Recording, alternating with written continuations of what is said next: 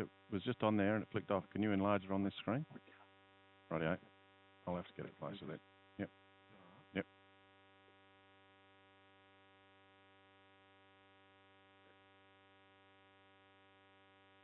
Welcome to the Spirit of Cricket coverage of the semi-final of the over 50s. Adelaide Easies have won the toss. It's going to be interesting commentating because both teams are Adelaide. One's the Easies who's batting, and semi-final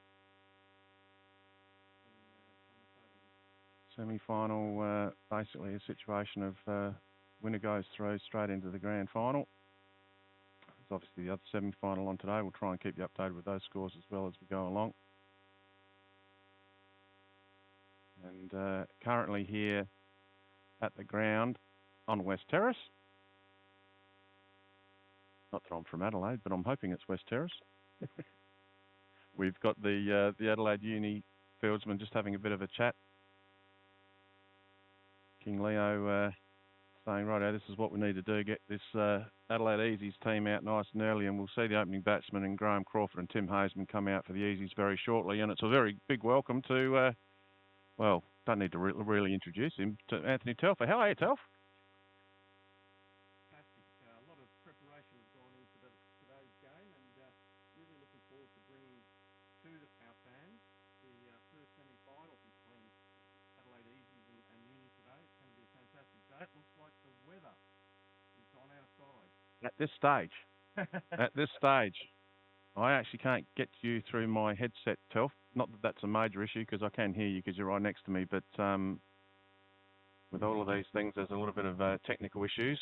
But I think you've got me now, though. I've got you now. I've got you now. Lovely work. As the batsmen make their way out to the crease, for those people that are aware of South Australia and aware of where I'm from, I'm actually from a small country town called Gladstone, about 2.5 hours away. And just you mentioned the weather, Telf. It was raining just about for 2 hours of the 2.5 hours that I made the trip down this morning. For the first 2 hours was rain. So I thought we're coming to Adelaide for no reason at all. We'd probably get washed out, but no rain from probably around 2 wells onwards. Yeah, look, and you sent a message to me earlier this morning and said, "Are we on? Is there any rain?" And I said we haven't seen any rain at all yet. So. Yes, it's fabulous. A lot of people in regional areas obviously wanting the rain. In some cases, it's a bit early for some, but any rain is always good rain in regional areas, particularly up in the station country, of course. But players are about to get underway. Reenie's going to be the bowler from the southern end, from the northern end. My apologies. And the umpires are.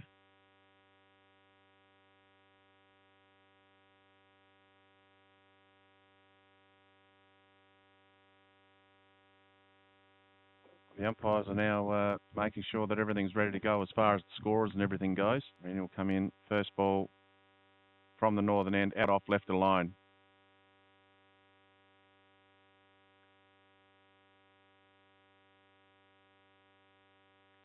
Nice conditions for cricket, just as long as that rain does stay away.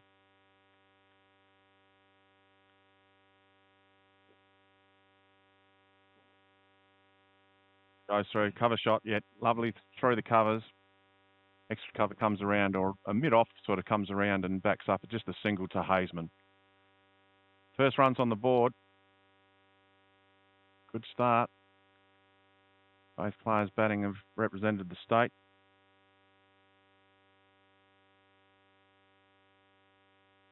And higher levels. Crawford will be the batsman now, facing up to the third ball of the day. Reenie to Crawford. Once again, through that extra cover area. Oh, a nasty bounce. It's going to go, no, it won't reach the boundary. Just in front of the commentary box here. They'll go back for 3, you would think. But that was a pretty ordinary bounce, to be honest. That wasn't the fieldsman's fault. It was a bit of an awful bounce to get it bounce over the top and go through for 3. 3 to Crawford, takes the total to 4. Nice positive start here, Chook, by the Easies contingent. As we see the next delivery go through to the keeper. left outside the off stump. And we have a look at round the field. Looks like we've got a first slip, backward point, forward point cover, mid off, mid on, deep cow on the corner, and then a fine leg and a mid wicket. As we see the next delivery. Rennie coming to get lovely square cut straight to the fields and no run.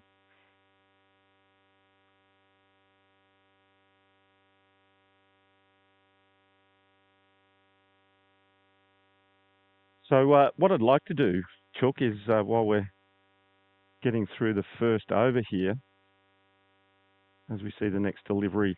That's a good and that's a wicket. Well done.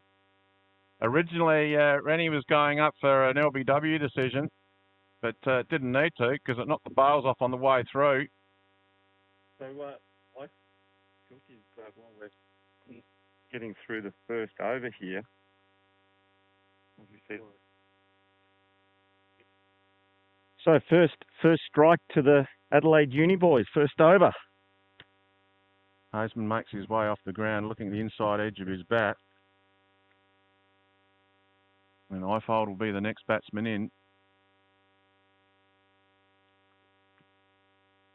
Might share a few nicknames along the way, but Ifold, I think Laundry. I think Laundry's a nickname for Justin Ifold,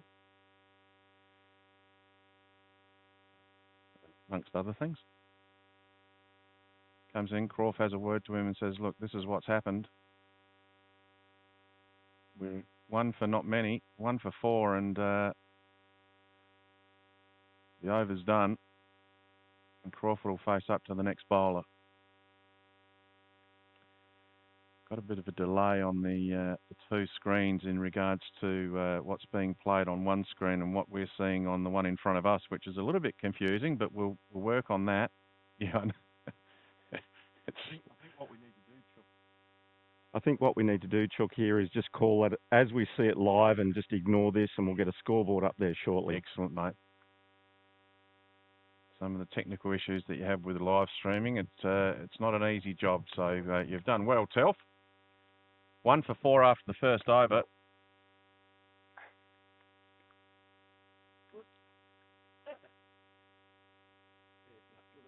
So we see Brad Norman now coming into bowl to the skipper of the Adelaide Easies contingent, Graham Crawford, and he leaves the ball outside off stump. Watching very carefully there. Did you get a chance to have a look at the pitch out there before? Yeah, it's a good deck. It's a good deck. It looks like the one that got Haseman out come back in at him. Off the seam, you would think. Inside edge, onto the stumps. That's just dabbled out towards a gully area, no run. Yeah, now it's a good deck, and hence the reason why Crawford won the toss and elected to bat, I guess. But 1 for 4 would tell you differently. It's not a great start, but early days. Yeah, and Adelaide Uni be very happy to see the back of Tim Haseman, former Australian over 50s representative and one of the players of the tournament. As we see a square cut from Crawford, hit out to point. Well fielded there by, I think that was Dennis Sester out there at point. Stopping any chance of a single and definitely cutting off a boundary there. So well fielded there by Dennis Sester. Crawford just having a look around the field again. He'll see a gully. He'll see well, it's actually a deepish gully. Point, cover fields him in a mid-off. That's the area that he'll be looking to score because that's where most of the balls are being bowled. Nicely just outside of off stump. That deepish gully comes in, fields the ball, no run. Last ball of the first over was a wicket to Rennie. Good start to the day for him. 1 for 4 the first over. No change to the score since then. Right arm over the wicket again. Hit the pad, looked like it was going down leg. And the umpire said, yep. The old umpire with the cowboy hat. No, it's looks like he's come straight out of fringe from last night. He must have had a gig there, and he's come out here to give us a hand with the umpiring. We might have to suss out the situation, whether he looks like John Wayne or Chad Morgan. We'll work out that throughout the day. It's good to have two umpires here for a semi-final as well, though, Chook. And that's Lofted. Yeah, good shot. Over mid-wicket for one bounce for 4. That gets Crawford off the mark now. Takes the score up to 8 at the completion of the second over. Chook, what we might do is we might encourage our listeners out there, if they'd like to engage with us, to put a few comments into our chat group. And be nice. Yeah. Be nice. They've got to be nice. Yeah, of course. I mean, there's no point criticising us because we won't listen. We won't give them any airtime, that's for sure. But we'll do our best to obviously give you a bit of a plug during the day and maybe give you some feedback on what's happening and engage with our audience. It was a lovely shot by Crawford heading out towards mid-wicket for that 4 to double the score to 1 for 8 after the second over. But one thing we didn't mention, you can't see via the screen, is there was, I suppose, an element of small risk out there because there was someone on cow corner on the fence. So you can't see that with the pictures that we have, obviously. But there is a fieldsman, or there was a fieldsman out on cow corner. And look, at Adelaide Uni have played a lot of cricket against and with Graham Crawford, so they know his go-to shot is that deep mid-wicket boundary. I folds the batsman, who's the left-hander. He's facing up to Rennie again. That goes down leg, and the umpire will... No, he won't. I was going to say the umpire will say that's a wide, but he won't. Got away with that one, I think. It was way down the leg side.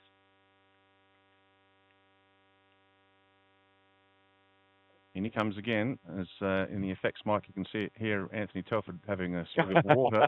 I forgot to bring my bottle of water. I'll have to use that mute button. Sure. Yeah, that's okay, mate. That's okay. That's called experience or lack of. Yeah, no, well, it's very good you're drinking water. Because about a half an hour ago you were drinking a beer. And no. I saw you, I think it was the 3rd or 4th for the day, Telf. Oh, no, I wish it was. Yeah, that's not true. Just a very poor joke. That's down leg. It should be called wide this time, but the umpire, once again, isn't on the same page as everyone else. No, obviously it wasn't a discussion at the start of the day that anything down leg is a wide. Yes, that's the ruling, hence the reason why we're mentioning it a few times. But just as long as it's the same for both teams. If he's the same for both teams, that's fine. Then he comes in again, this time on leg, just clipped around the corner, shortish fine leg or backward square, grabs it. Not overly cleanly, no real risk in this quick single, and I folds off the mark. So steady start here by the Easies. They are known for their aggressive batting, but obviously losing that early wicket of Tim Hazeman's probably set them on the back foot a little bit, but I'm sure these two will continue to push on as they... that's a good shot. That comes out towards us, and one bounce goes into the Adelaide Easies batting lineup. That's a great cover drive there. Slightly lofted, and obviously one bounce over the boundary for 4. It takes the score now up to 13. 1 for 13, with 1 ball remaining in the over. Rennie's been good.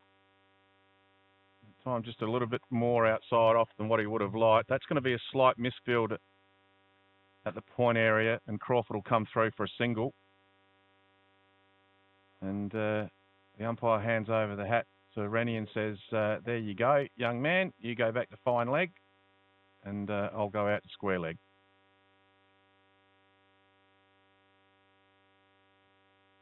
Probably just a little bit too wide outside off stump for the bowlers like him, because it just gave Crawford that opportunity to stretch those arms out and give it a whack over the top of cover. A lovely shot by Crawford.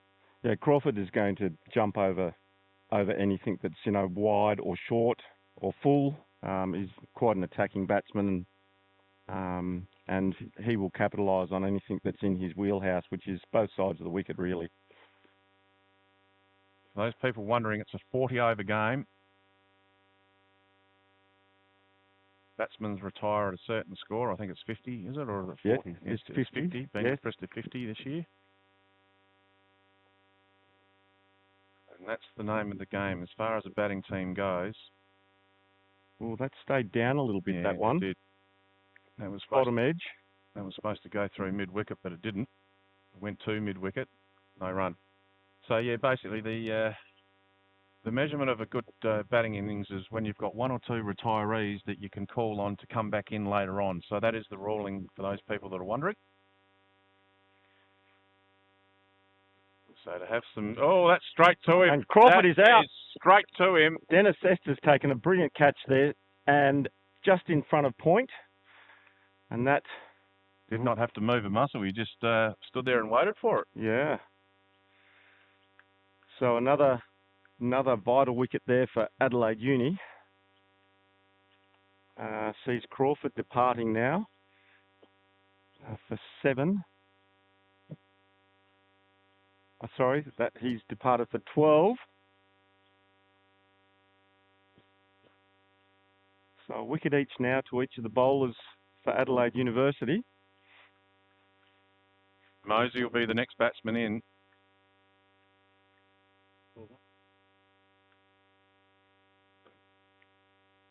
So Chook, 2 early wickets to Adelaide University sees them right on top here at the moment. Probably not what was expected at the start of the day from the Easies contingent, seeing both Haseman and Crawford back in the shed. Yeah, absolutely. Yeah, 2 very good batsmen already out. The Uni boys would be up and about. Both bowlers with a wicket. Batting lineup of the Easies is very good. You've got Sinclair, you've got Gabb, you've got Benson. You've still got a lot in the shed.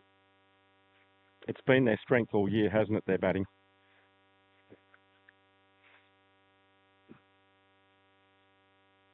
Yeah, they're a good team. Hence the reason why they're on top of the ladder, I guess. No shot played. No shot played. It's gone down to 3rd man and they've no run.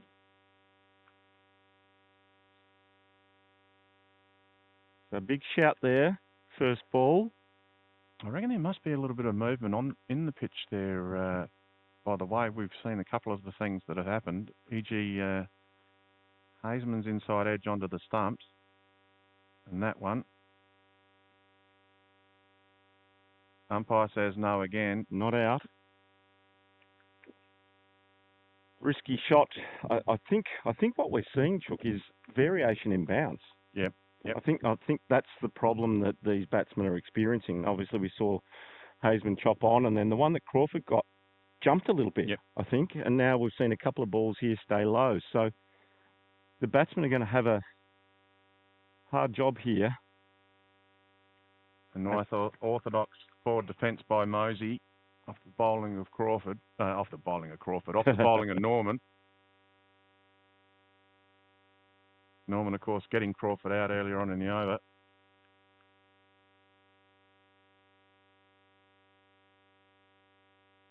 We better introduce the most important person at the table, Telf. we better mention her. She's doing all the hard work. Kathy's working a treat here with the NV play and keeping the scores up to date. Kathy's doing a great job. A lot better job than us. Yes. A lot better looking than us too, by the way. With all due respect, Telf, that's not hard. No. That's the end of the over. 4 overs down.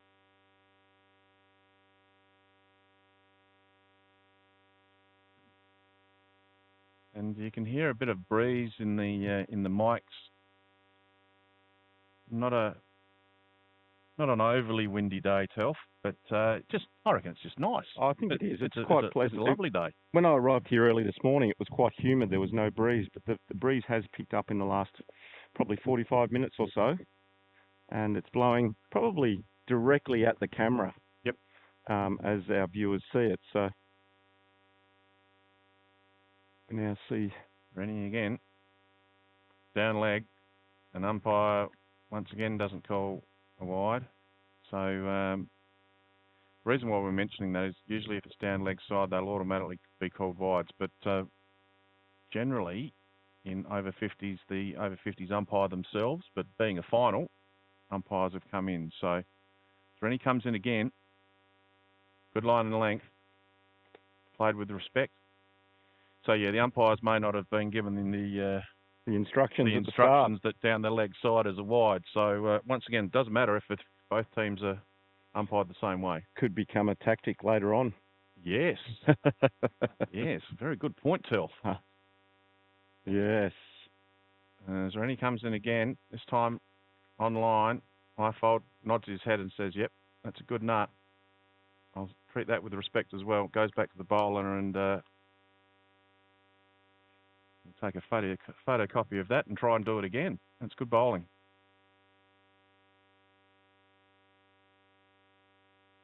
Rennie again from the northern end. Once again, line and length, perfect. Highfold, once again, back to the bowler. Once again, he picks it up and he'll go back and try and repeat.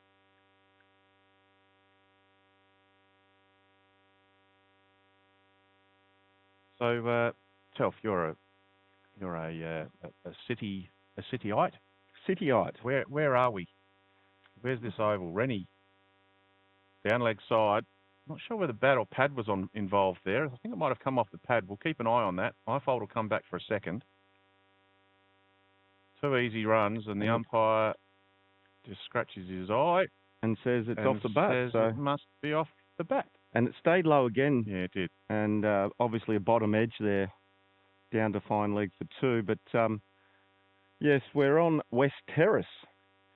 We're right next to the cemetery. We are. And is it Park? Is it Park 23? 23. There yes. You go. That was what I was hoping you'd come up with because I couldn't remember what number it was.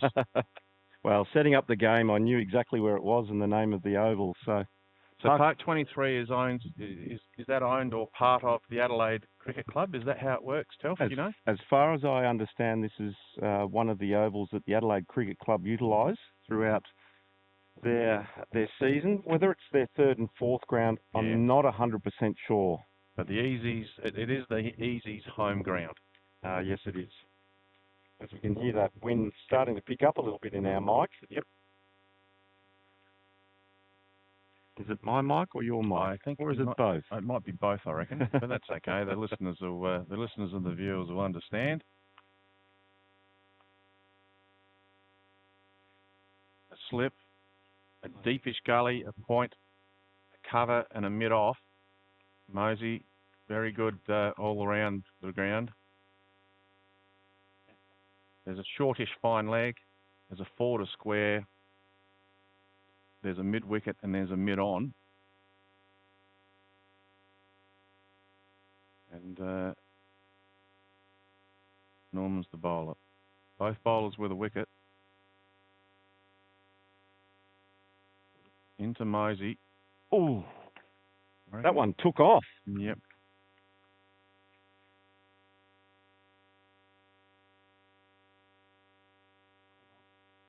Brian Norman, I was talking to him before the start of the game. He's been selected to play in the over 50s Victorian team. His first state cap.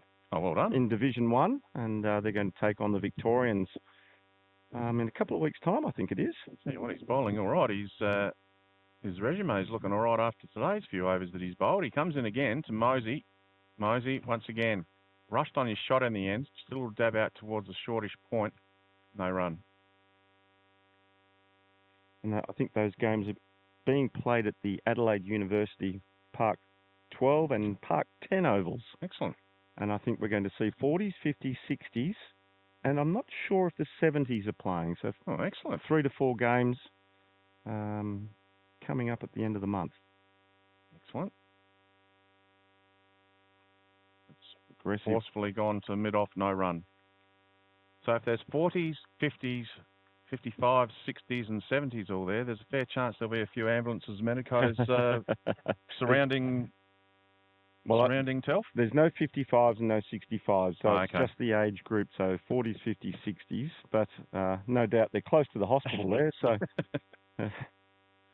Yes, just as long as there's some sort of ice supply on hand for those hamstring and calf muscles, the baby cows.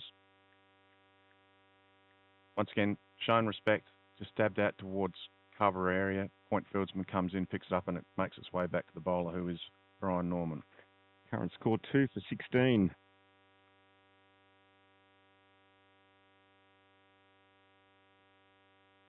I'm trying to rack my brain as to how we're going to get that score up on this screen here. So just for those people playing at home, as Mosey dabs that one out, no run. Mosey's still yet to score, but showing a Showing a bit of a respect to good bowling. Exactly the reason why he's hasn't opened up his account yet. But yeah, I'm trying very hard, Telf, not to look at the screen in front of me because it's not actually up to date with what's actually happening. So what we're seeing. It's a little bit confusing, but the listener and the viewer don't need to know that. So 6 overs complete. Current score is 2 for 16. We see Ifold on 3. Mosey yet to open his account. And Rennie is the bowler. He took the first wicket of the day getting Haseman out. He comes in from the northern end again. Outside off. Left alone. No run. You'll have to tell me when there's a change of bowler there, Telf, because I'm not 100% aware of a lot of the Adelaide players' names. But we're still with the 2 opening bowlers at this stage, yes. So we're on top of it and all over it at the moment. We're all over it like a fat kid on a cupcake. Goes out to cover, no run. Probably politically incorrect, that statement, isn't it? Instead of saying a fat kid on a cupcake, I should say all over it like Chook Hazelnut on a cupcake. That's not being disrespectful. No, it's being honest. Oh, gee, that's nipped away. Bowler still with the hands on the head saying, gee, that was close. Ifold just walking away, gathering his thoughts and getting ready for the next one. And we have another game going on, the other semi-final as well, and that's between the Hills Flurio over 50s and they're playing Grange. And there's a half appeal there, probably down the leg side, I would think, and umpire's given that not out. But I'm assuming that that's at Grange, and we'll try and bring some scores to our viewers throughout the course of the day, Chook. Yep. Top ball to Rennie. Off the pad, appeal, down leg side, not out. Opening bowlers for Uni have been excellent so far. 2 for 16. Inside edge onto the pad. We're not at an angle in the commentary box to be able to see any movement off the seam, but there's got to be a little bit out there, I reckon, Telf, the way the ball is being played and the inside edges and the leavings and the doings and don'ts of what's happening out there at the moment. There must be a little bit of movement there. Yeah, well, we saw Ifold there play a big cover drive and obviously an inside edge as another ball down the leg side and through to keeper Sizeland. That's the completion of another over. And I think that was a maiden there, Chook. Yep. So Remy's bowled 4 overs. He's got the wicket of Haseman for 12 runs. And we've got Brian Norman doing an excellent job from that. I guess we can call it the southern end. Or do we call it the cemetery end? I'm going to call it the southern end. Southern end, yep. Yes, southern end. And he's bowled 3 overs and he's got the wicket of Crawford, 1 for 4. And we like to have a bit of fun here on Spirit of Cricket coverage, Telf. And are we too serious? No.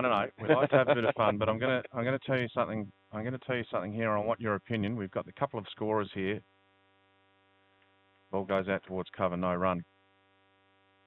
Rennie opening the bowling. He's got 1 for 12 off his 4 overs, but he's also, I'm not sure, is there fines? Are there fines in over 50s cricket? Because he's wearing his whites. He looks very resplendent with his whites and white shoes and white hat and everything. But I've noticed while he's bowling, he's wearing black socks, Telf. He's wearing black socks. Yes, but that's got to be a fine, doesn't it? It's Adelaide Uni. Adelaide Uni Black. They're known as the Blacks. Oh, rightio. Oh, okay. Well, we might not find him then, if that's the case. Anyway. Mosey, currently not off the mark. He realises he needs to be patient. 2 for 16 is not a good start for the Easies.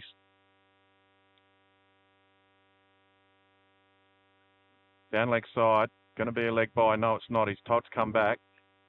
Throw goes in. Fieldsman, wicketkeeper all diving. There were bodies all over the place there, which is very appropriate considering we're next to the cemetery. And all slow to get up.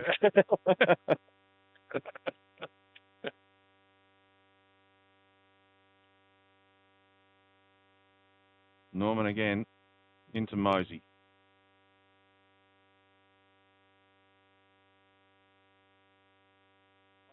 It's short. Stayed down again, Chook. Yep. You could see Mose looking to really get onto the back foot there and pull it through mid-wicket area, but stayed down bottom edge and bunted it out to that mid-wicket area for no run. Yeah, needs to work hard on that bat swing in regards to top to bottom, going from high to low to keep it low. Mm. Good shot under the circumstances, but no run, obviously. Norman comes in again. It's going to be a quick single down to fine leg. Slight misfield. Goes to throw the ball in without the ball in his hand, which, contrary to popular belief, is impossible. And Mosey off the mark. Who's that? Dave Benson. I didn't hear what he said, but it wouldn't have been nice. I do actually have to mention the great man. Yeah. Explorer Caravans. Well, the reason we're here today is because he's given you a caravan? Because I've got a caravan coming, apparently. Has he given you one? Well, I don't know if he's going to give me one. I think he's good. Yeah, he's the proud sponsor. The amount of work we do for Explorer Caravans, they need to give us a trailer, I reckon. A caravan. Down leg side, once again, the umpire down the other end didn't signal wide for that one, so both umpires are on the same page, which is good. Norman finishes his over. Score goes to 278. But I'm surprised that we don't have a caravan here today. Imagine doing the commentary from a caravan. Well, yeah. Well, I could have brought. I could have stayed the night. I could have brought a trailer down too. I could have brought the trailer down. But anyway, now Rennie with black socks. Still think he should be fined. He's going to be bowling. He's bowled very well. I got yellow socks. You've got yellow socks. Yeah, but you're not playing. You're not playing in your whites. Yeah. Rennie's in his whites, and he's wearing black socks. Sinkers. Oh. Sinkers is on the scoreboard. What are your thoughts, Sinkers? Yeah, you can't do black yeah, exactly. You can't do black socks, Tel. Yeah, but he's a traditionalist. Yeah, I know. Anyway, whatever he is, he's bowling well. Yeah. This time to Mosey. Outside off, goes straight to point. No run. Good backing up from the gully fieldsman, but didn't need to. And that was Sesta there. He's been busy. He's taken that catch of Crawford, and he's been on his hands and knees throwing everything at the ball today and saving valuable runs for the university team here today. Probably one of the best fieldsmen in South Australian vets cricket, I would say. Oh, don't put the mockers on him. You might do the commentator's curse, Telf. No. You watch. You've just praised him. You've just said he's one of the best in over 50s. I bet you the next time the ball goes to him, it'll go through him. Let's wait and see. You've just done the curse. Okay. Anyway, there's no curse on Rennie. He's bowling very well. With his black socks. With his black socks. Outside off, no run. Taken by Keeper Seisland there.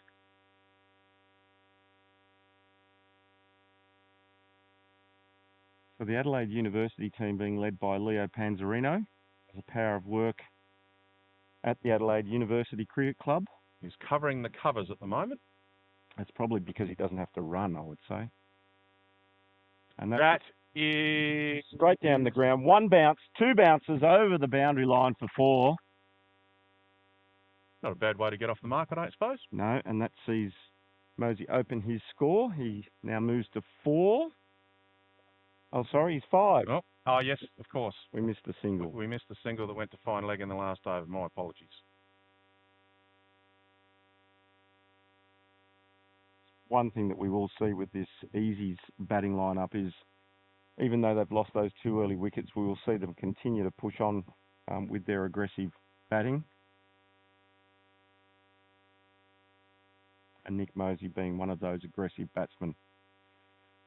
There's another ball down the leg side. And what? We've seen it wide. That was well wide, so that's fair enough. Okay. Yep. All we ask for is consistency here, Chook. Yeah, no, the ones that are going slightly wide down leg side, I actually don't mind them not calling, so that's good. But that was a fair bit wide. You're a bowler, though. Yeah, well, no, I'm not. No, I'm not. Anyway, that goes back to the bowler. No run.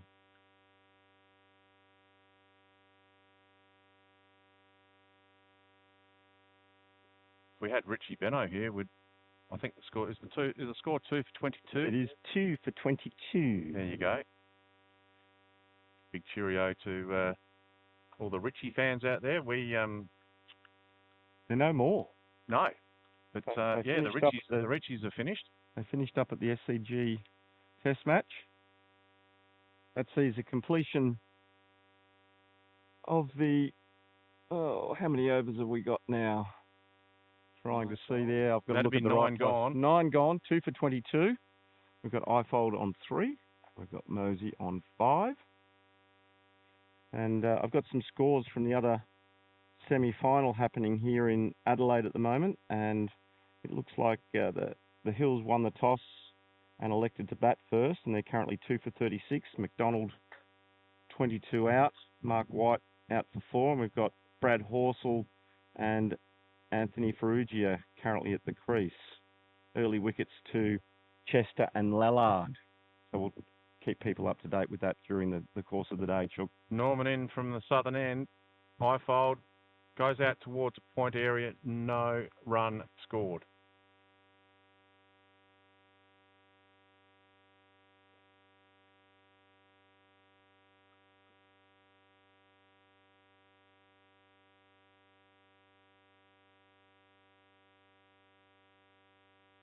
Conditions still very pleasant.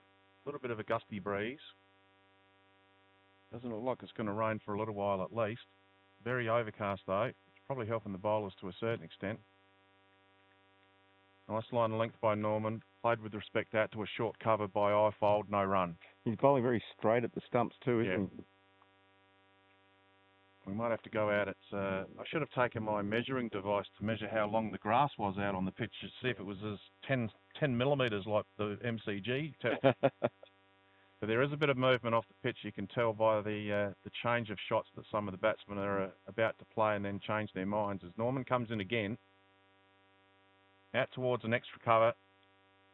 Good backing up by the uni fieldsman as well. Not that the backup was required, but no run scored.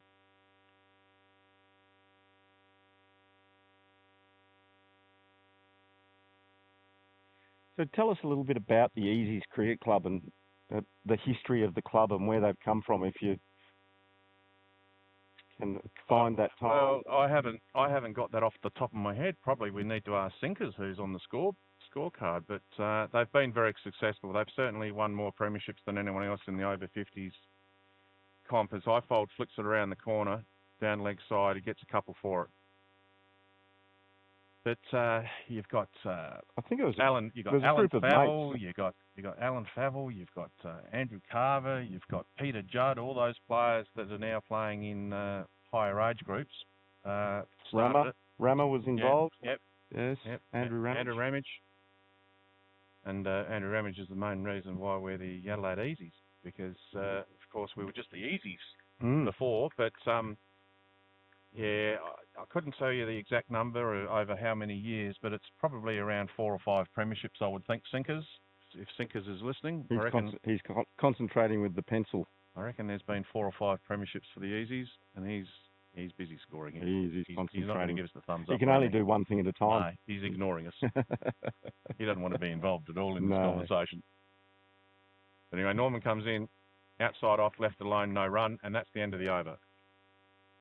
That's the end of the 10th over now, 2 for 24. But probably the most important thing to remember, Telf, regarding the Easies and regarding all of these teams is basically, if you want to play over 50s cricket, just get in contact with a team, whether you're from the country like I am, whether you sell caravans, whether you're a lawyer, whether you're a doctor, whether you're a farmer. It doesn't matter what you are. If you want to play cricket, it doesn't matter what team you go to, but over 50s, you can go to whichever club, whether it be the Easies or Kensington or the Barossa or the York Peninsula, wherever you might want to be used and play. And the thing is, as Rennie comes in again, it's going to go... Whipped away behind square leg, races out towards the boundary, and that's a boundary there. A little bit lofted, but safe. But yeah, long story short, over 50s, they play generally every fortnight. So it gives you a fortnight to get over any aches and pains from the week before, from the game before. And now There's 16 teams Yep. currently in South Australian Veterans Cricket, and there's 2 divisions. So you don't have to be a world beater to participate. You can find a Div 2 and... But all around the state. All around the state. If Yeah. you want to make yourself available, all the clubs will make you feel very welcome. Well, we've got guys from the York Peninsula.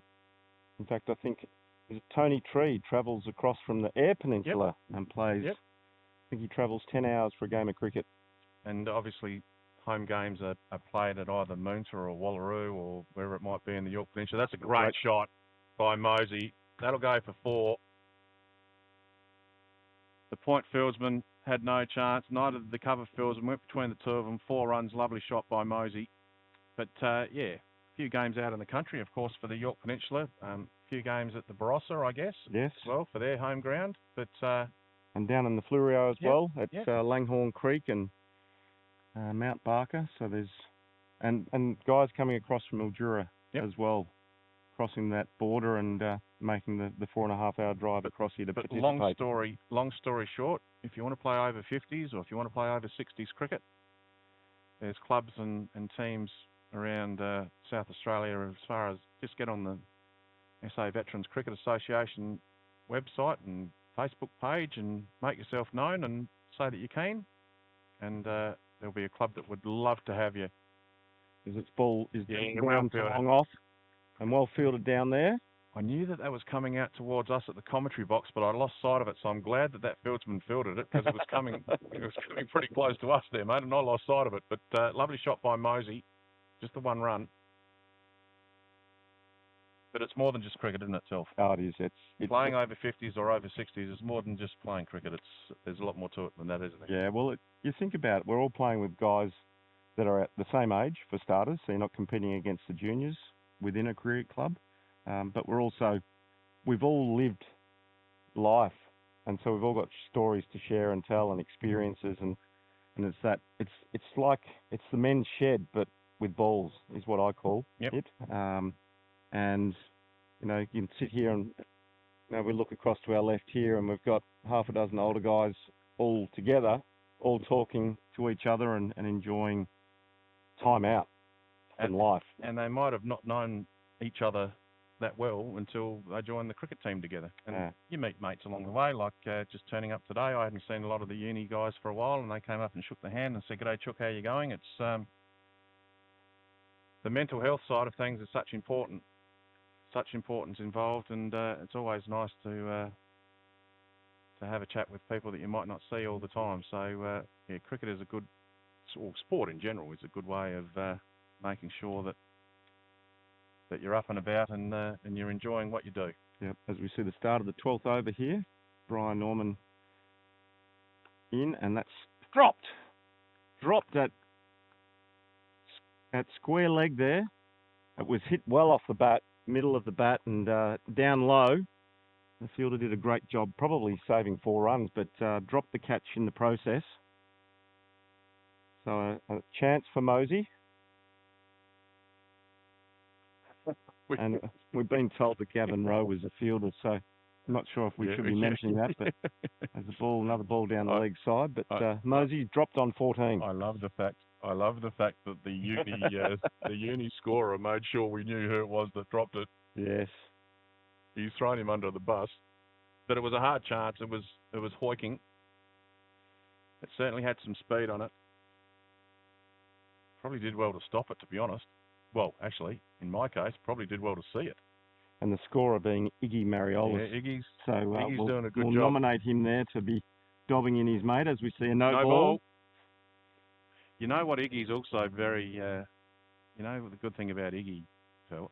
Yes. Is that he's got sinkers under control. Iggy has got sinkers under control there. Both of them are doing the scoring, and they're doing a marvellous job. Norman comes in again from the cemetery end or the southern end. Outside off, left alone, no run. Obviously, no free hit when there's a no ball. Once again, just flicking through a couple of rules as we go along. Would be a good addition, though, wouldn't it? It would be a great addition. Bit of fun. It would be a great addition. But I suppose with that, you'd also have to have a 30-metre roll and you'd have to have a ring of circles and anyway. More infrastructure and set up for the guys who just want to show up and have a game of cricket. Correct.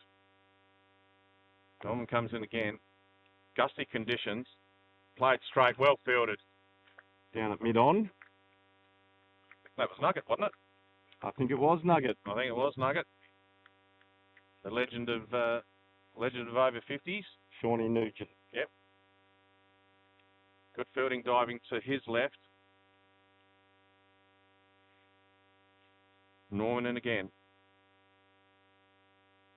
Well played. Good line and length. Good cricket all round. Good bowling. Good batting. Very watchful there from Mosey.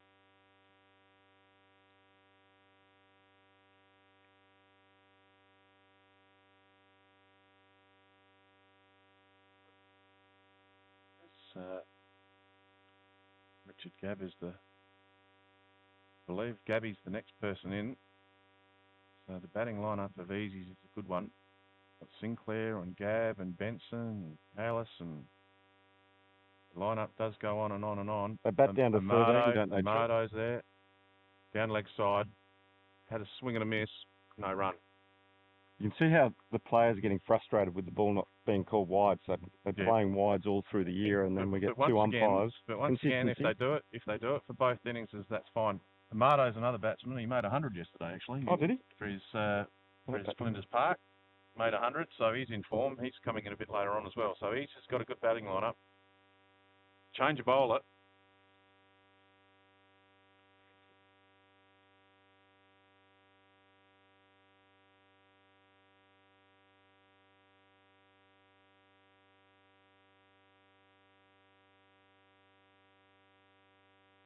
We have a change of bowler from the northern end. Keeper will put on the helmet. Bowling to Ifold.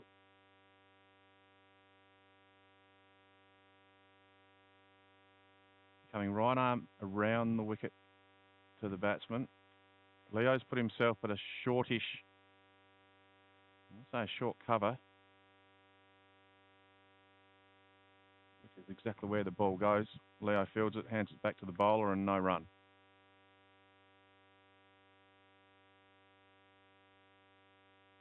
Bowler, right arm around the wicket again. Second ball of his over. Quick single here. And very well run.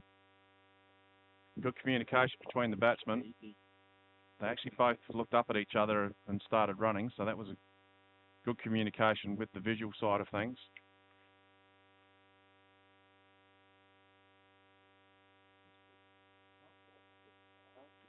I haven't seen Sampath bowl before, but I've heard a lot about him. Been a very impressive bowler throughout the season for Adelaide University. Bowling offies? Yes. But faster offies than a lot would be used to, I guess. I'm going to say Leo's at a shortish mid-off now, although he's gone back out to almost an orthodox mid-off now, as quick single taken again by Mosey.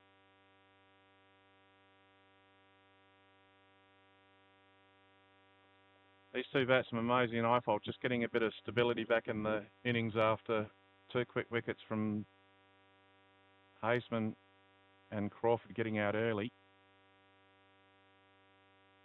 The current run rate now is up to 2.8, so starting to get a bit of a move on now. Steadying the ship as Ifold faces up again. Yeah, short, leg side, should be and is 4 runs. Good shot by Ifold. Just a little bit short, and that was a bit of a hit me ball, that one, Telf. Yeah, but it stayed down again. But you could see that time that Ifold really stayed down on the ball and middled it beautifully, backward a square for 4 runs. Leo, the skipper of Uni, have decided that up until that ball, he was getting the field to come in, trying to keep that run rate down. He's now dropped the fieldsman out on the fence where that last ball went out to backward square, or deep square leg. He brings himself over to a short mid-wicket. Bowler comes in around the wicket again, and Leo straight to him. Goes straight to him and picks up the ball cleanly. So there's a slip, there's a gully, there's a point, there's a cover, and there's a mid-off on the offside for the left-hander. We'll go out to the gully, no run. That's the end of Sampath's first over. 6 runs off that chook. Score is now 2 for 40 off 13 overs.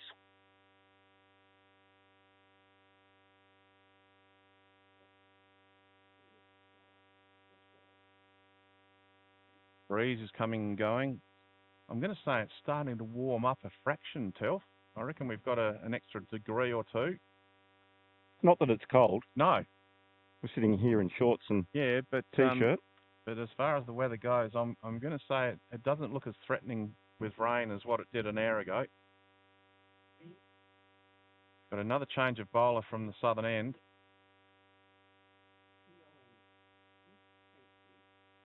A very similar hairstyle for the new bowler that a lot of over 50s hairstyles are, Telf. Yeah, Josh Edgington is the new bowler.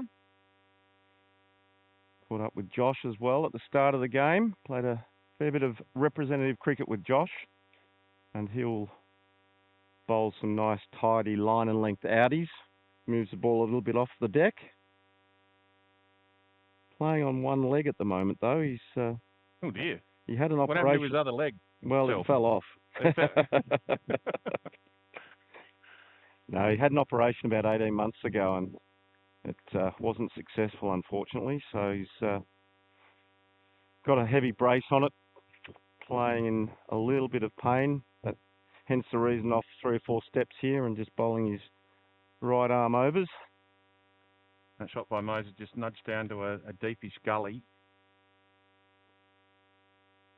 High fold will now face Eddington.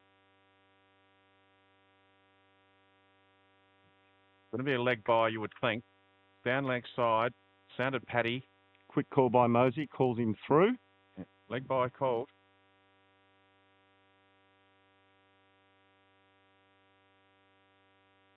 Looking at the oval though, Chook, it's nice and green. I was told it was quite dry a couple of weeks ago, obviously with that hot spell of weather that we had here in Adelaide, where there was 3 or 4 days over 40. But the ground is looking in pretty good condition here for today's semi-final. And that's out, clean bowled. That's a good nut. Mosey gone. So Mosey out for 16 by the looks of it. And he's on his way, clean bowled, taken the off stump. You can see it's pushed back. So he's forcefully doing the on drive, you would think, or the through the cover area drive, and got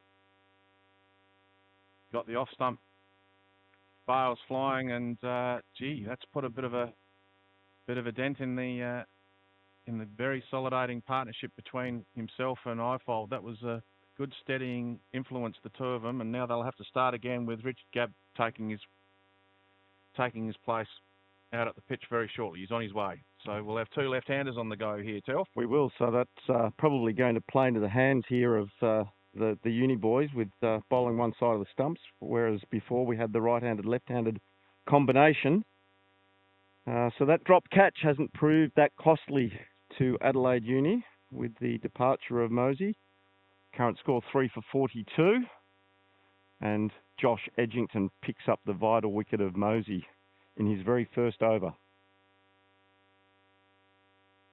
They've been bowling good line and length.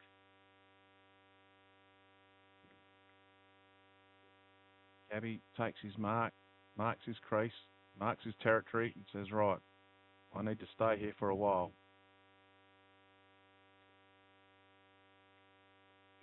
Slip, a gully, a point, a cover, an extra cover, a mid-off. So predominantly an offside field. It comes in again. Ball goes straight back to the bowler and no run. So at this early stage, I would say that Uni are right on top here at 3 for 42. And that's been pulled over mid-wicket, over towards the boundary for 4 runs. So Gabb is now off the mark with that blazing pull shot. which he's renowned for. Anything short, he loves to pull and cut. He just rocked back, didn't he? That was a lovely shot. That's the sort of ball that you want to be facing the second egg. Yeah. Just a little bit short by Edgington. As now the search is on for the ball. It didn't go overly far, but it's gone towards an unmowed section of the ground. Section of the, and there's a search party now going out for the ball. It's only about 5 metres off the boundary line, but it's not mowed out there.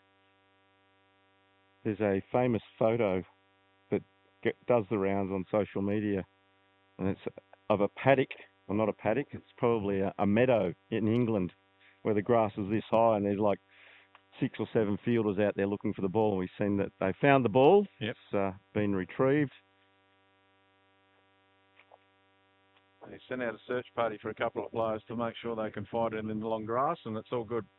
Lucky it wasn't really hot and there wasn't any snakes out there, because you would soon those people soon see. Let's put my teeth back in. The fieldsman running for cover if there were any snakes out in that long grass, Telf. Exactly right. As we see, Widger now starting his second over, bowling to Ifold. Cut shot wide of that second slip area down to third man for a single. And well fielded and chased and returned by Dennis Sester, doing a power of work already. Ifold goes to legs 11. As Sinkers has done his stint on the scorebook, and we've got Jack Brabham. Sinkers is probably going to put the pads on, I would say. Quite possibly. As Gabby Singer's going to be bowling from this northern end. That's a good shot, but it's going to go straight to the cover fieldsman. Slight misfield, but no run. No harm done.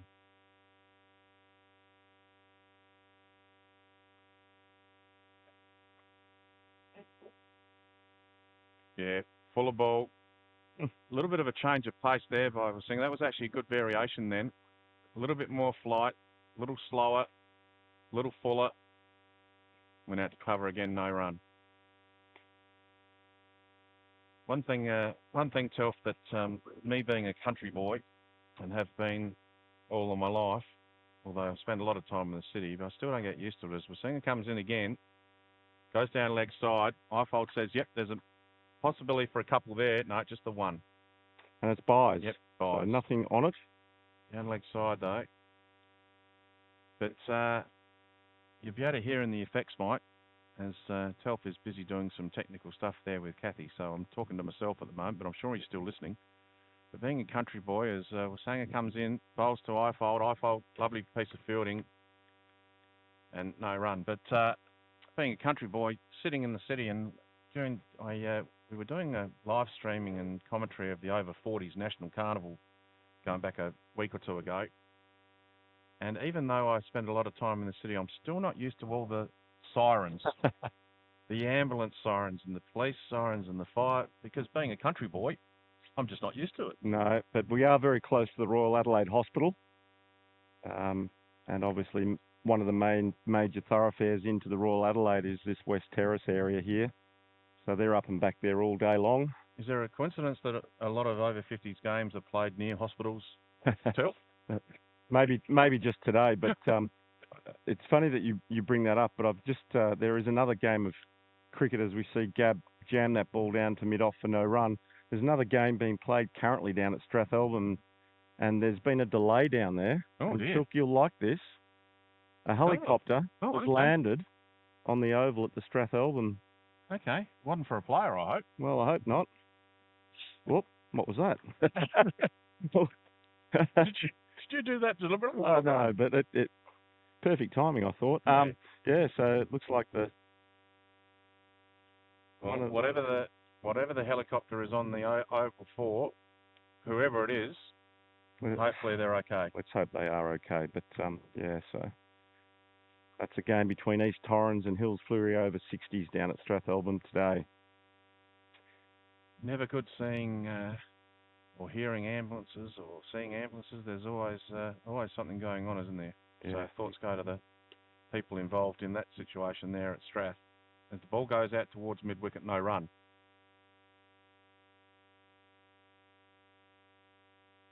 3 for 47. 3 for 48. I made the mistake of looking at the screen I've got in front of me. Yep. Might be better off turning this off, Tilf, because it's putting me off, but anyway, we'll be right. Edgerton's the bowler. He's the cemetery end, the graveyard end, or the southern end, whatever you'd like to call it, and he's bowling well. Into Gab. Gab. Ooh, took a step forward. Confident appeal there from keeper and batsman, as keeper and bowler, and the umpire with the cowboy hat on has given that not out. We'll have to find out their names. It's either John Wayne or Chad Morgan. Or did Benny Hill, Willie Nelson. Did Benny Hill wear a cowboy hat? No. Shot. And that's cut through the gap in front of point as it races away for a much needed boundary there for the Easies. Just a little short outside off. And you don't want to bowl anything short outside off or outside leg to a batsman of the class of Gab.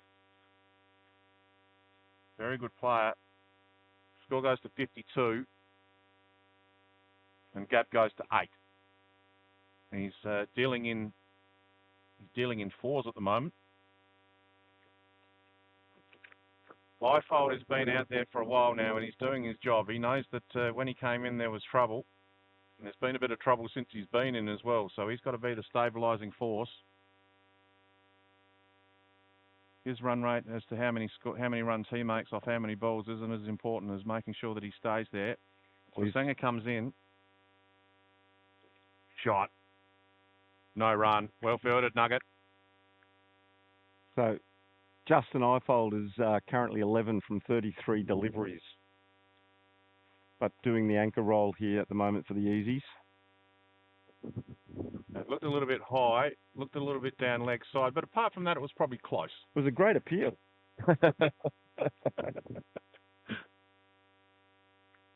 Not a lot of support from behind the stumps. Yeah, they're appealing to anything that hits the pads, which is fair enough. Yeah, through the cover area. It'll be at least a couple. I don't think it'll reach the boundary. No, it has. No, it has. Good shot. Well timed. Great timing there by Ifold. I don't think he really got onto that, Telf. He said it was well timed, and it was, but not sure whether he got the actual middle of the bat because his body balance didn't look quite right with the shot. He looked like he had to make a bit of a reach for it, but yeah, got a good piece on it. 4 runs, lovely shot. Probably an indication of how quick the ground really is too. And is it a shorter boundary out that side? Not too short. I didn't think it was that short. Anyway, he's hit it to the left-hand side of the fieldsman. Good batting. That's intelligent running by Ifold. Knew the fieldsman was a right-hander. Knew that he hit it to the left and that he had to run to his left. So intelligent batting, intelligent running, intelligent calling. 3 for 57. And that's over the top of that. I guess it's a second or a third slip or a gully area. Just the 1 run. Yeah, I've been calling it a gully, but yeah, you could throw a blanket over the first slip and the gully fieldsman just about. It is a fairly hello. Now he's going to go back. So he's now in a deepish gully area or a backward point.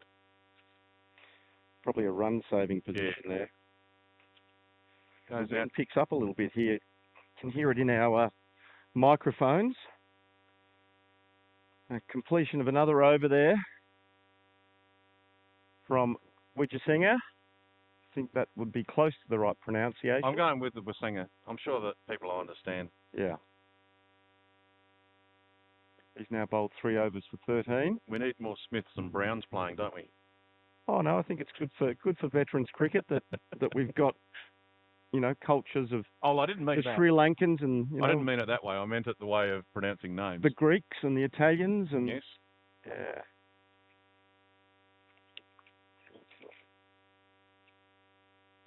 The helmetless Gab.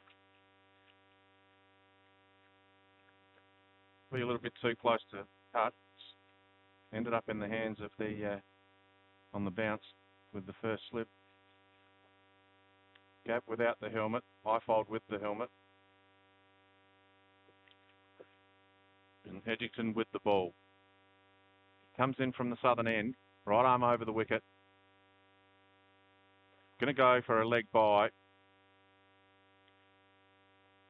The way he was lining up for that shot, it would have ended up in a different suburb if he'd connected it properly.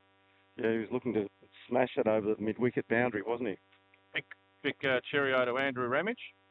The Rammer's watching. He's there with his feet up. He sent me a picture. He sent me a picture. He's there with his feet up. I'm not sure whether he's having a beer. Let's have a look. Let's hope he's enjoying our coverage and the dulcet tones of the two commentators. I can see his in the photo. I can see that he's watching the coverage on the big screen of his lounge room. I can see some pretty ordinary toes. He's not wearing any shoes or socks, but I'll have to have a closer look at the photo as to whether he's drinking anything. What time is it? It's after midday. Yeah, no. Little nudge around the corner by Ifold. Well done. Just the one run. Once again, that's all they need to do. Yeah, the key here is for both batsmen just to keep the scoreboard ticking over. Run rate at 3.4 and over now. I can confirm that Rammer's not drinking anything. He's just got his magnificent-looking feet in the picture. No, yeah, that was short. And that's cleared the boundary over there at mid-wicket. I reckon that'll be maximum. 6 runs there. We're waiting for the umpire on a signal here, but there it is. Arms in the air, show us your armpits. And that's a magnificent shot there by Richard Gabb. Short, pulled over the boundary at mid-wicket for 6. The first maximum for the day, Chook. Yep, and it's a big 6 too. I sent out the search party. Yeah, it's gone. Is there a creek over there? I'm not sure. I'm not sure. That's where the snakes are. That's gone. Gone into grizzly bear country out there. That's a good shot. And it was short. It was down leg side. It had hit me written all over it. And he did. Takes the score to 66 now. 3 for 66. And we're coming up to the end of the 18th over. So we'll have a drinks break shortly at 20. So that might give us an opportunity to try and sort this screen out for you, Chook, so that we can get you calling off that, because it's a long way out to the middle. Edgington, outside off to the cover fieldsman, no run, and that's the end of the over. Umpire hands Josh Edgington the cap and says, "Here you go." So Edgington's now bowled 3 overs, 1 for 16. Might just quickly go through the bowlers' figures so far. So Rennie bowled 6 overs, 1 for 26. Brian Norman, 6 overs, great figures, 1 for 8, 2 maidens in that. And Wijah Singer, 3 overs for 13. And as I mentioned, Josh, 3 overs for 16, 1 for 16. As we see Ifold back on strike. Big cheerio to Kathy again, who's keeping us updated with the scoreboard and everything. And to the magnificent scorers of Iggy's not there anymore. No, there he is. He's hiding. He's only a little fella. Iggy and Jack. He's hiding behind Jack. Yeah. And Hi, Jack. Hi, yeah, well done. Like that, Telf. Oh dear. Sanger comes in. Inside edge. Yeah, it Quick wasn't single. supposed to go to the leg side. It was supposed to go through covers. It's gone to the short, fine leg. It's going to be 1 run, but a bit of a false shot there. Well done by Gabby to call Ifold through for a single that was pretty easy in the end, to be honest. Leo's sending the backward square fieldsman who's on the fence to almost a backward mid-wicket, deep mid-wicket. And I thought the umpire was going to put his finger up there. Well, I don't think Gabby had no concerns whatsoever. He was adamant there was no way that was out. He was just clicking his counter. Yep. Did you see that? Yeah, I did. Good bowling here from Wijah Singer. He's bowling good he's length. darting him in. Every now and again he throws in a slower ball. His variation's excellent. The only thing that's not excellent is my pronunciation of his name. Yeah. Comes in around the wicket again. This time short. Gone out towards the deep mid-wicket that's been placed there by the skipper Leo, and it's gone straight to him for just along the ground for 1 run. They scored a 68. Not an easy pitch to play on, I don't think, Telf. So I'm not sure what the pass score would be or what you'd be wanting after 20 overs, but I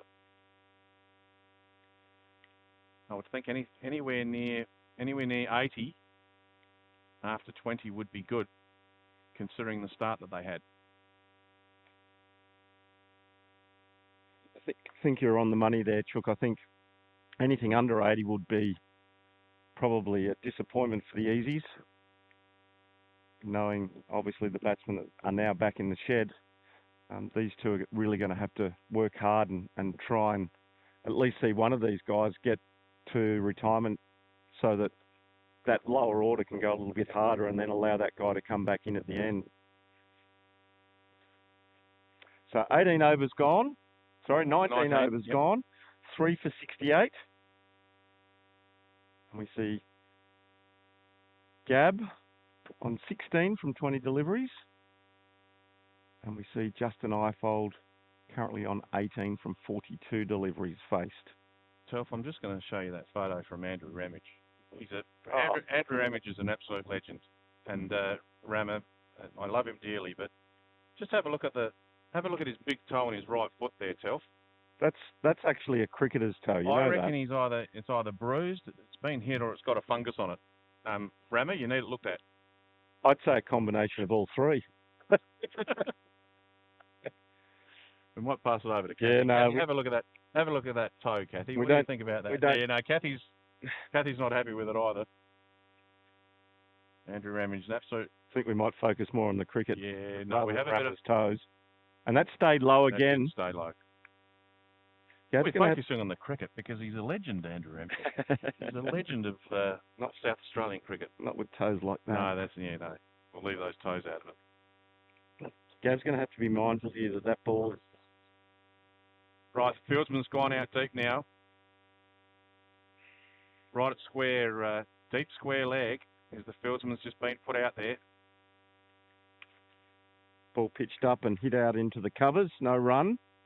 I reckon, Telf, I know we're talking over 50s, but there's a big gap on the leg side now. A little nudge out to mid-wicket, you can just about get through. Because the mid-wicket's gone out to deep square leg, and there's a paddock out there now, so it'll be an easy single.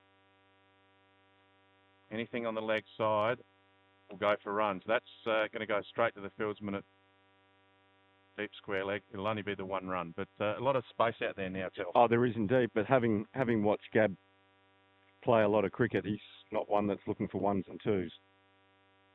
He's the type of batsman that's looking for fours and sixes. Yep. Interesting field. Slip in a gully. Oh, playing a miss. Great take there by Donny Seisland as he whips the bails off quickly. So obviously Uni is still on the attack here, looking for another wicket before that drinks break to push hard.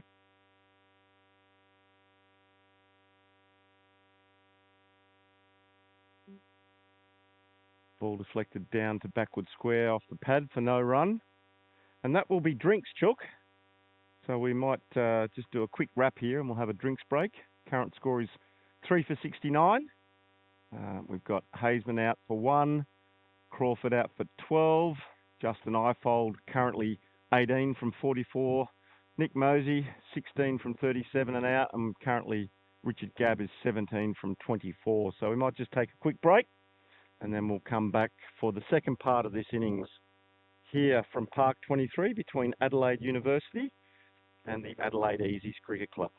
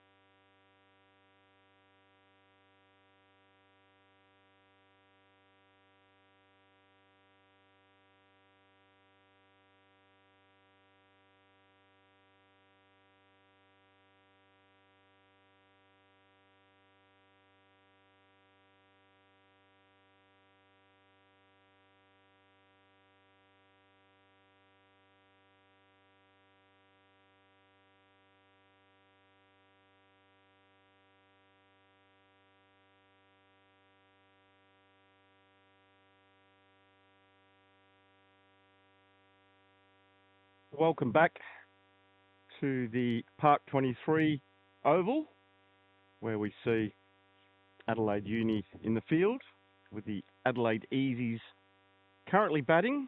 Score is 3 for 69. Drinks break, Chook. Did you catch up with any of the Easies and see? I did. I catched up with a few of them, or caught up with a few of them. As Hussain comes in, goes straight back to him though.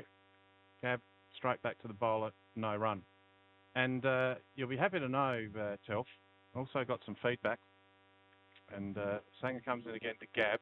Gab, that's a great shot. That'll go for 4. That's gone through that extra cover area. 4 runs, lovely shot. Just a little bit wide outside off. Foot forward, foot to the ball, foot to the pitch. Thank your mother for the rabbits. Yep, great shot there by Gab. Along the ground all the way. Using that, I think it's a Kraken bat. Are they sponsors of Spirit of Cricket? No, they're not sponsors of Spirit of Cricket. Well, they need to. I know they're a sponsor of Richard Gabb, though, as a forward defensive shot. And you were saying, Chook, Feedback from Rammer. Oh, Rammer. Andrew Ramage. Not about his toes, surely. Yeah, it has been. Oh. And we'll get to it after the next ball from Sanger. Singer comes in. Yeah. Steps back, gives himself some space, goes out to a deep cover area for the 1 run only. He sent us another photo. I hope it's not of more toes. No. He sent a photo. This time he has got a beer in hand. Oh, good. The can looks like it's been belted up, but he must have dropped it, I reckon, by the look of Probably dropped it on his toe, did he? That looks wide. Oh, lovely shot. Well fielded there. Dennis Esther at cover. But now, Telf, the toenails are complement of big in-swingers from Andrew Sincock and Colin Miller over the years. Yeah, there it is. So there's the reason why he's got an ugly-looking toe. That's gone straight down the ground. It's going to race. Twice, 2 bounces over the fence, over the line, I should say. 4 runs. Well done, Gab. Yeah, so there's always a reason for an ugly toe, isn't there? Oh, yeah. I think every cricketer that is of any quality that's played a lot of cricket all has that big, black, ugly toe. But the other thing that should be noted by the photo is that Rammer's got very well manicured toes. All the rest of them looked magnificent. Oh, did they? Yes. Sorry, I just saw the munted one and I didn't look any further. I don't have a toe fetish, I'm sorry. Yeah, no, the ugly toe probably took the attention away from everything else, I think. But anyway, back to the cricket. And both batsmen are on 22. Ifold 22 off 46 balls faced. Gab 22 off 28 balls faced. Once again, Ifold came in at number 3. He came in at number 3 and he's doing his job because wickets have been falling around him. Gab's now facing up to Edgerton. Well bowled, well played, back to the bowler, no run. Once again, there's a big space out on that leg side, Telf. There's a square leg on the fence. There's a deepish mid-on and there's a shortish fine leg, but there's a big paddock in between all 3. Probably an indication of the line that Josh is going to bowl, really. He's going to bowl that off-stump line and probably force Gab to, if he's going to take on that mid-wicket area, to play across the line. And with that uneven bounce, I'm sure that's what Josh is working with. But also knowing that Gabby's very strong cutter as well as he dances down the wicket. I reckon he changed his mind 3 times then in that shot, Gabby. I think he was looking to get down the wicket and hit it down the ground, but Edgington dropped it in short and cramped him up. He went early too. And that's hoiked away, backward a square leg for another boundary to Gab, who races along now to, I think it's 26. He played that shot beautifully, and it's such a beautiful shot because of his foot movement early. He knew the fieldsman was out at deep square leg. He knew that the fine leg fieldsman was at short fine leg. And just intelligent batting. As you mentioned before, though, 2 runs if you're bearing 50s here, but Gabby doesn't like that sort of game. He's more of a 4 and 6 hitter. That's right. He's not going to be looking for a quick 2, that's for sure, when he can smash balls to the boundary like that. I do. He's one player that's probably fit enough to run the quick 2s. Of all the players that are out here, he's probably one of the fittest ones out there, you would think, Telf. Yeah, I think he's had knee problems over the last 12 to 18 months. 2 knee replacements. He Thanks, Jack. needs to. Oh, Yeah. he needs Yeah, to. Oh, so okay. that's why you're not going to see quick twos from Richard Gabb. And that's Bowling. bowled him, taking the leg stump, a big hoik. And that sees the departure now of Richard Gabb for 26 from 33 deliveries. Obviously pitched middle and leg, and I don't think it stayed low. I think it was just probably a poor shot selection there. Good bowling by Edgerton. That's his second. Bowling well. As we now see the century maker from his grade cricket yesterday. He was playing for Mato. Yeah, he was playing for Flinders Park yesterday and he made 100. He too goes out without a helmet on.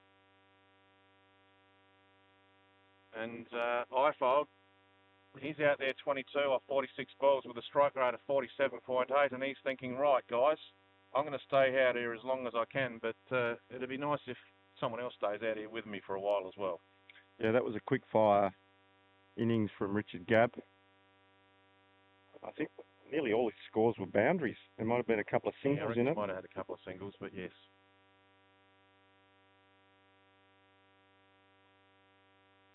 There are 4 boundaries in that 26 chook. And 1 6. Yep. As you said. Which is what? 22. 22 of his 26 in maximums. Yep. So Adelaide Uni right on top here, 4 for 82.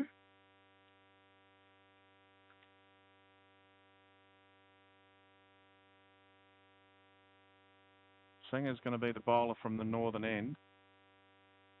He's bowled 5 overs, no maidens, none for 24, but he's bowled well with good variation. Mainly going around the wicket, the left-hander, which is, I imagine, what he does as Ifold's just doing a bit of tidying up of his pads and shoes and everything, doing up his shoelace, and now he's ready. He's been batting well. He needs to stay there. Good shot. That's a lovely shot. Has it got the strength to get to the boundary? It's been gonna be chased. Close. And put the size 12 on it. That was Nugget, I think, and he signalled that it's crossed the boundary line. So lovely shot there from Ifold. Takes him now to 26. I'm going to pull you up on that, Telf. I don't reckon Nugget's got a size 12. He's only a little man. I don't reckon he's got a size 12. We can call it a size 12. I reckon it's about a 10.5. Anyway, that goes to saying, well done. Acrobatic dive. Tell you what, there's a lot of people watching us on TV. That's from Craig van der Laag. G'day, Craig. He's Vanders. He's watching it on the TV at home. He just recently had an injury. Yes, I caught up with him yesterday. Tore his plantar fasciitis. Oh dear. Yeah, so he's out for the season, unfortunately. But he's been in a moon boot and he's now out of that, so he's on the road to recovery. Yep. Wish you well, Vanders. He's a good man, Vanders. To all our listeners, note that there's no toe in his shot. No. Yeah, I mean, I'm happy that Ramo showed us his toe. Makes me realise that my toes aren't as bad as some. Yeah. Ifold now goes to 26 with that lovely 40. Hit a couple of balls go. Darren Cheeks also said that he's got 2 ugly toes, and he's not a cricketer of note. So there you go. I'll tell you what, Darren Cheeks got You started something here, Chuck. Darren Cheeks got a lot of other things that are ugly as well, apart from just his toes, just quietly, if you don't mind me saying there, Cheeky. He's a good man, Cheeky. He'd resemble that statement. He's a very good man, Cheeky. We shouldn't give him a hard time. As that's the end of the over. 27 to Ifold. Amato yet to face the ball, yet to get off the mark, obviously. What's good is people are enjoying our coverage here, Chuck. That's good. Yeah, absolutely. And why wouldn't they? It's fairly entertaining stuff, I think, especially with you in the commentary. As Edgerton does the old, I've got a bald head that's got a bit of sweat on it, so I might just put the ball on it and get a bit of moisture on it. Trick. That's a very good... Peter Garrett, we've been told, yes. Oh, it's a bit of midnight oil coming from the southern end. Ifold into the covers. Oh, well done. The extra cover fieldsman run across to give the doubt in the batsman's mind to maybe not go for a run. And Nugget was there at mid-off to make sure that he was there to back up. That was good fielding. Sometimes you don't have to touch the ball to be a good bit of fielding. That was well done. Not sure who that cover fieldsman was, but it was well played. Edgerton comes in again. Ifold goes out towards the gully-ish area. What do you call it when the gully is a few metres back from an orthodox gully? Do you just call it a deep gully? I think you could call it gully-ish. Gully-ish. Let's create a new position on the cricket field. Gully-ish. A little bit deeper than a gully, although he's taken a couple of steps in now. That's going to go straight out towards square leg, no run. So we might just do a quick... Edgerton's doing a good job from that southern end, Telf. Oh, definitely. Look at his figures now. 5 overs, 2 for 21. Halfway through his 6th. Good take there from Donny Seisland there.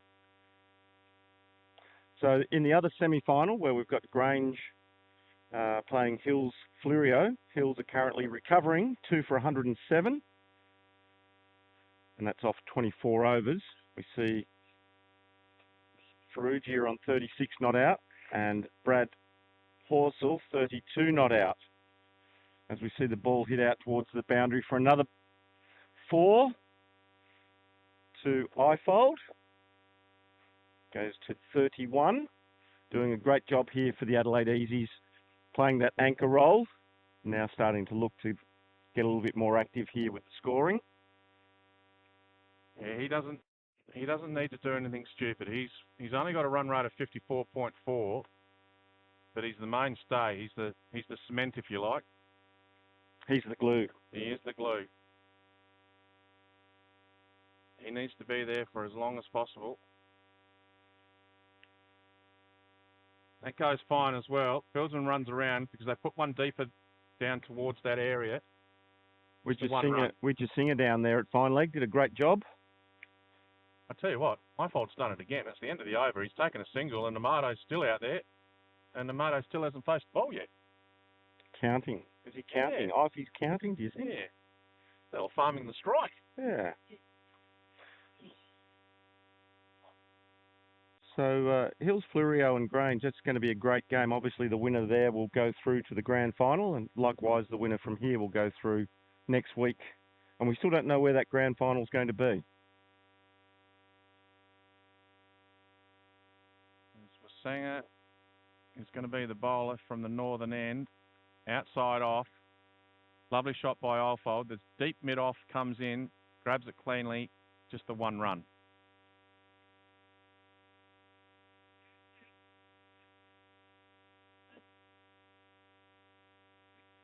Takes off Ifold onto 33. He's batting well.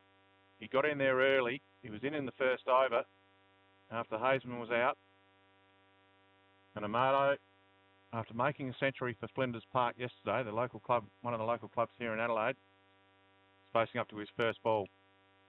And he gets a single straight away. Just taps it out to mid-wicket. Fieldsman is back on the fence, so an easy run. You spoke about that gap. Amato, yep. The difference between maybe Gab and Amato. Amato's looking to obviously just tick that strike over Yeah, I think you early in his innings. You always want to get off the mark, don't you? Oh, 100%. Always want to get that run to start with. Very good batsman, Amato, and a very good wicket keeper as well. Seeing him action during the fielding side of the Easies game. As Dave Benson, the Explorer Caravan's boss, comes over to look at the scoreboard. He hasn't got the pads on yet, Telf. That's because he's the finisher. He's the finisher, is he? Yeah, okay. Very well known in... Who gave him the nickname the finisher? Himself. Correct. Yeah. Well done, Telf. We're working beautifully, mate. I'm glad you answered the right way. As Seth comes in. Hello, reverse. Reverse sweep shot, no contact. Bit of an Alex Carey switch hit, and missed it. Last ball of Wasanga's 7th over. He comes in, right arm around. Ifold shows respect, hits it back. Sanger uses his left boot to field it. Size 12? Nah, he's more likely a size 12 than what Nuge is, to be honest. We'll have to get shoe sizes later on. I'm not sure what size Andrew Emmage is in the shoes department. With that toe, I reckon that'd bump it up a couple, because I reckon that's got a heartbeat. Sorry, Rammer. No, don't be sorry. Rammer would be liking this, I think. He'd like the attention on his toe. He's one of the true gentlemen of he's a veterans cricket and masters cricket here in Adelaide. He's a great man. He's a very good man, Andrew Ramage. You ever got any building done by Andrew Ramage? No, but I've been told he's top of the tree. He's very good. If you need any building done, is he a sponsor of Spirit of Cricket? He should be. He will be. Yeah. Very good cricketer, very good man, Rammer. Anyway, Edgerton's the bowler. He's going to be starting his 7th over now. He's got the bowling figures of 2 for 26 off his 6 overs bowled. He comes in, first ball of his 7th to Amato. Amato, once again, just has a look at it. Well, the one thing I did find out during the toilet break and drinks break, Telf, is there is a bit of movement off the pitch. So a little bit of movement left and right, but also variation in bounce. Nothing major, but it just doesn't have to be major, does it? No. No, it definitely doesn't. And that's been evident throughout the course of this inning so far, the up and down, but obviously the sideways movement with blokes being bowled. Yeah, it's not as easy a pitch to play on as I thought it was going to be honest. When I went and had a look, that's a lovely shot. It's going to go out to a deep cover fieldsman, just going to be the 1 run. That doubles Amato's score. Steady she goes at the moment. Still plenty of overs left. Ifold set on 33 off 63 balls faced. So, Chook, currently the score 4 for 95. Where do you think the Adelaide Easies want to see their final score at to be, confident that they've got something to bowl at? I mean, psychologically, you always want 200, don't you? In a situation like this, psychologically, you'd want 200. But I reckon they'd be quietly happy. Anything over 175, I reckon. Ifold. Oh, he looked at that gap. He was about to take off. He saw the paddock at mid-wicket and thought, right, I'll just do a little bit of a nudge and we'll get an easy run. But he didn't really hit it hard enough. No.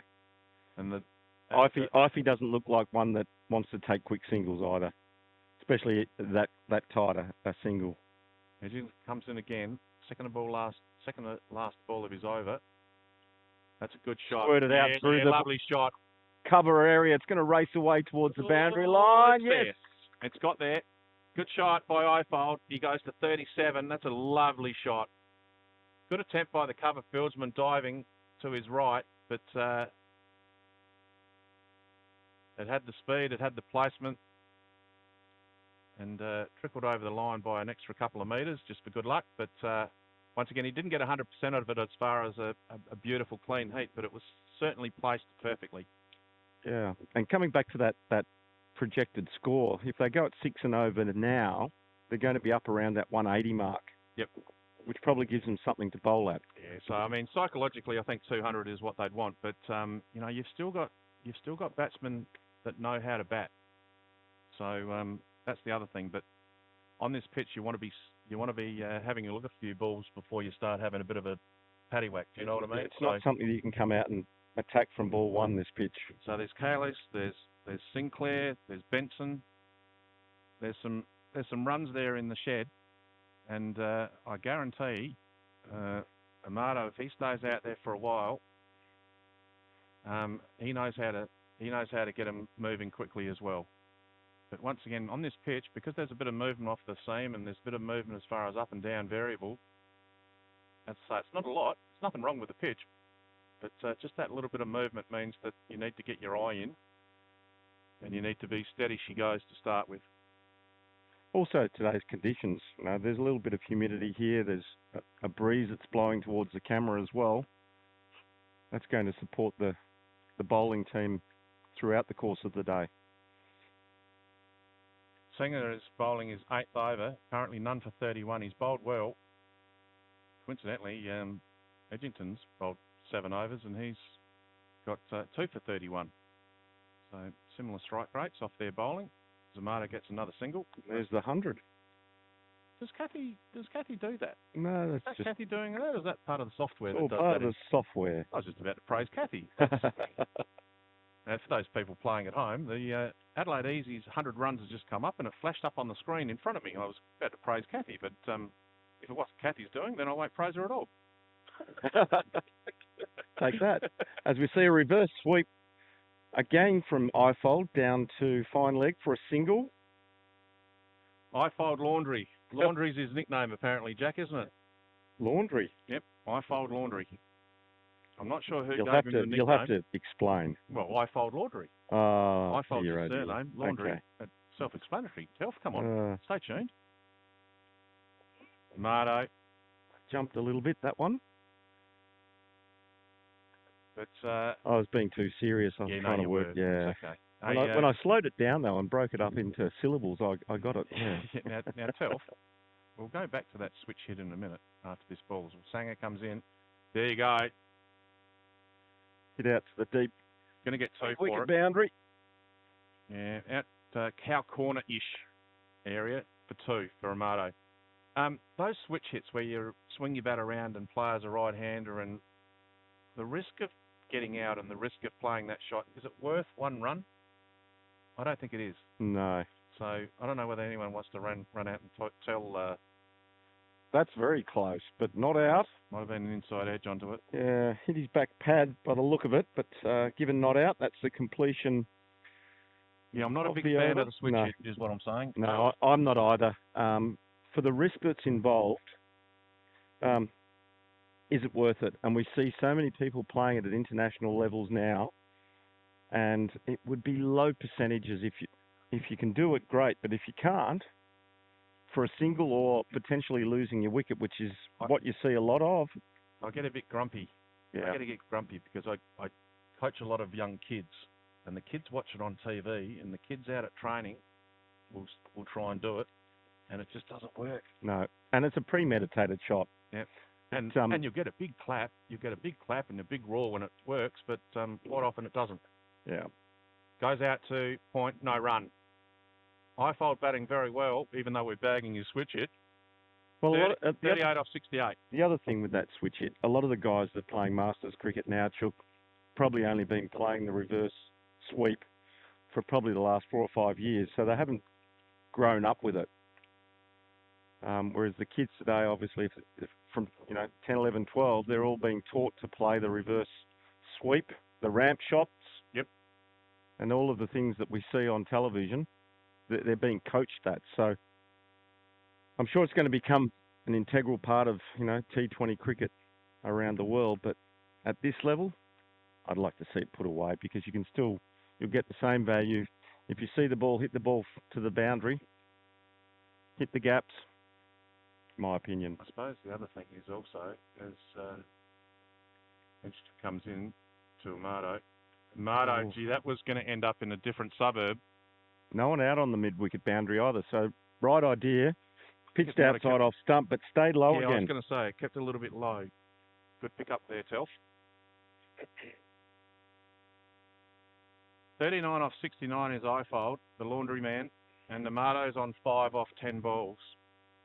They both need to be there for a few more overs yet, you would think, for the Easies. Just steps out towards the offside slightly. Just a little step to give him an opportunity to clip it out through that leg side that's not as populated. And a lovely shot for Fortel. Exactly right.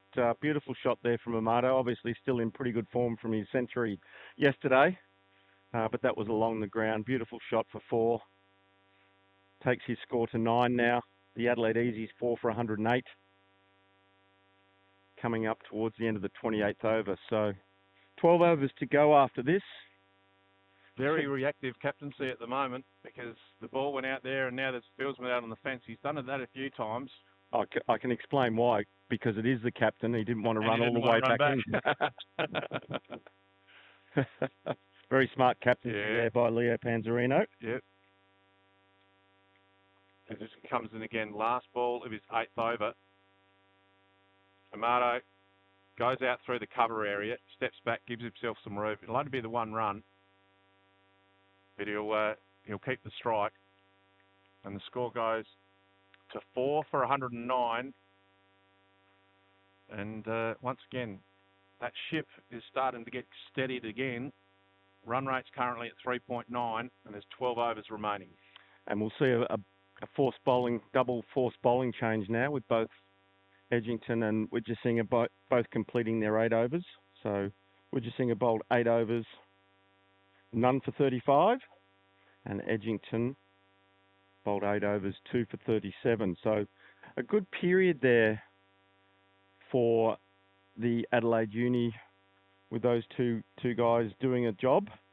But I think the key here is Ifold needs to get to 50 chook, which will set up the opportunity for the Adelaide Easies to make one final assault to push that score up towards 200. So as we see a bowling change, we see Leo Panzarino coming on from the northern end, or the Royal. Graham Crawford, the skipper of the Easies, coming over to the scoreboard as well. I reckon him being skipper, he'll be looking to see how Ifold is as far as how many runs he's on, because Ifold just signalled that he wants some gloves. So I reckon there might be a message taking place very shortly with a change of gloves to say, hey mate, you're on 39. You need another 11. Don't get out. Make sure you don't get out. Make sure you're in the retired category. Yeah, becomes a big tactical part of the game, doesn't it? And it's so important. It's so important to have people retired in the tank.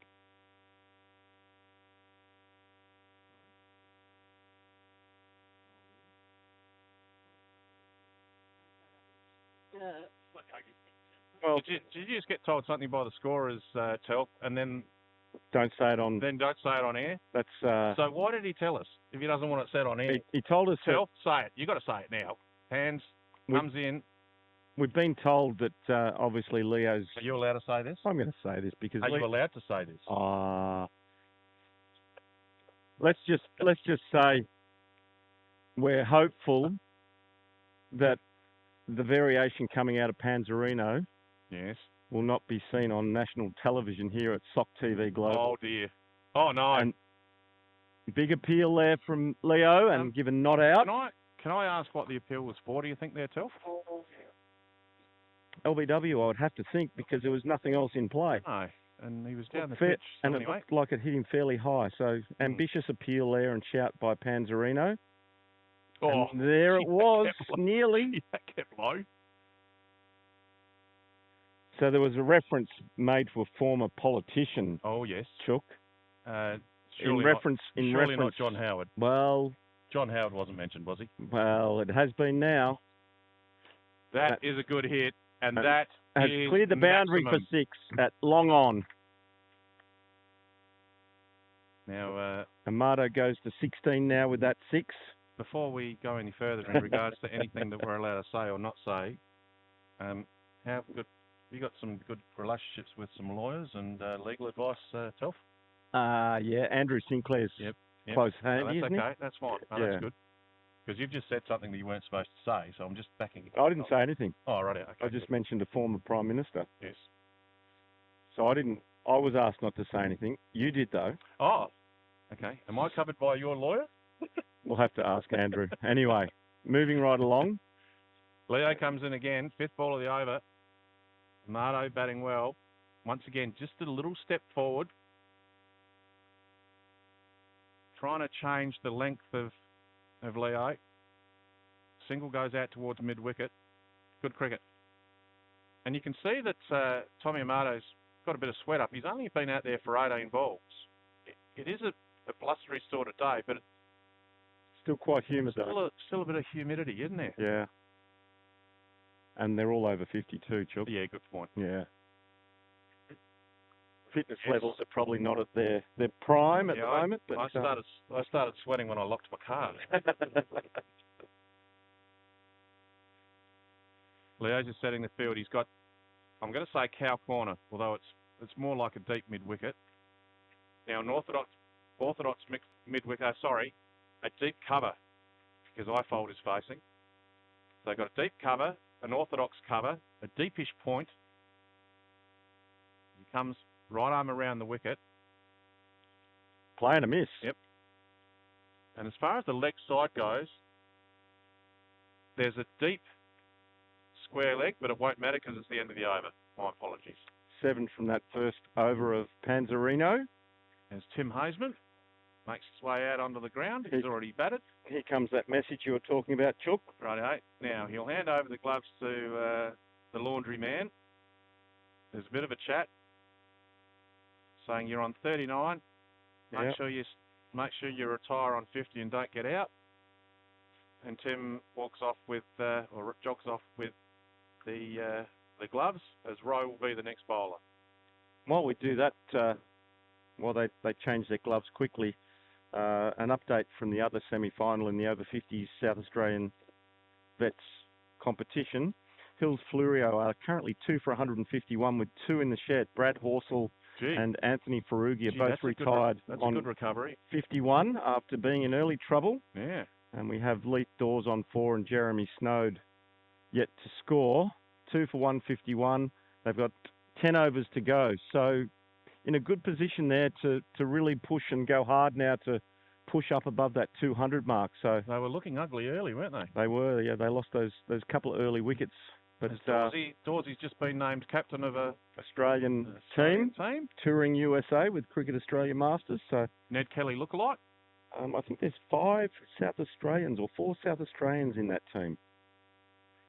So I think we've got Simon Tape, we've got Ferrugia. Dawsey's got more hair on his beard than most of the East cricket team on their head. I think he's been known to be the third Nelson twin, isn't he? And the other is Matt McCleary making his debut for Australia as well. So good luck to all of those guys as they start to prepare and pack their bags and head off over to the USA. Great thing about the over age, the veteran cricket, whether it's over 40s, over 50s, over 60s, you can represent your state, you can represent the country if you're good enough. It's a great format. As we see a change of bowling, we spoke about that forced change. We've got Rowe now bowling leg spin from that cemetery end. First ball was a dot. Yeah, good shot. Went through the vacant slip area, but it was well played, nice and fine, just a 1 run. Amato goes to 18 off 20 balls faced, strike rate of 90. Ifold currently, as mentioned, 39 off 70 balls, strike rate of 55.7, but doing his job beautifully considering the position he was put in, coming in at number 3. And the wickets falling around him. So he's the glue, or he's the foundation, he's the cement. He's doing a good job. He needs to be there to retire at 50, you would think, if you were an easy supporter. He's snuck it around the corner, just the 1 run. I think you're going to see now Ifold just work singles over the next 10 balls that he faces to get to that 50. Deep mid-on the boundary. Deep square leg on the boundary. Deep point on the boundary and deep mid-off on the boundary. Good start to Rowe's spell, though, so far. Just the 2 singles. No slip in place. Gave it a bit more air. Well played by Amato. Good areas he's bowling. I love the flight. Yep. Prepared to throw it up. A little bit quicker through the air, probably.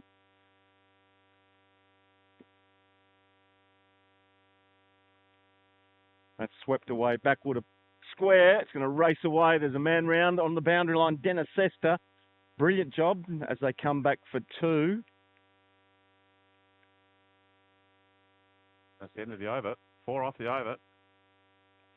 And after 30, 4 for 120 with 10 overs remaining.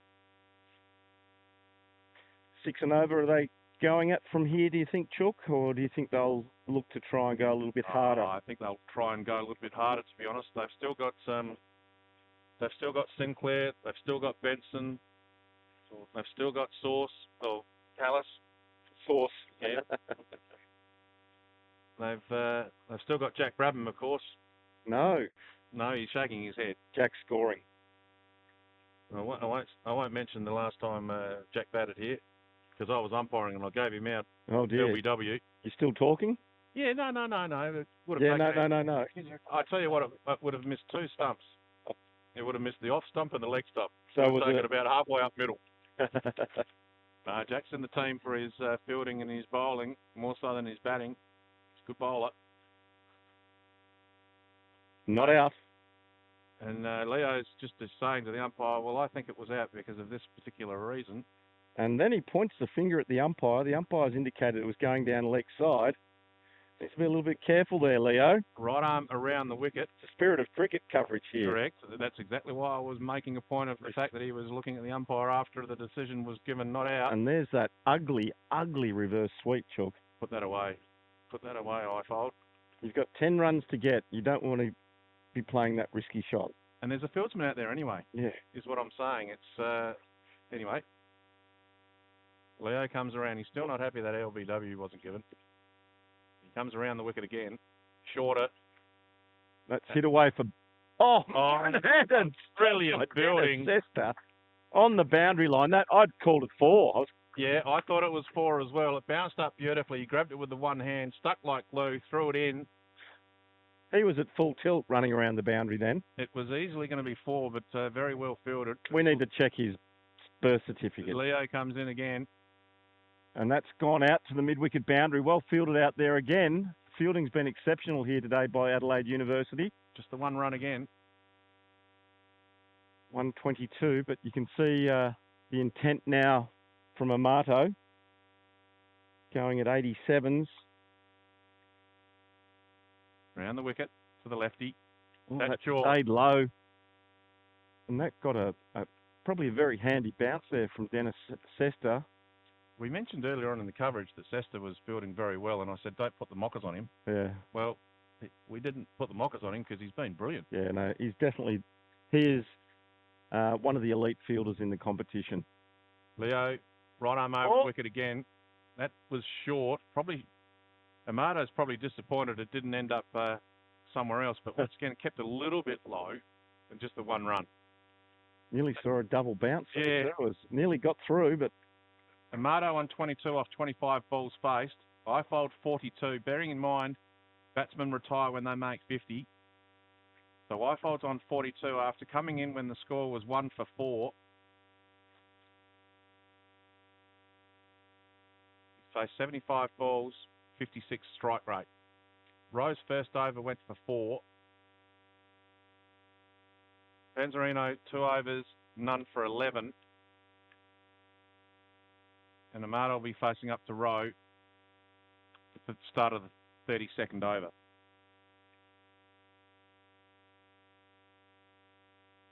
little bit of leg spin from the cemetery or graveyard or southern end. Lofted through the gap. 4 runs. Deep mid on. 4 runs, 2 bounces over the boundary for 4, Chook. Takes the score to 4 for 128.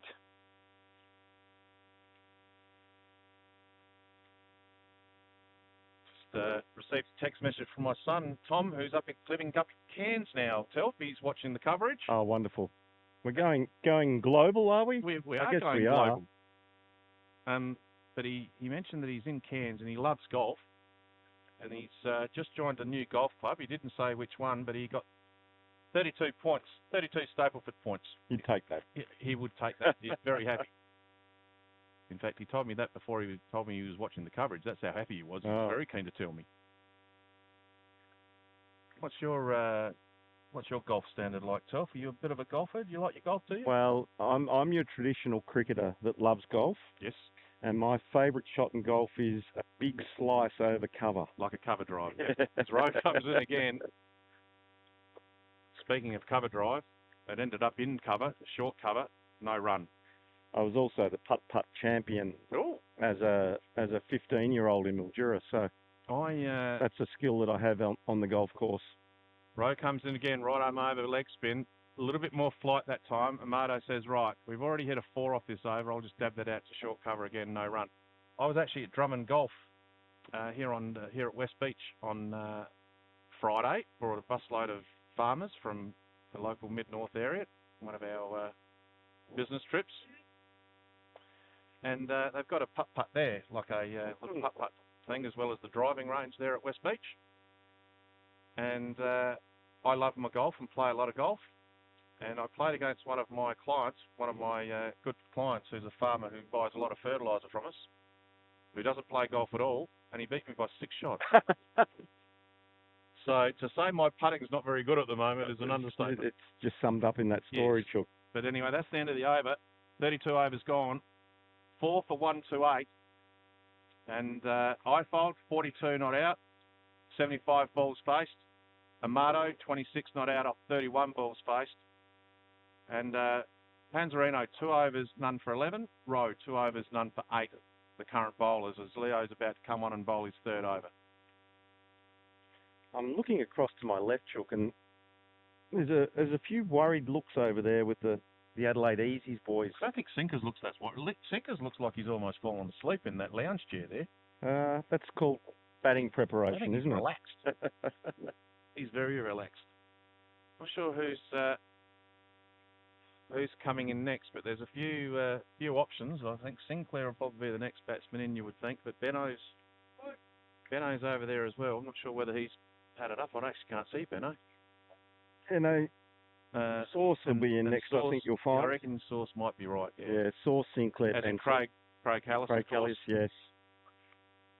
So we see the ball whipped away down to fine leg and very well fielded down there. And the reason why we're mentioning that is because with 7.5 overs to go, the heave-ho, away you go type shots are going to be required fairly soon, you would think, with only the 4 wickets down. You'd think acceleration will be happening very soon, and Amato probably showed that with the last shot he played. As Leo goes, that's gone. Oh. Yeah, I tell you what. I think that's come off the bat the way that Ifold was looking at the toe. And the keeper went one way thinking it was going to go to the leg side, and it popped up on the offside near the stumps. No run, no harm done. Dot ball. 4 for 130. Panzarino into Ifold, who's currently on 43. And there's that shot again, and it's hit in the air, just wide of that fielder at point for another single as he replays that reverse sweep. Hate it, Chook, I hate it. Yeah, no, I'm not going to mention it anymore. Leo comes right arm over the wicket to Amato, and that's a big hit. That is over the top. That is a maximum. If there's a creek out there, it's keep your eye on it. The umpire did his best. The partnership 55. There we go. That flashes up on the screen as well. 55 runs the partnership between these two. Does everything here. And I just want to mention that the coverage today is we're using the NV Play platform. Okay. Which is comes out of the UK and New Zealand. Are they sponsors? They are commercial partners with the Spirit of Cricket. Good. So doing a wonderful job. I think they're providing all of the live scoring and streaming from the World Cup, the Over-70s World Cup, which is currently in Christchurch. It's a good system. It's a very good system. As the ball now makes its way back from Glenelg Beach. I think it's got a bit of sunscreen on it. Mind you, the sun's not out today, so. Amato faces up again. He's on 33, off 33. Thrown up, and it's gone again. And that is another maximum again. 2 in a row to Amato. He might get to 50 before Ifold. And I tell you what, the fieldsman that went out and got that first 6 has gone out and to reacquaint himself with the people on the Glenelg Beach because it's gone almost exactly the same spot. Acceleration has started, as we'd expect. Rowe's going to come on. 3 overs, none for 26. Panzarino's bowling figures. Runs. 7 overs to go, Chook. 4 for 143. Wickets in hand now. They go at 10 and over from here. I was just going to say, what's the skipper going to think about his own bowling in regards to the way that those last 2 balls ended up? Is he going to change the bowling? They might be a little bit restricted with their bowling because obviously Iggy Mariolis is here injured. Went for a run yesterday, can you believe it? Oh, no. Trying to be... Is this something... hang on a second. Is this something you're allowed to say? Yes, I'm allowed to say. Yes, I'm allowed to say. Yep. I've checked with the lawyers, but he went for a run yesterday and injured his ankle. So, oh no! In the heel. That's going to go for 4 as well. Around the corner, backward of square. Takes him to 48. Good shot by Ifold. The umpire's just signalling forward with the cowboy hat. I'm thinking John Wayne. Telf mentioned earlier he looks a bit like Chad Morgan. No, I did not say Chad Morgan. Willie Nelson, I think. He's got the beard and the long hair. You heard, well, out of respect to Willie Nelson, of course, though. You heard that he passed away yesterday. Oh, really? He was playing on the road again. Oh, you idiot. Anyway, Highfold. Highfold's on 48. Comedy's free here. Rowe comes in. He took a couple of steps forward, just nudged around the corner, no run. Oh, dear, Chook. Didn't like that joke? I thought I'd said the wrong thing, but then you followed it up, so... No. 4 for 147.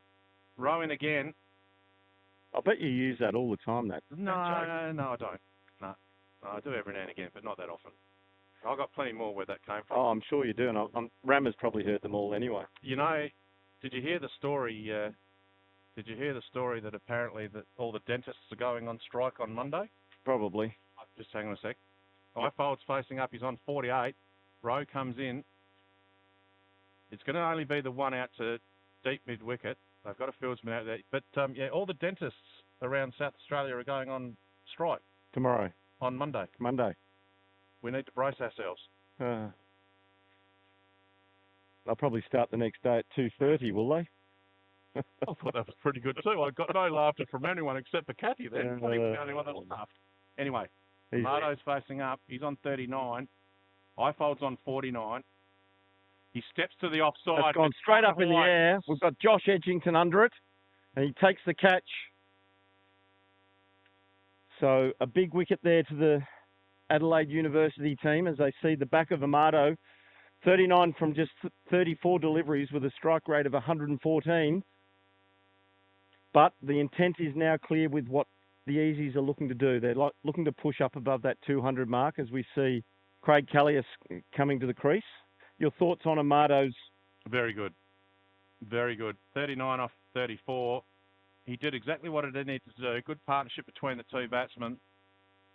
He came in when things could have gone a bit pear-shaped for the Easies. He's made 39 off 34. And he's also, importantly, been there for a partnership with Highfold. And Highfold, we've got to mention him as well. He came in when it was 1 for bugger all. It was 1 for 4 when he came in. And he's been... And then very quickly, 2 for as well. Yep, absolutely. There were wickets falling around him, and Highfold's been very good. Very, very good indeed. And he'll be retiring if he gets that extra 1 run to get to 50. As soon as he makes 50, he'll retire and has the opportunity to come back in later on. They were 2 for 14. Yep. When they lost Crawford. And 3 for about 30-something, I reckon, from memory. And 3 for 42 when Mosey got out in the 13th. And Highfold saw it all unfold. Anyway, he's on 49. He's at the non-striker's end as we see Craig Callias taking his first ball from Rowe. Plays back and squirts it just back. Yeah, well done. Good running. Good running by Highfold. That's well done. That's the end of the over. Rowe's over. 3 overs gone. 1 for 14. Runs per over is an average of 4.7. And Callias will be the player that will be facing the new bowler from the northern end. And we're seeing Brian Norman come back into the attack here. An exceptional first spell where Brian bowled 6 overs, 2 maidens and had 1 for 8. So we'll see him obviously close out the innings with a couple of the 6.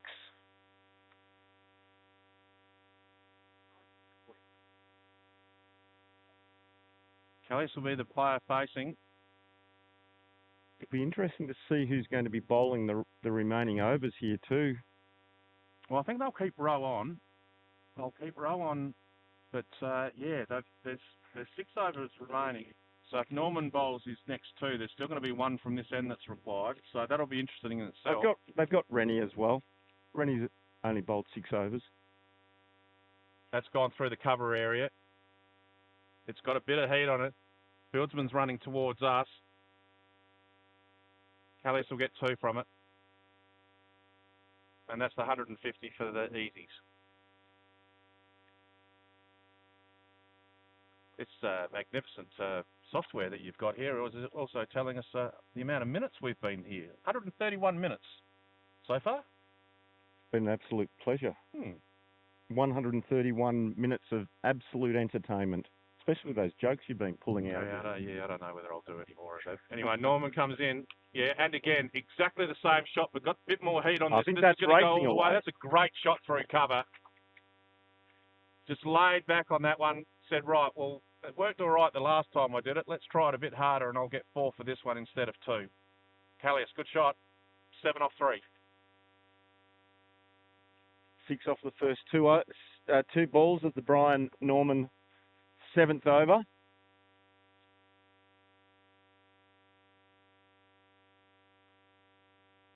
You can hear the breeze and the effects might coming up a bit. Now the fieldsman's gone back. So he plays the shot, he goes slightly straighter, well fielded, just be the 1 run. So we'll go through the field for you. Although it's now the left-handed facing, obviously. With Ifold on 49, he won't need to do anything stupid. He just needs a single. Let someone else come in and do the big hitting. But there's a deep square leg. There's a deep cover. There's a deep mid-on, deep mid-off. And a deepish point. Pushes forward for a single. No run, though. I would say he knows he's on 49. Remember that message that came out with the gloves from Jim Hazeman? Just having a look around the field. It'll be devastating if he gets out on 49. You retire on 50. Commentator's curse, Chuck. Yep. Norman comes in again. He's been bowling very well. And there's there his 50. It is. Well batted. Under the circumstances. Very well batted. Under the circumstances he was put in. Circumstances he was put in at the start of the innings. He came in when it was 1 for 4 in the first over. As Sinkers is now on his way in there, but Justin Ifold, the laundry man, he's retiring not out, which allows him to come back in if all the other wickets fall. But 1 for 4, 2 for 14, I think 12 said, 3 for 42. He saw it all happen around him, and he's made a beautiful 50. He's retired. Standing ovation from his teammates too as he crosses the boundary line. Chuck, well batted to Justin Ifold. He's got the thumbs. He just gave the thumbs up to say thanks, guys. I might just leave my pads on just in case I'm needed later on, but well done. Now Callias has been hitting the ball well. He'll be facing. Been joined by Andrew Sinclair too in the middle. Down the leg side. Obviously a noise there and not out. It's been a big noise because everyone on the boundary appealed as well. But anyway. No run, no harm done. That's the end of the over. Norman's finished his 7th over, 1 for 16, which includes 2 maidens, which runs per over 2.3. So he's still always hard to bowl at this time of the day. Oh, yeah, absolutely. You know, you're bowling at the depth, the last half dozen overs. 5 overs remain. Psychologically, as we mentioned before, 200 would be the total you would think the Easies would be hoping for, and they're sort of around that target, you would think. Yeah, if they get 10 and over from here. Sinclair, he won't waste any time. He might just watch 1 ball and then go, how do you do to maybe the 2nd or 3rd that he faces, you would think. Having played a lot of cricket against Andrew Sinclair, he struggles against the spin. Oh, okay. The umpire's just counting the fieldsman. There's a deep square leg, there's a deep cow corner, there's a deep mid-on, there's a deep mid-off, and there's a deep cover. So there's 5 on the fence, and this is Sinclair's first ball. So what do you think Uni thinks going to happen? I think Uni side thinks it might be a heave-ho, and no need for anyone out deep for that shot. It's also a, I'm going to say a fly slip, and I'm going to say a backward square, no one at fine leg, and there's a shortish cover, and that's got nothing to do with Leo's height. Row, bowls, there you go, through the slip area. There'll be a couple there, you would think. This will test out Sinker's hamstring. No. He did a hamstring a couple of weeks ago, so... he showed me the bruise at the start of the day. Oh, dear. Oh, yeah. Not sure whether we need to... No. I don't So know you whether said- we need to go down that path, Phil. So when you said that he was going around selling the mates are showing you bruises. when he said that you were going to come back for a second, I knew there was no two in that one. Rowe comes in again. Callias takes a couple of steps down. Once again, only a chance for one because everyone's out on the fence on that left side. Goes to the cow corner area, just the one run to Callias, who now goes to 9 off the 6 balls he's faced. What is the official term? Cow corner. Well, Would it be a straight, deep mid-wicket? yes. Okay. We'll call it cow. Cow corner's a lot easier to say. And I wonder why it's called cow corner. Maybe someone hit a ball out there once and it hit a cow, or maybe because it's an agricultural type shot. Mm. So why do they call it sheep corner? Or pig corner? No. Or chicken corner? It is cow corner. Anyway, Back to the cricket, Chook. Kathy likes my jokes. You're not laughing at my jokes. Kathy's the only one laughing. Anyway, 1 to Sinclair. Goes straight. 2 fieldsmen back on the fence. 1 to Sinclair. 5 for 160. Last ball of the 36th over coming up.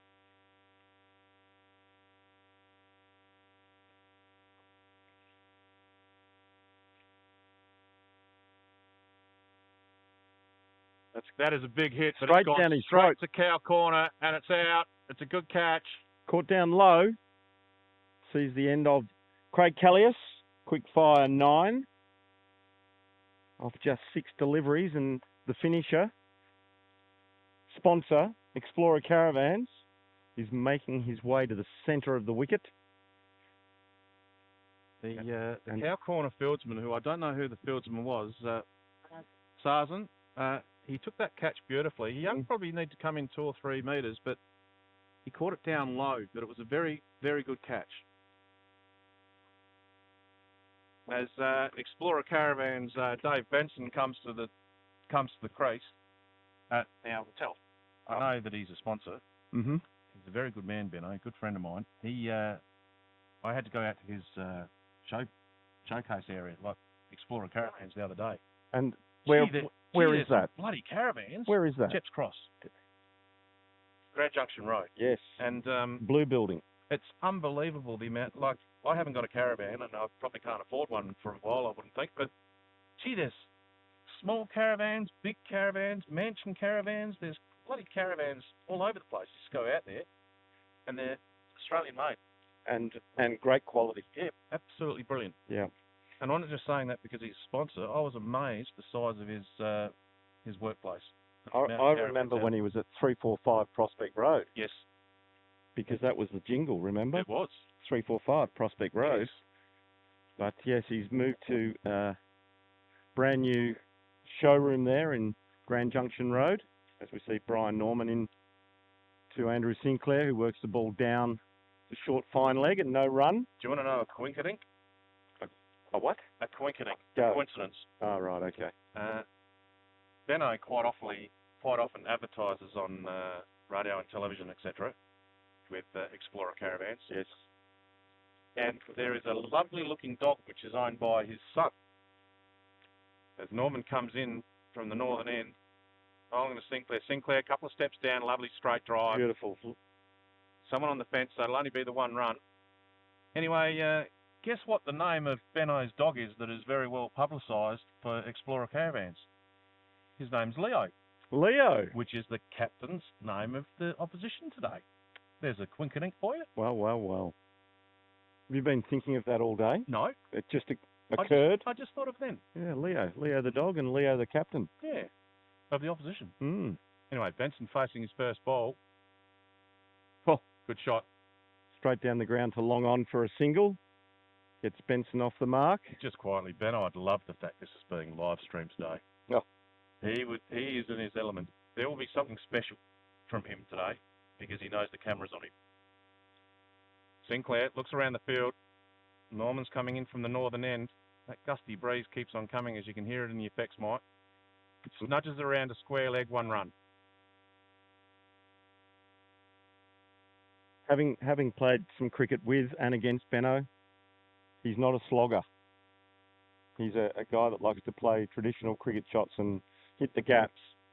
So I don't think we're going to see too many reverse sweeps, for example.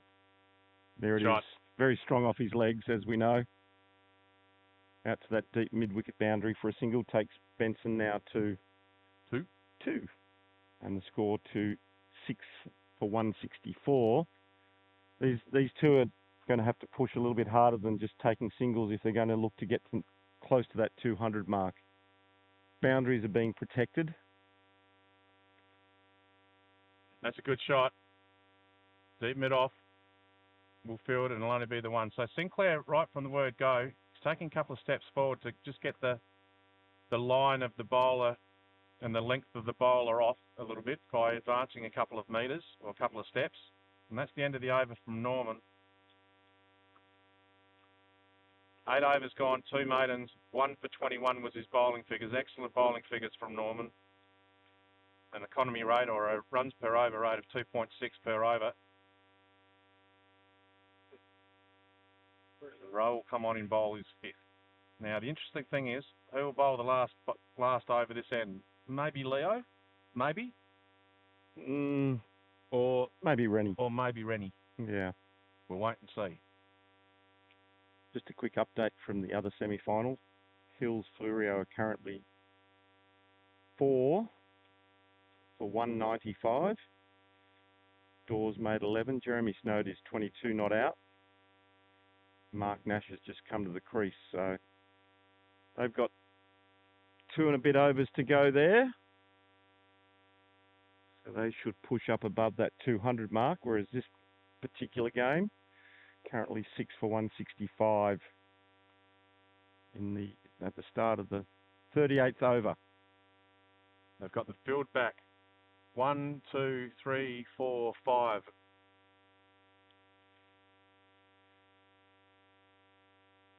One run for Sinclair. They've got the deep cover. They've got the deep mid off. They've got the deep mid on. They've got the deep cow corner, and they've got the deep square leg. And they've got a fly slip that's sort of 2/3 of the way back. So plenty of singles, but the Easies don't want singles. They want multiples. Dave Benson has a look around. He looked out towards that mid-wicket boundary. He said he's not a slogger, but I reckon he might. No, just a delicate little glide. Well done. Down to that fly slippish area. And they're just getting the ones. They're just getting the feel of the pitch. There's still 15 balls remaining in the innings. Bearing in mind, the beauty of over 50s is Ifold's retired. So, you know, you've got a batsman in the change room. So you can do something. Oi, that's off the shin bone. It's still going to race away towards the boundary line. They should get 2, you would think. And yes, Sinclair's come back for 2. Tell you what. Oh, it's a bit tight. He wasn't going to. He made that easy too look pretty difficult. He made it quite clear that he wasn't going to overextend that hamstring. Yes. So there was a sign there that he was definitely not going to. Once again, they look around the field as to where the gaps are to potentially get a maximum. Yeah, good. Oh, Benno. Oh. Benno actually called, then hesitated, then ran, yes. and still made it. So it was good calling by the self-proclaimed finisher. He'll love that. Looking back on this tonight. 1 ball left in the over. One thing's for sure. Benno will take a single to get the strike. Oh, you think? I absolutely guarantee. Not look to try and hit a boundary? Absolutely guaranteed. Single coming up.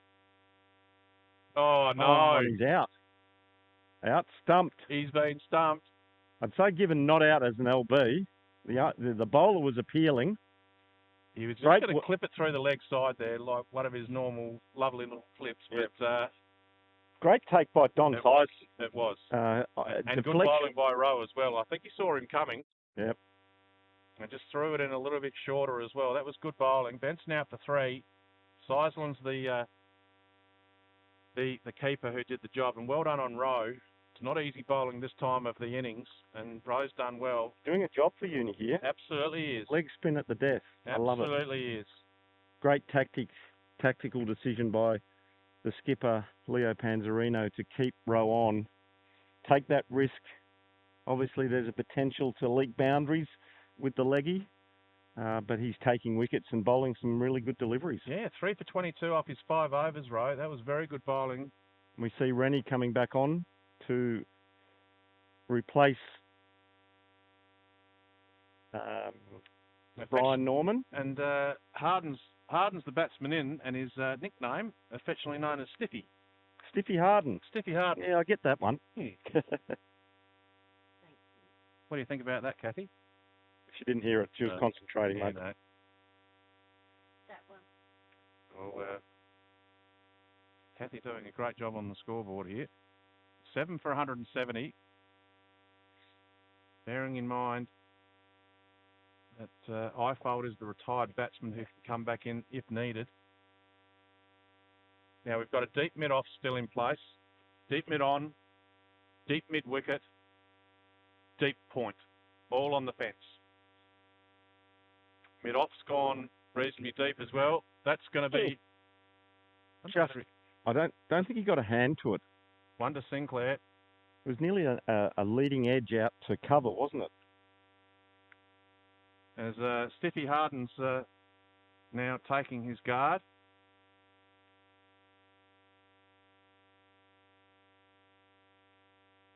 Rennie's the bowler.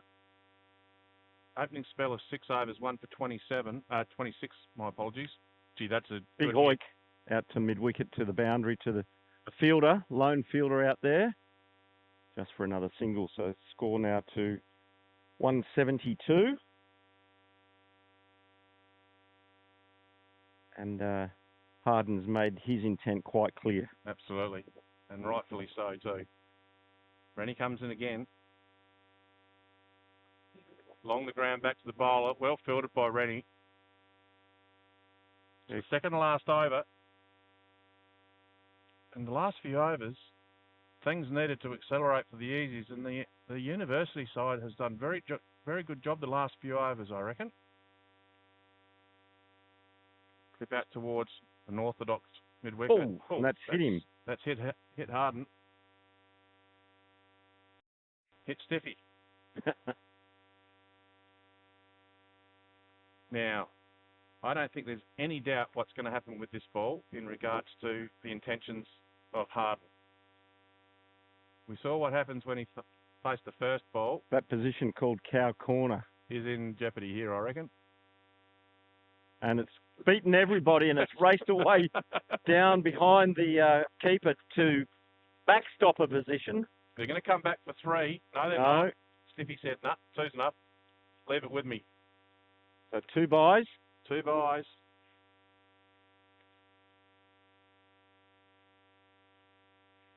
I'm not sure whether there's any koalas in those gum trees over on the western side of the oval, but if there are any koalas, they're in trouble, because that's where Harden's going to be trying to hit it.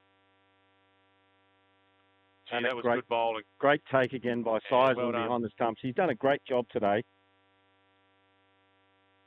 And that should be the end of the over. The end of the over. With 1 over remaining, 7 for 175.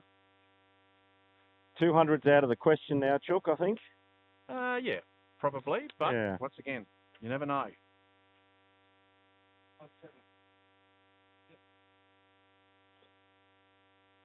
And I was looking at the pitch at the start before play started, and I'll be honest with you, I thought it was going to be an easier batting wicket than what it is. It's not the easiest wicket to bat on. So 175 is a pretty competitive total, you would think. Probably looking to push it up by 10 runs in this over, you would think. Having said that, though, I think the Easy boys will be a little bit disappointed with the score that they've set today. Yeah, I don't suppose at the end of the day they care what the score is, just as long as the opposition makes less. But something like that. Anyway, Sinclair's facing up to Rowe. And that's going to go straight out to on the fence. Dennis Sester fielding out there. That's square leg. Now, Stiffy Harden just gives the box a bit of a wriggle, just adjust the pads. Rightio. No doubt what he's going to try and do here. Last over, Rowe comes in with the second ball. He's got hold of it, but it's gone straight down the it's gone throat. Straight down the throat of Cow Corner. Great intent there by Harden, but unfortunately picked out the man deep on the boundary line at Cow Corner. And brilliant catch. Don't know who caught that. That was Sarzen who caught that again. Made it look quite easy, I thought, Chook. That sees a departure of Harden, Stiffy Harden for one. Williams will be the next batsman in. Another dot ball. Yep. Rowe's been excellent. That's his 4th wicket for the day. 4 for 23 off his 5.2 overs. He's been really good, Rowe. Not only because he's taken the 4 wickets and the economy, but the time of the game that he's come in and bowled it. He's been very good. Now, I'm no meteorologist or Bureau of Meteorology expert here, Self, but... Aren't you from the country, though? Yeah, I am, but that doesn't mean a thing. That doesn't mean a thing. But I would say that Harden was heading into the breeze. Is that a fair call to be caught at Cow Corner? Yeah, I think so. Would that be a fair assumption? Probably not directly into the breeze. So he hit it okay. He hit it okay, but was never going to make the distance, and probably the longest boundary on the ground too out there. Yeah, the fieldsman walked in probably 4 or 5 metres maybe to take the catch. Anyway, Williams on strike to Rowe. He's cut that out to point for a single. Put Sinclair back on strike. Just had an update. It was 175. It's now 177 with that single, so there must have been an update there, I think. Unless my maths is no good. Yeah, 177. Yep. Rowe comes in. Right arm over the wicket. And that's going to go. How's it going to bounce? It's going to bounce. I can't see them getting back for two. Sinker's hamstring says no. And with 2 balls remaining, they would hope to push up above that 180. Yep. Williams is the batsman. 1 off 1 at the moment. 2 balls left in the innings.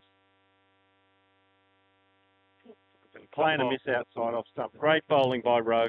He's really turned this game around for the Adelaide University Cricket Club here today. Great captaincy by Leo Panzarino. Taking the risk, bowling the leg spin at the death. Last ball. Goes out towards cover. And it's going, and he's dropped it. And then he sort of leans on the wicket to do the run out, but it was still too late. A little bit of comedy relief for the last ball, but Barney gets 1. And went to Leo Panzarino, and who did a backhander. Very well fielded, but unfortunately, Rowe couldn't take the ball and affect the run out. So that sees the completion of the Adelaide Easies innings. 179, I guess, is the score. And 3 o'clock on the knocker. So 2.5 hours for the 40 overs. So that's good work by uni to get through as far as that time goes as well. So Williams ends up with 2 off 3 balls. We might just quickly go through the score sheet if you like, Chuck. There you go, we'll see if we can get through it. So obviously we go back to the start of the day, and I think the Easies won the toss and elected to bat. Yes, they did. And first to go was Tim Hazeman, out for 1, closely followed by Graham Crawford, 12 off 11 deliveries. Then Nick Mosey was out for 16 from 37. A quick fire 26 from Richard Gabb off 34 deliveries with 4 fours and a 6. Then we had Paul Amoto come out and smashed 39 from just 35 deliveries with 2 fours and 3 maximum 6s, Chook. And while all this was happening, Justin Eifold ended up retiring 50 off 84 deliveries, and we mentioned that he was the rock throughout the innings. Fabulous knock there from the laundryman. And then at the end, we saw Callias just 9. Sinclair remained 13 not out. Dave Benson, brilliant piece of stumping by Don Seisland for 3. Stiffy Harden was out for 1, caught on the boundary, and Williams was 2 not out at the end. So great performance there from the Adelaide University. They'd be very happy with keeping the very strong Adelaide Easies team to that score of 179. They require 180 to win. And we'll just quickly go through the bowling figures. Rennie bowled 7 overs, 1 maiden, 1 for 29. We had Brian Norman open the bowling, bowled a very good early spell, bowled 8 overs, 2 maidens, 1 for 21. And Widja Singer bowled 8 overs through that middle section, none for 35, with Josh Edgington, who chipped in with 8 overs, 2 for 37. Leo Panzerino, a little bit expensive there at the end, 3 overs, none for 26. And definitely the pick of the bowlers was Rowe, who bowled 6 overs at the death, 4 for 26, Chook. Yeah, very good performance. And 179 is a pretty good total. I think as far as a little bit of movement off the pitch and a little bit of variable bounce, not major. I think 179, I mean, they're in the lead by 179, right from the word go, aren't they? So Those on the board, Chook. So psychologically, they would have liked a bit more, but I'm just going to mention Ifold's innings again, and you touched on it, and we've been mentioning it throughout. He came in when things were happening, when the wickets were falling, and he was there for a very well-made 50. He retired and gave that luxury and the psychological advantage to the Easies, because when you've got a retired batsman that's just made 50, you know that you can have a bit of a swing and a ding at the end, knowing you've got a recognised batsman to come back in after they've been out retired. So Ifold, I think, absolute thumbs up from him, and of course Amato as well. The partnership that Amato put on with him as well was very good. That's big hitting from Callis, and Sinclair did his job as well. A few highlights. Gabby as well doesn't mess around with 1s and 2s. Usually worries about boundaries, but 179 on that pitch, I think, from what we've seen. I mean, we're not out there. We can't see the bowlers, and we can't see, like the umpires can, as to what the bowler's doing. But I think 180 to win is going to be a tricky title. I think game on, but I think Easy's are pretty well placed with 179 on board. Yeah, and it'll be interesting to see how the pitch deteriorates in this second part of the day as well. And obviously we saw that variation and sideways movement throughout the innings of the Easies. So it'll be interesting to see if the Easy bowlers can take advantage. I don't think there'll be any deterioration of the pitch just because the weather conditions don't really allow it. Like the sun's not really shining on it, and sure, there's a bit of wind around, but I think the pitch will be very similar at the second innings as what it is in the first.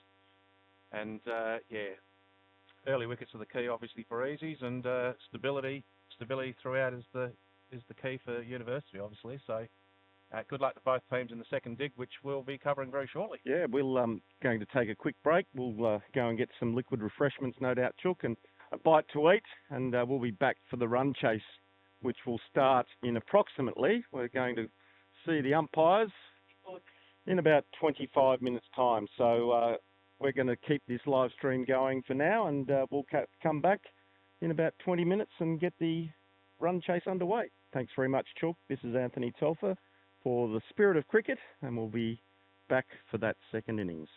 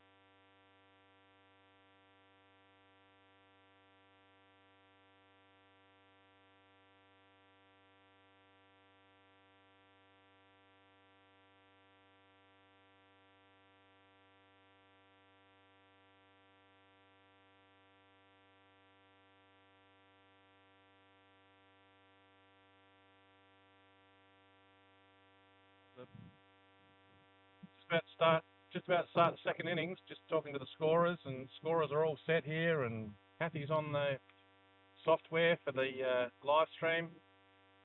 Spirit of Cricket live stream. Second innings, 180 is the total for Adelaide University to take home the semi-final.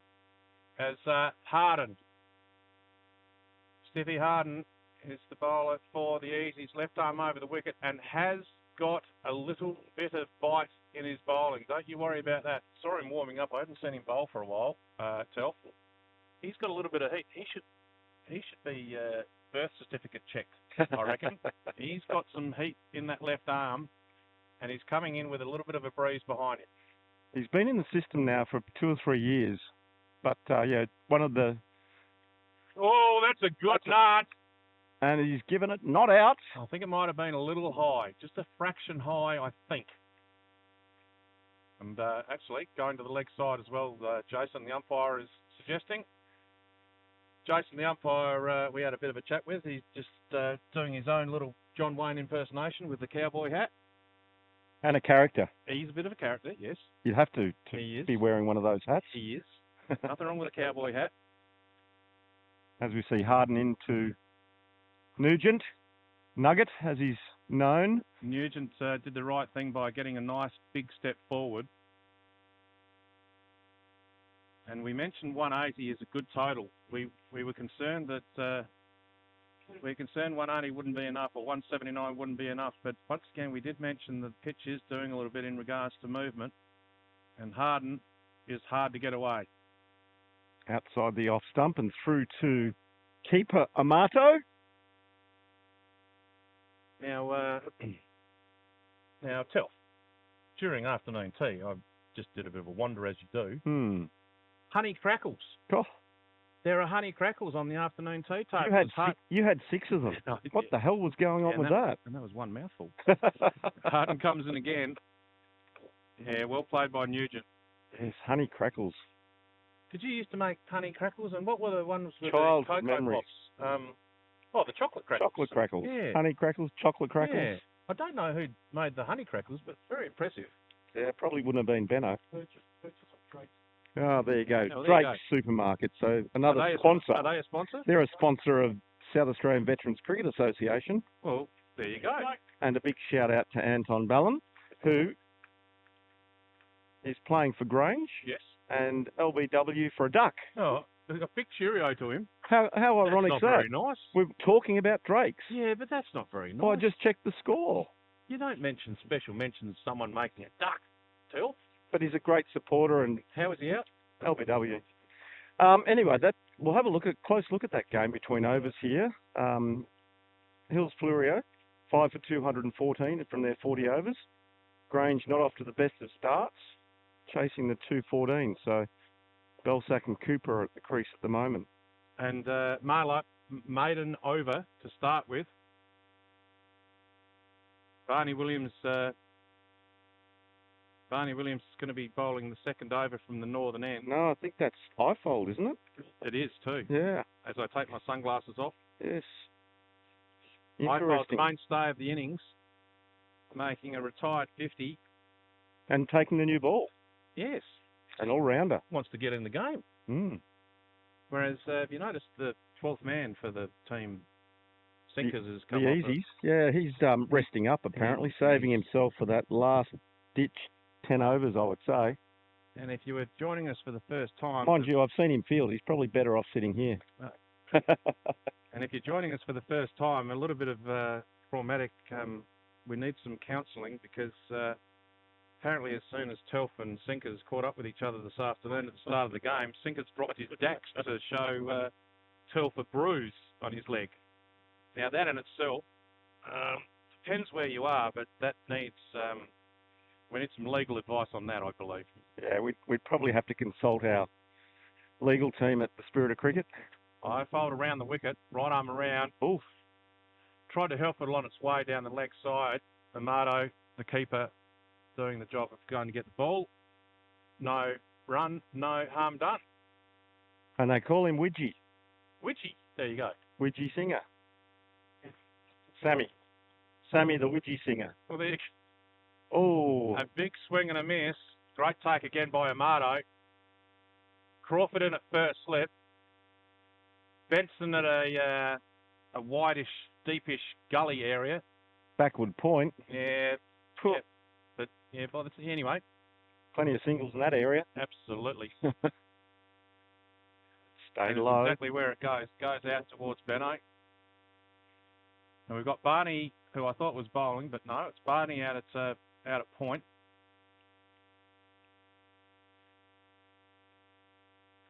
Got a cover. Got a mid off and a deep mid on. Deep mid That's on. gone And that's straight up. gone straight in the air. And that's the first wicket. Mosey's the catcher. No, I think that's Callias. Callis. Yeah, Callis yeah. is the catcher. Good running catch.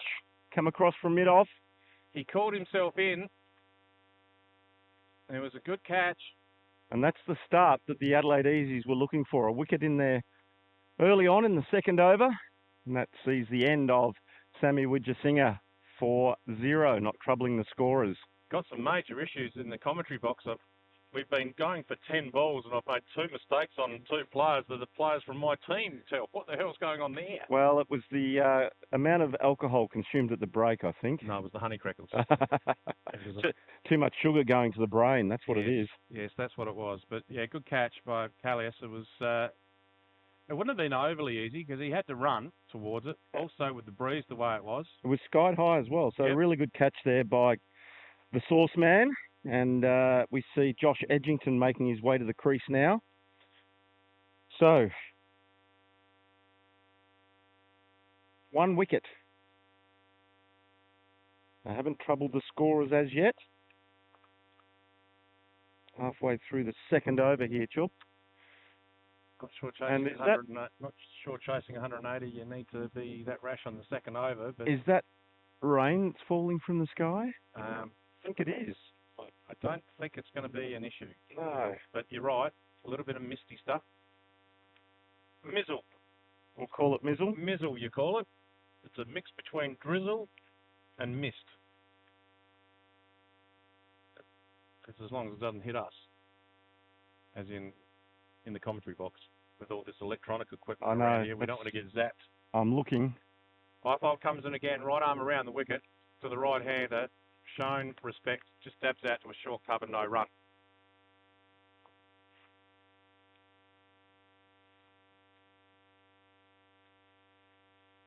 Highfield again. Last ball of the over. No runs scored at this stage. Could be the second maiden in a row. And it is. So a conservative start here by the Adelaide University Cricket Club. A wicket maiden there to Ifold. Successful over. He now runs down to fine leg. As all opening bowlers generally do. After making 50 as well, you'd think he'd be sitting somewhere in the ring. You would think so. But no, team game, sitting down at fine leg. Mick Mosey goes out to point. Gabby's in at first slip. Benno goes to gully, which is where he normally lives. Also a second slip in place with Crawford, but Skipper coming into position. Nugent's the batsman. Harden's the bowler, and Harden's already bowled 1 maiden over to start the innings. Uni yet to score. Harden comes in again. Still no run.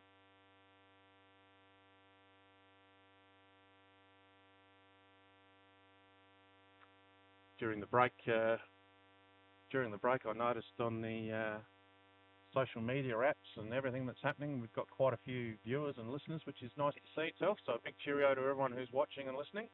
Harden comes in again. Well played again by the bowler, straight through outside off stump, playing a miss, straight through to the keeper, Amato.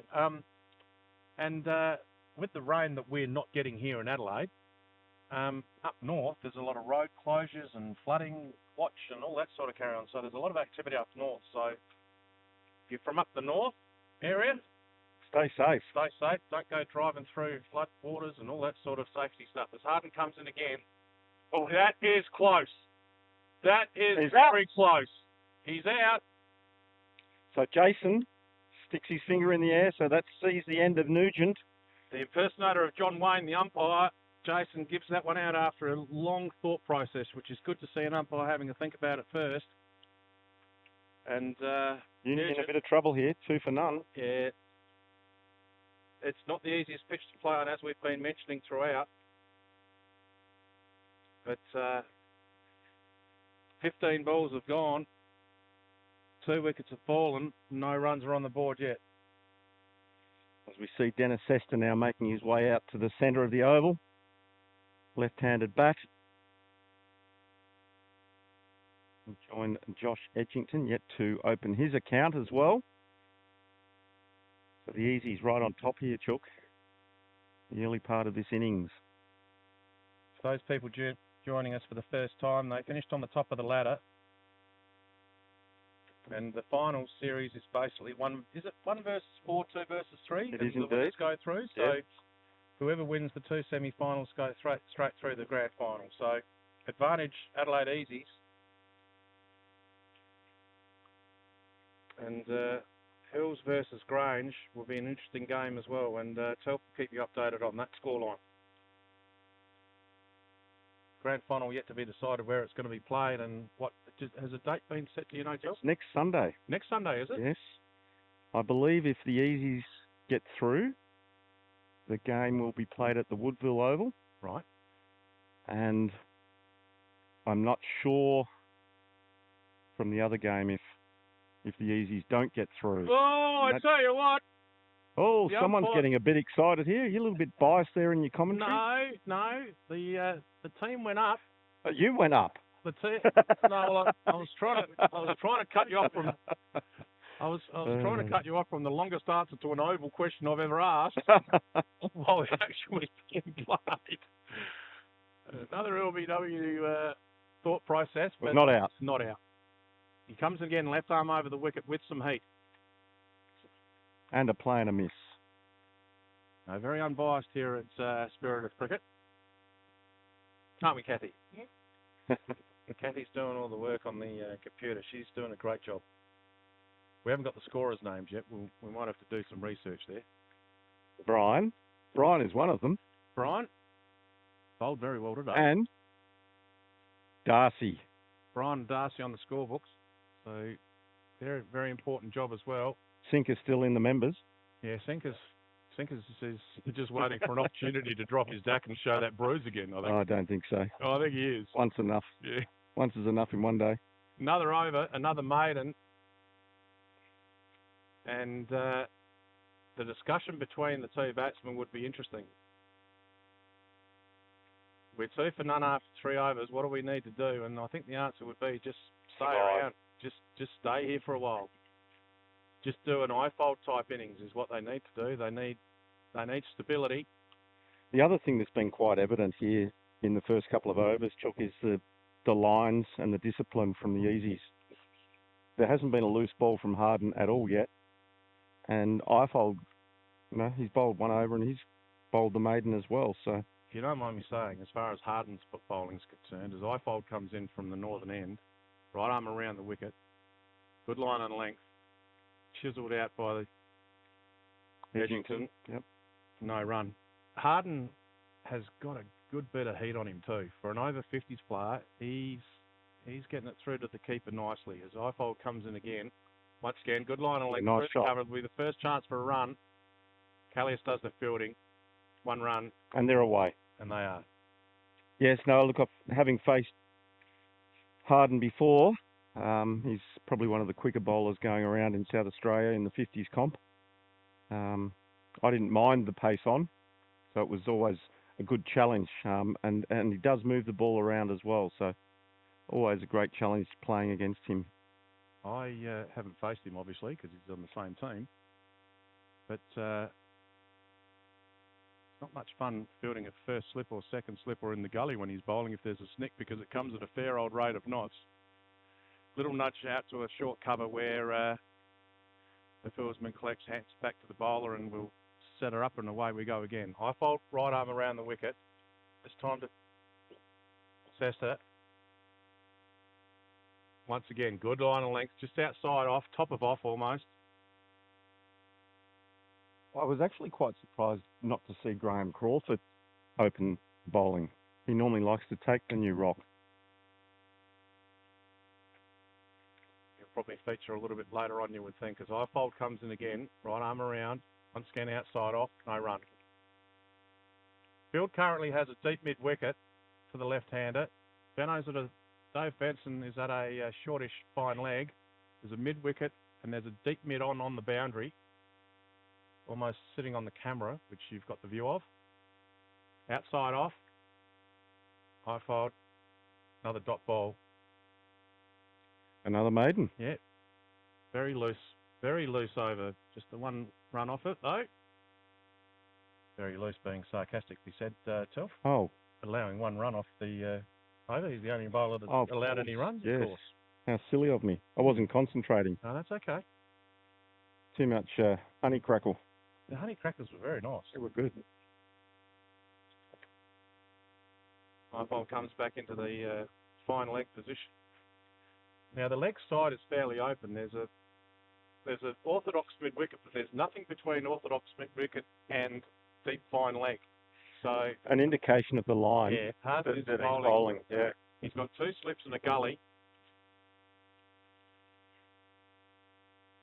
Two slips, a gully, a point, a cover fieldsman, bit on basically an orthodox field, apart from nothing at square. Harden comes left arm over the wicket. All in. That is a beautiful ball. Gee, that's a good ball. Smash that off stump back. And I'm just going to say pure speed, Telf. I think that was just pure speed. I don't think there was too much wrong with as far as Edgerton's shot selection or footwork. Just a little bit slow on it because of the speed of the ball. Yeah. That's my take on it. Just bowling great lines. You know, making the batsman play at everything. And maybe there was a little bit of nip, bit hard to tell from this angle, but maybe it came back in between bat and pad, or did it go away from him? I don't know. It was too hard to tell from here, but another great delivery from Harden, having now 2 wickets for 2, or 2 for none. Tell you what I'm going to do. I'm going to give you a word of advice, Telf. What's that? Many years of commentary. I'll give you a word of advice. Thank you. We're talking about not knowing what the ball's doing off the pitch. Don't approach the batsman when he's just got out and the score's 3 for 1. Don't go and ask him what the ball's doing. Okie dokie. I'll take that on board. New batsman in Sarsen. We could send Kathy over and ask. Yeah, Kathy won't get yelled at as much as we will. Anyway, Adelaide University in heaps of trouble at 3 for 1. We mentioned the pitch. We mentioned the fact that it's not the easiest pitch to play on, but this is just high quality bowling. And that is a swing and a miss. First ball. Interesting shot first up at 3 for 1. And 180 is the total they're chasing. It's a long way away at the moment. The Adelaide Easies are very happy, obviously, but I think there's one man that's probably a lot happier than everyone else in the Easies side, which we'll get to in a minute as Harden comes in, left arm over the wicket. Well played. Oh, there's a run there. Well played. Got front foot forward nice and early. No run. No run. I think he knew the ball was squirting out back of the square, but I reckon there's one person on the Easies team that's extremely happy with the situation the way that it is. Sinkers. Yeah, because the more wickets that fall and the quicker the game finishes, less chance of him fielding. He's sitting behind us. He's got his legs up. He's got a cocktail. He's having a great time. Harden comes in again. Once again, front foot planted. That's the way to play it. Foot movement increasingly important on a pitch like this, you would think. Try and take out the conditions of the pitch. Absolutely. No reason why he couldn't actually bat out of his crease and get down that track a little bit further. Still a little bit of mizzle happening as far as the rainfall goes. It's certainly not enough to get concerned. That's beautiful shot. That's a great shot. Once again, front foot forward. Went through more like a point area rather than a cover drive. It's a good shot. Well played. 4 runs to Sarsen, and that's the first score off Harden's bowling. with 1 ball to come in his 3rd over. Yes. Lovely shot along the ground all the way. Picked the gap beautifully.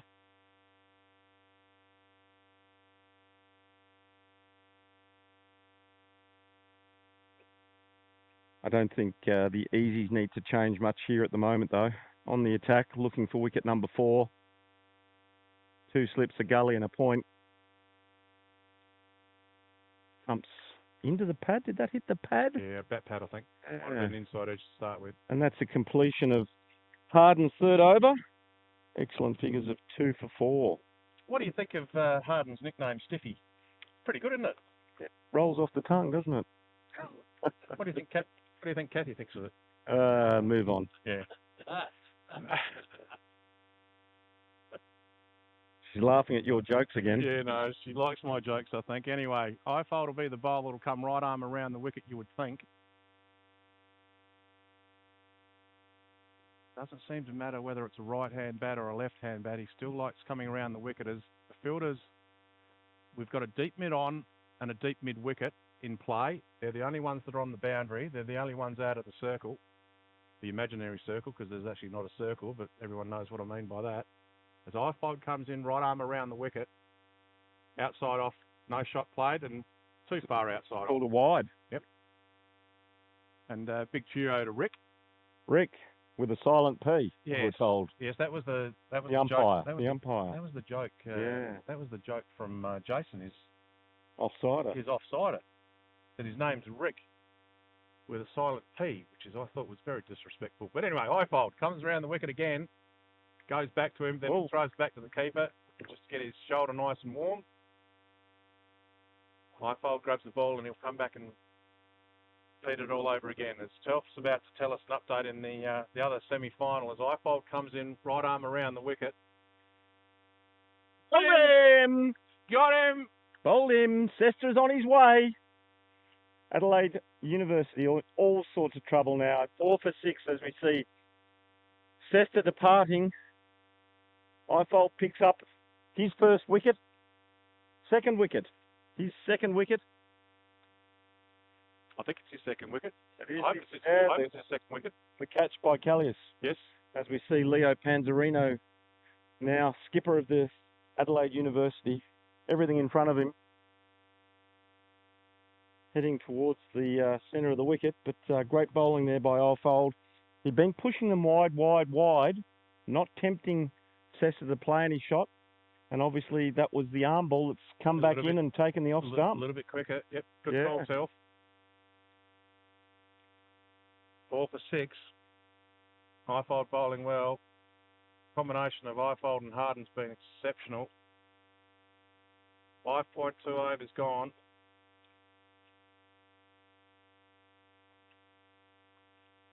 Now, I'll give you an update from where you go, mate? Yep. Grange. Yes.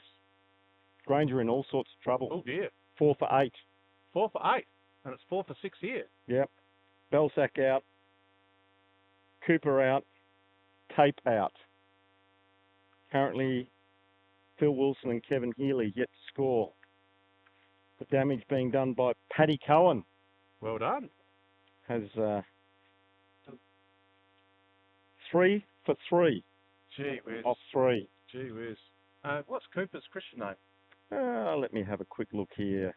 Graham. Graham Cooper. Coops. I don't recall Coops. Anyway. No. Anyway, so... Ifold, right arm around the wicket to Leo. Panzerino gets forward, flips it through that mid-wicket area. Just be the 1 run. He's off the mark. 4 for 7. 4 for 7, and the other game's 4 for 9. And I'd imagine Granger would have been favourites to win that second semi. Do you think? They probably deservedly should be favourites, the quality players that they have in their side. But Hills have been second or third all year. Probably has not as strong a bowling attack. My fault again, right arm around. Tarzan makes a bit of an approach down the wicket by a little bit of a shimmy. Goes to mid-off, no run. And that's a completion of Highfold's third over. He has 2 for 3. Adelaide University in all sorts of trouble at 4 for 7 with the skipper Panzerino on 1 and Sarsen on 4.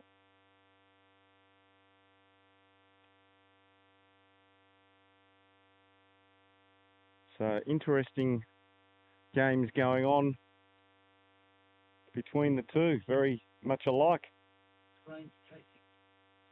Yes, Grange were chasing 218. Harden coming in for his 4th over. Currently the bowling figures of 2 for 4 with 2 maidens included in those 3 overs. Left arm with some heat. He's going to be bowling to the skipper of University. Outside off. Downhill with the breeze chook. Tail up. Yep. On the board, 2 wickets. Springing his step. Happy days. Yep. I guess you would be with a nickname Stiffy, wouldn't you? But anyway, he comes in from the southern end. Lovely shot there by Panzerino down the fine leg. Now, Telf, if you don't mind me saying, you should have picked up on this. I've given you so many opportunities. Stiffy is bowling from the graveyard end, so it's very appropriate that he's the graveyard end, being Stiffy. You're building up to that. No disrespect to any of the people that are in the cemetery, of course. Of course. Rest in peace. Harden comes in.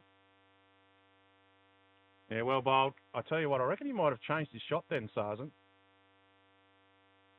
He was in 2 minds. Not that he had much time to change his mind with the speed of Harden, but I reckon he was going to try and do the cover drive, then went defensive. And then jammed down on it. Yep. No one out on the fence except for fine leg. 2 slips, gully point, cover, mid-off, mid-on, square leg. And again, well done. Well played. There's 2 thoughts of mind when it comes to being 4 for 8 when you're chasing 180. There's no tomorrow. So do you worry about trying to get runs to make sure that scoreboard's ticking over, or do you just save yourself for as long as you possibly can and make sure you stay in there? There's for an assault at the end. Yeah. So a lot of things to think about. Not out. Down leg side, I could see Rick indicating. No, that's Jason, mate. Oh, is that Jason? Oh, Rick's the other guy. Jason's a cowboy. Jason's the guy that arrived on a horse earlier on. Jason. And Rick is the square leg umpire, and he spelled his name with a silent P. That's correct. Young Jason. Harden comes in again, bowling very well. Last ball of his 4th over. That's a good shot. That is a really lovely cover shot. drive. Oh, and well fielded down on the boundary, a cloud of dust. And not sure if it was... Is that Callias? That is... He saved it. Yep, he did save it. Well done. Good fielding. 2 runs to the score at the end of the over. Adelaide University move on to 10. Loss of 4 wickets. I think the biggest problem that University have got now is that they do have 4 guys who have lost their wickets. They can't afford to lose any more. Yeah. They need both of these guys to get 50. Well, they need at least one of them to make 50, don't they? Yeah. They at least one of them to make 50 today to have any chance, you would think.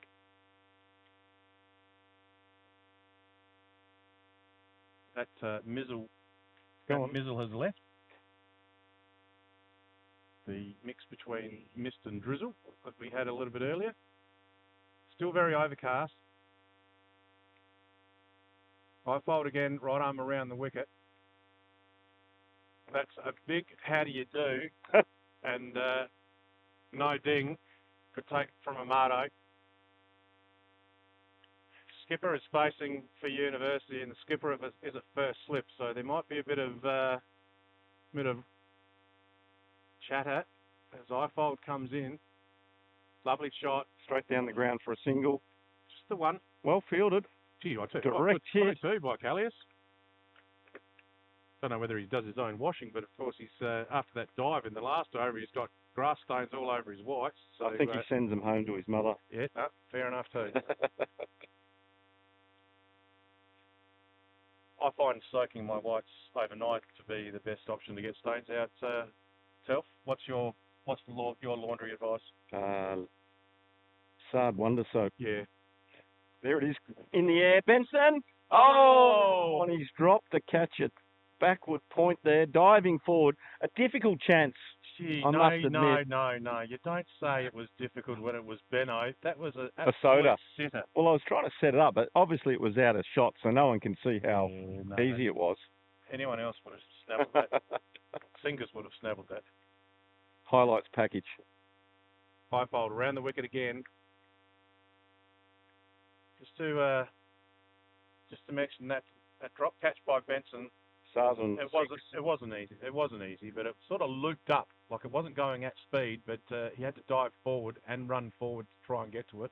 I think the ball actually stuck in his hand for a second. And when he fell to his the elbow ground, hit the ground, it popped out. And his guts wobbled a bit as well. Oh, when he fell to the ground. I'm glad you're a little bit of. I'm glad you're his good mate. Remember, he's a sponsor of the show. Yeah, no, he's a very good man. Explorer Caravans, donating a caravan to Spirit of Cricket. Yes. One of the best ones. How many feet did you want? Gratefully accepted. I'm happy just to have 40. Yeah, 40. 40 footer. Yeah. Well, we are travelling, so. Yeah. Oh, there you go. Explorer Caravans. They, as say, in the first innings. If you haven't been there, go and have a look. Their showroom, the amount of caravans that are there, whether you're a single guy or a family of 6, they've got everything for you. There's plenty. I remember Benno saying he's been setting up for the caravan and camping show. Yes, correct. It's up at the showgrounds this weekend. Correct. Is it this weekend? It is this weekend. Or is it all week? I really hope it's this weekend, because that's what we're saying. We might have to do some research. Harden comes in again. And a lovely cut shot there by Panzerino down to the third man boundary for 4. Fabulous shot there. Just leant back on it. Hit in the middle. But yes, I'm pretty sure he's setting up for the caravan and camping show. So if you're driving around Adelaide at the moment, pop down to the Adelaide showgrounds and do a deal while Benno's not there. Oh, yeah. Well, Leo the dog. Yes. We mentioned him earlier. Do it with Leo. Leo the dog and Leo the skipper of University, who's about to face up to the next ball from Harden. Oh! And down low to the right of Amato. An appeal for LB. Yeah. A gasp from the keeper, thinking that maybe there was a bat. And it's come off the leg. Yep, it was a leg by. Yeah. Now, thank you for asking, by the way, Toff. Did I? You did. It is. Today? Wednesday the 25th. Oh. Through to March the 1st. So he's setting up now. Hang on a sec. No, that's not. Have you got the right camping show? Yeah. Is that in Sydney? No. We've got the South Australia's Caravan and Camping and Outdoor Show. Yes. We'll visit the website. Oh, what a shot! That's a good hit. Straight down the ground, over long on for 1 bounce, 4 runs to Sarsen. I was right. 25th of February. Yes. To the 1st of March is the Caravan and Camping SA show. And it returns this year, bringing together the very best of all the caravan, camping and outdoor lifestyle in one place across 5 big days. Wow. And in brackets it says Benno will be there. Offering deals. No, well, I didn't know. I won't go that far. But he will offer deals. He does a good job, Explorer Caravans. As Williams goes out on the fence, Sarsen's on 10. That was a lot quicker delivery there. Sarsen's on 10. Panzerino's on 7. 4 for 20's the score. And this is nearly 9 overs gone.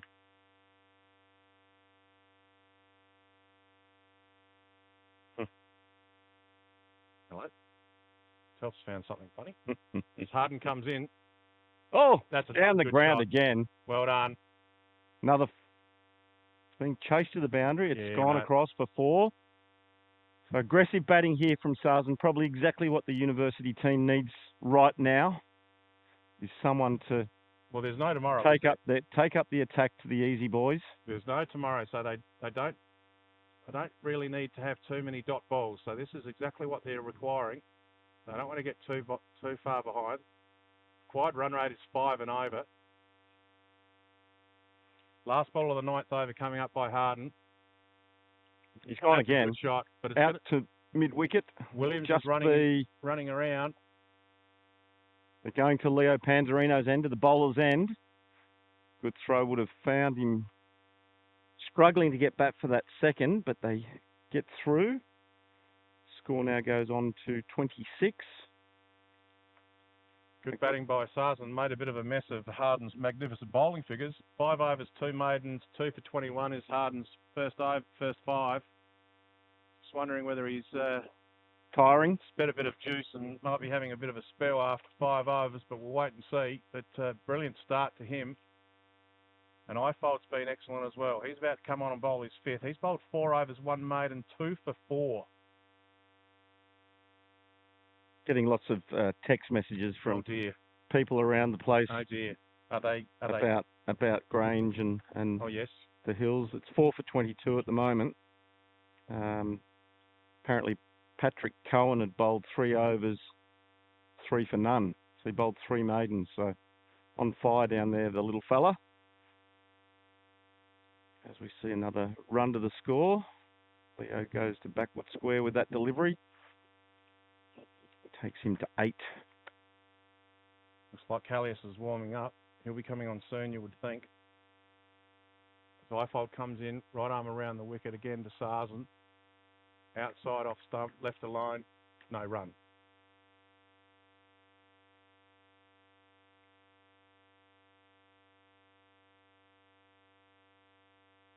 He was the mainstay of the batting lineup for the Easies. Now he's bowling very well.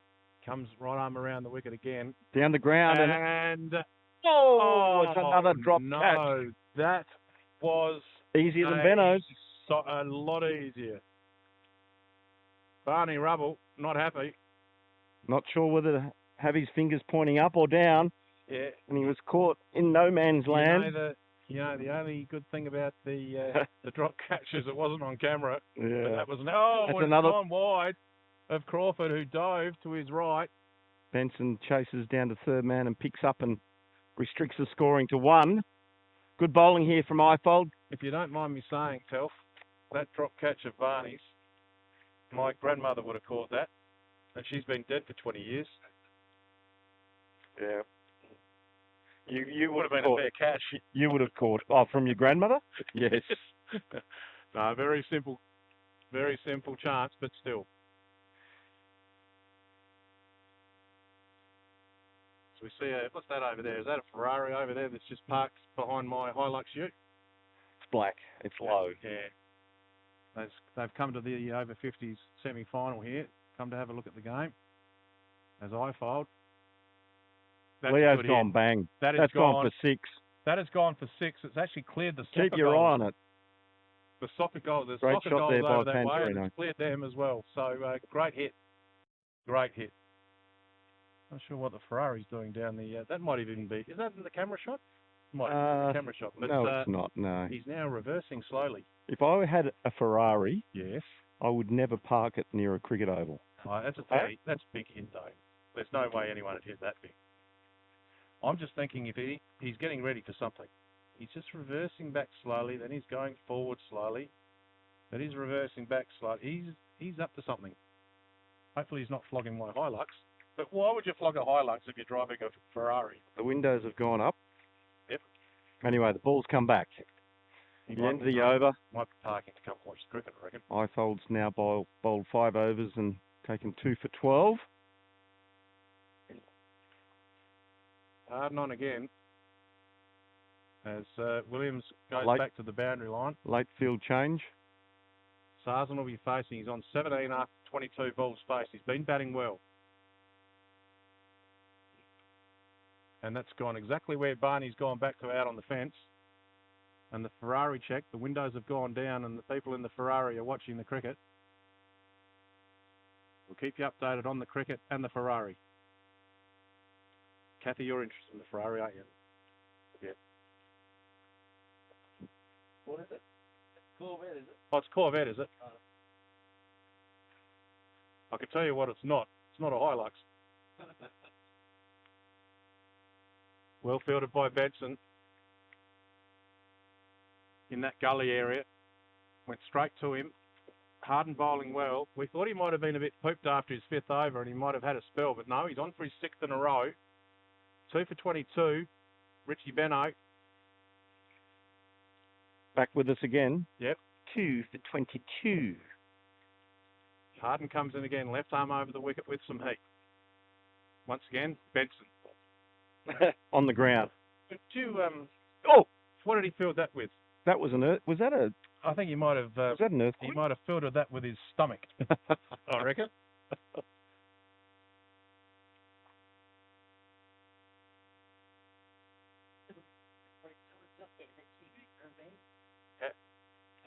Kathy's looking at me and as if to say I'm in trouble.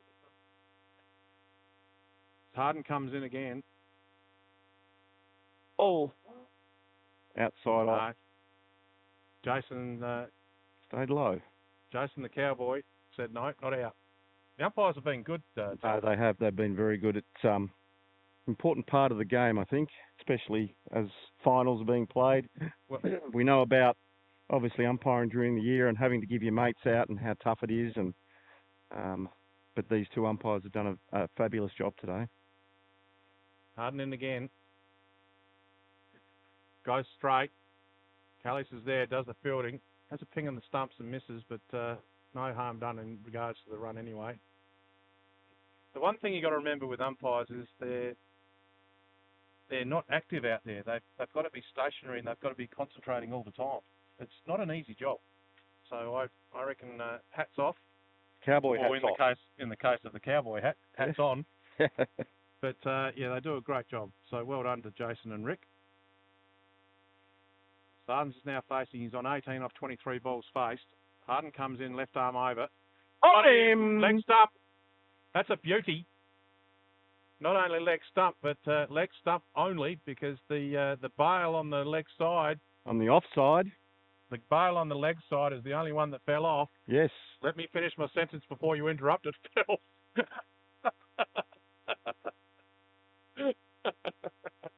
They're both back on now. And Telf. The Ferrari, which is no longer a Ferrari, we've turned it into a Corvette, is moving again. So still there though. Yeah, no, it's a little bit suspicious over there, to be honest. Anyway, back to the cricket. Sarson obviously bowled there. Beautiful delivery there from Stiffy. Harden now has the excellent figures of 3 for 23. Sarson 18 from 24. As we see Brian Norman make his way to the centre of the oval. I'm going to say... Johnny skipper. I'm going to say we mentioned Norman as bowling very well earlier on today. Mm-hmm. We also mentioned earlier that he was on the scoreboard. He was on the scoreboard. He was. I don't think he was expecting to go in this early, I've got to say, Telf. Yeah. 5 for 36 at the 11th over. No. Coming in at number 7. You would normally expect to come in at maybe the 30th over. And the Corvette driver... He's out. He's out. He's going to come and have a look at the cricket. He's a supporter of one of the teams. We've upgraded his Corvette to a Ferrari. And we now see Ifold about to start his 6th over. Panzarino on 15. He's faced the same amount of balls as the runs he's made. And he faces up to Ifold. Now, Ifold with his last over that he faced, he bowled to Panzarino. They've now put 3 out on the fence. 1 at deep mid-on, 1 at cow corner, 1 at deep square leg, all on the fence. Panzarino won't die wondering. He'll go big if he sees fit. Delicate out towards gully, fielded by Benson, no run.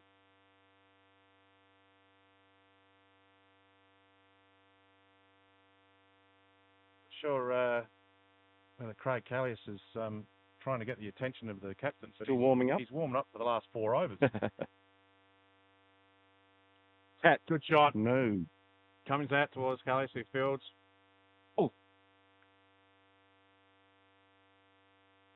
Panzerino scampers through for a single. Throw from Callias misses the stumps. Score 5 for 37.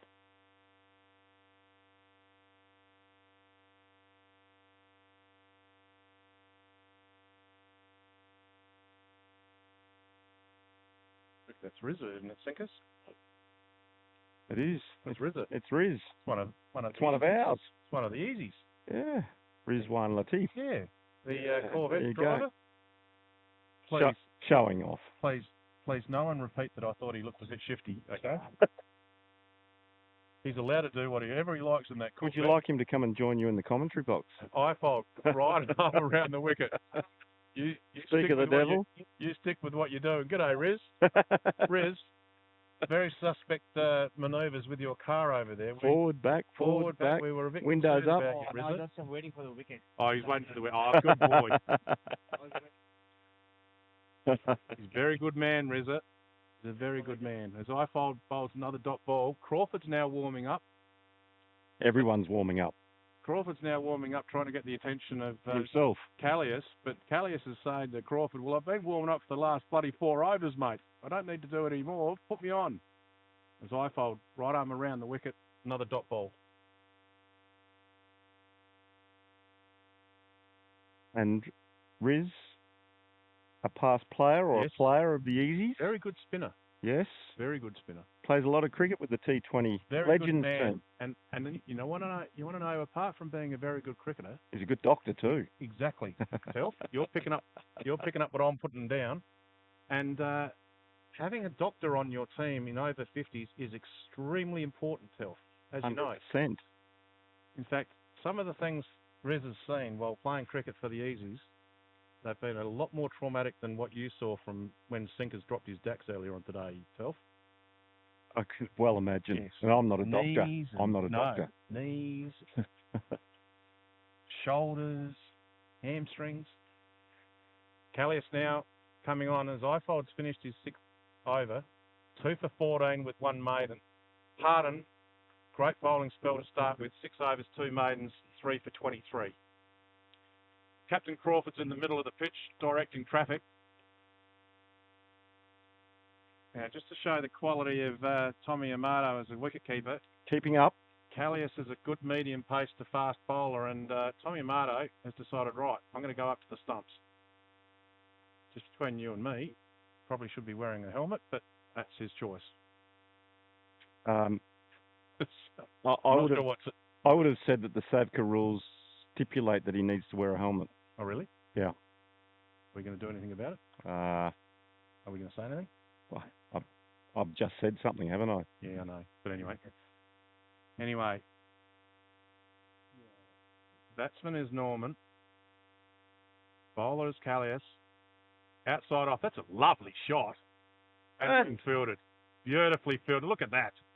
I had to actually stop and look. I thought it was Benno fielding it, but he didn't move like Benno. No. That is one Mr. Mosey. One of the very good cricketers of over 50s. Very good man, very good cricketer of for a very long time. Nick Mosey. Very good man too. And he goes out to a deep third man. Richard Gabb goes to a point area, or just backward of point. And that's gone wide of off stump. Not a clean take by Amato, but it just gets picked up by Benno to go around the field. Panzerino needs to stay there. He's faced 18 balls. He's 16 not out. Norman's on 2. He's faced 5 balls. Stability is required. Callias comes in. Right arm over the wicket. That's a big hit. That's a good hit. That's 4 runs, Chook. That is over cover. That takes a bit of quality to be able to play that shot. Good shot by the skipper. But he's on a mission here. Obviously, no support from his top order, so the state of play in the game is really in the hands of the skipper. He needs to bat through, get his 50, retire, and then come back and hopefully steer his ship all the way home. Callias comes in again. Yeah, good bowling. Good reply. 20 off 20. Panzerino batting well. Norman 2 off 5. A little bit of information on Leo. I think he's currently an Australian over 55 selector. Oh, okay. Put his hand up this year. And that's a brilliant pull shot. Straight over mid-on. That'll race out to the boundary for another 4 to Panzerino. Takes him to 24. 5 for 47, the university team. You actually mentioned it a pull shot and it ended up going over mid-on. So it was an interesting shot selection, but well played with great effect. 24 off 21 currently. Good shot. Only person on the boundary of behind the wicket, behind square, and that's a deep fine leg and a deep third man. Everything else pretty well stock standard as far as positions are concerned, but there's no slip in play. Oh, yes, there is. There's one slip in play. My apologies. Callias comes in.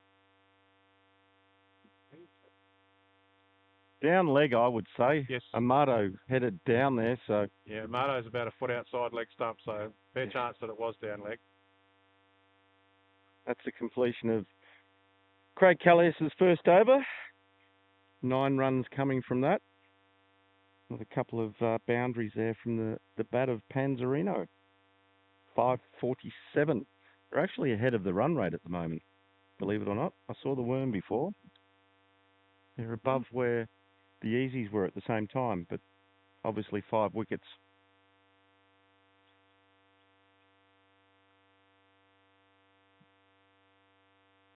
Regarding the run rate for the total, the required run rate is 4.9 is required.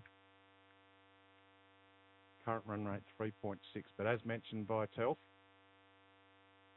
they're worms ahead at the moment compared to easy at the same stage. I fold again. Good run. The old hit and run by Norman went towards Callias. Callias didn't get it clean. I think Norman would have been home anyway. Good batting and good reaction from both batsmen. And Norman doing his job. I'll get the singles. You do the big hits, Leo. I'll leave it up to you. As I-fold comes in, right arm around. Up towards Callias again. Oh, I tell you what, that would have been close. Hitting out. But if you don't mind me saying, Rick the umpire had not moved, so he wouldn't have been in a position to see whether it was out or not. I think we might have caught Rick a bit of napping there, but unless he's cross-eyed, he wouldn't have seen. I'm not sure, but he did not move. Grange 4 for 41 after 13 overs. Norman faces I-fold, goes out to a short cover, no run. Sorry, what was that score again? 4 for 41. Sorry, I interrupted you when you were about to call the ball, but that's okay, mate. Wilson, Philip Wilson, and Kevin Healy both 15 and 18 respectively.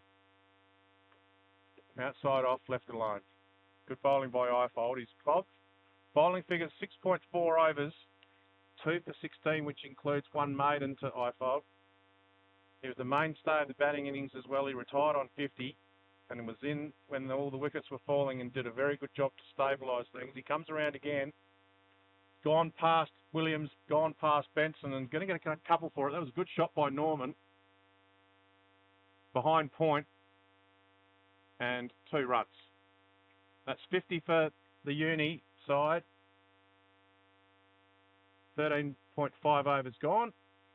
And 53 minutes, Tel. You like this, don't you? I do. I love the fact that it says how many minutes they've been batting. So I-fold comes in to bowl the last ball of his 7th over. He opened the innings from that end, and he's bowled 7 straight, 2 for 18 with 1 made. If you're enjoying the coverage, we need to thank NV Play for their setup here with the camera, the platform, all the graphics. And we need to thank Explorer Caravans for their support and enabling us to be here today.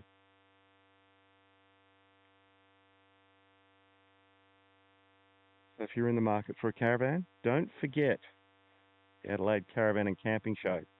Wednesday through to next Sunday, is it? I'm going to say.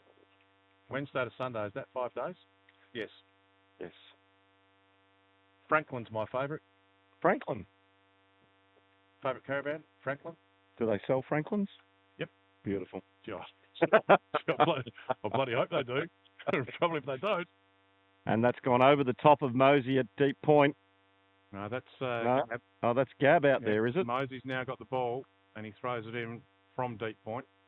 Good throw into Amato. Yes, Gab and Mosey look very similar, and it's got nothing to do with the fact that they're only 3'2". I can pick up the difference now. Gabby's definitely limping, isn't he, with those knees? Yep. Callias will come in again. Second ball of his second over. To Norman, who's been good. He's doing a job with his skipper. Yeah, well played. Nudges out towards Mosey, who's now at a backward point. No run.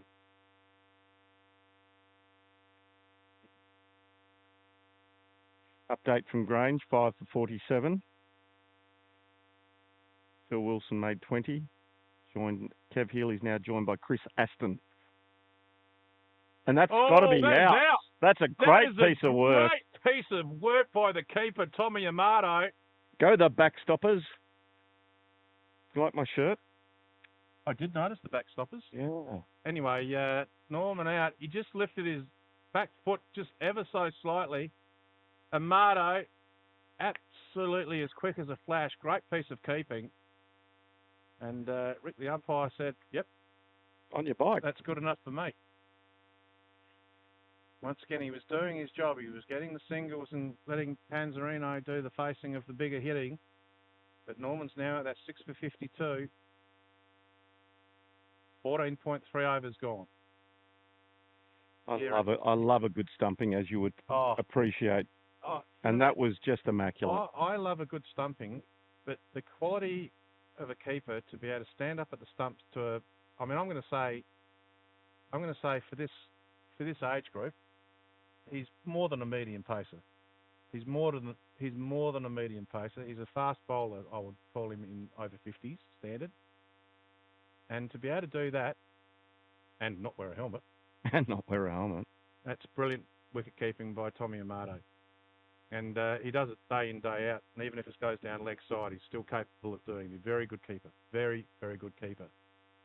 And there wasn't much time to do it just then either, just quietly, because Norman had only just... His foot was up and down. Just very, ever so slightly and very quickly.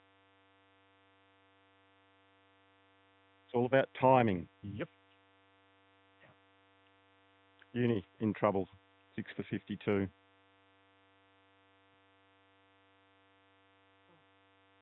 Good talk out in the field with the easy boys. Callias comes in again. Do you think a fast bowler would be a little bit upset that he has his bowling figures with someone stumping? Not at all. How would his ego be? Be fine. He's got the wicket. He'd take the wicket every day. Yeah, no, very good keeping, very good bowling. Callias comes in again. And that's lofted. Over the top. It's going to be safe. Barney. It's going to get the one run for it. Seisland's off the mark. First over went for 9 off Callias's bowling. Currently, after 5 balls of this over, he's only had the 2 hit off him, but also a wicket, importantly. Callias comes in, bowl his last ball of his second over. Right arm over the wicket to the skipper of Uni. Lovely forward defensive, straight back to the bowler, no run. Hey, Chook, sponsor appreciation, mate. Mm-hmm. Drake's Honey Crackles. Yes. Give it a go. I've already had one. You said 5. Yeah, no, I had one. You're going to have another one? I've got to say, they're very nice, but they're not user-friendly. As a commentator? If I ate that imagine the sound effects. It'd sound like 3 possums up a tree organising some sort of nest. Maybe you'd prefer a chocolate muffin. No, I don't. Don't tempt me to break my diet routine. Kathy's. Oh, no, they're there for Kathy. Kathy's trying to fork them off to someone else.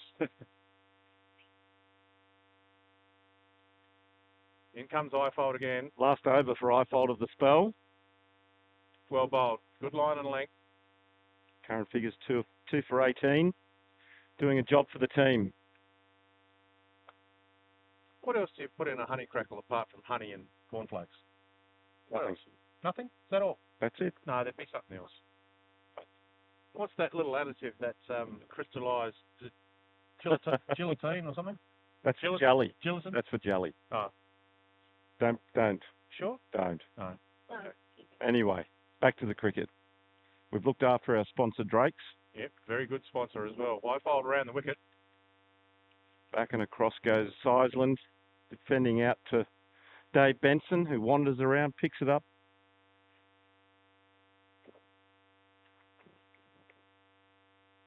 Good thing about Benno and Barney, one of them's sort of a gully, one of them's a point.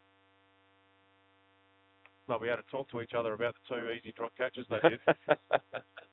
Can imagine at the bar tonight, can't you? Yeah. Whose was harder?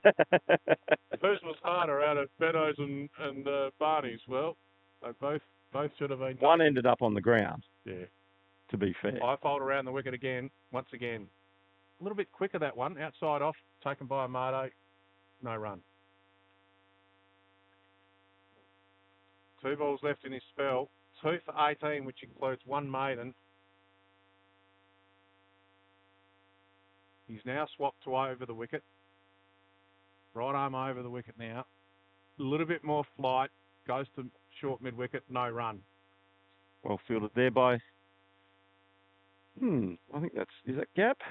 Don't know, can't tell from here. Yeah, it was. I thought there was one ball left, but I apologise.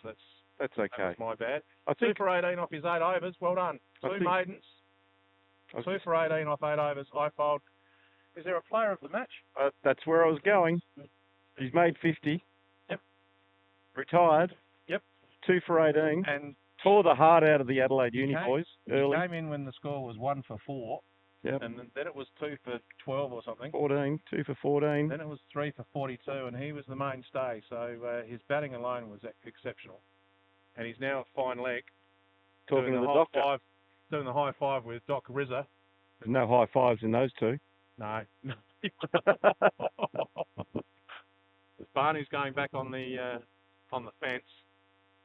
Barney wants the catch to come his way so he can make a difference compared to the one that he dropped. Panzarino batting well. He's 26 off 25 balls faced. Callias comes in from the southern end. Cut shot. Yeah, nice. Goes out to Mosey. Deep point. Just for 1 run there, Chook. Oi! Mosey saw that the skipper for Yerney was just dawdling and thought he'd throw down the bowler's end. Good thinking. From the boundary? Yep. Good Can thinking. throw. We wouldn't throw that far. No. No? Well, with all due respect, I'd never go on a boundary. Anyway, Callias comes in again. Sizeland's the batsman. That's a good straight drive. That's a lovely shot. That should go all the way, but it's a long boundary down there. And it's crossed the boundary. Good shot. Lovely shot. Slightly over pitch there from Callias. Sizeland taking full toll of that. I don't want to put the mockers on things here, but I reckon the temperature's just dropped a couple of degrees. Wind's picked up, hasn't it? The wind's picked up, and the clouds look like they're getting slightly darker there, Telf. Can you give us your best weather report on the current weather situation, please, mate?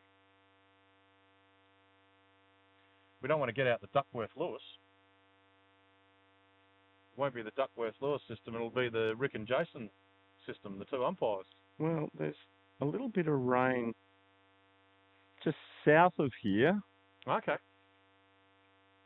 Outside off, no run.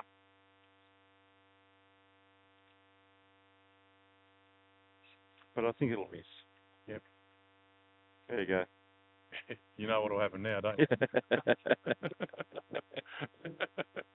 Famous last words.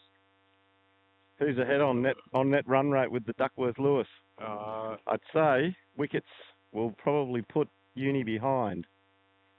No, Adelaide East will be well in front, you would think. Yes. Their run rate over the last 3 overs has increased to a required rate from 4.9. It's now out to 5.3. Callius comes in again from the cemetery end. Gee, Oh. that was a good ball. Well taken by Amato as well.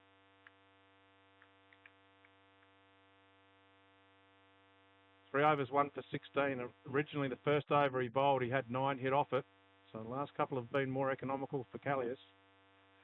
Leifold's finished his 8 overs. He got 2 maidens, 2 for 18 with a run per over rate of 2.3. And I think Timmy Hazeman might be coming on to be changed from this end. Tim Hazeman is the new bowler, that is for sure.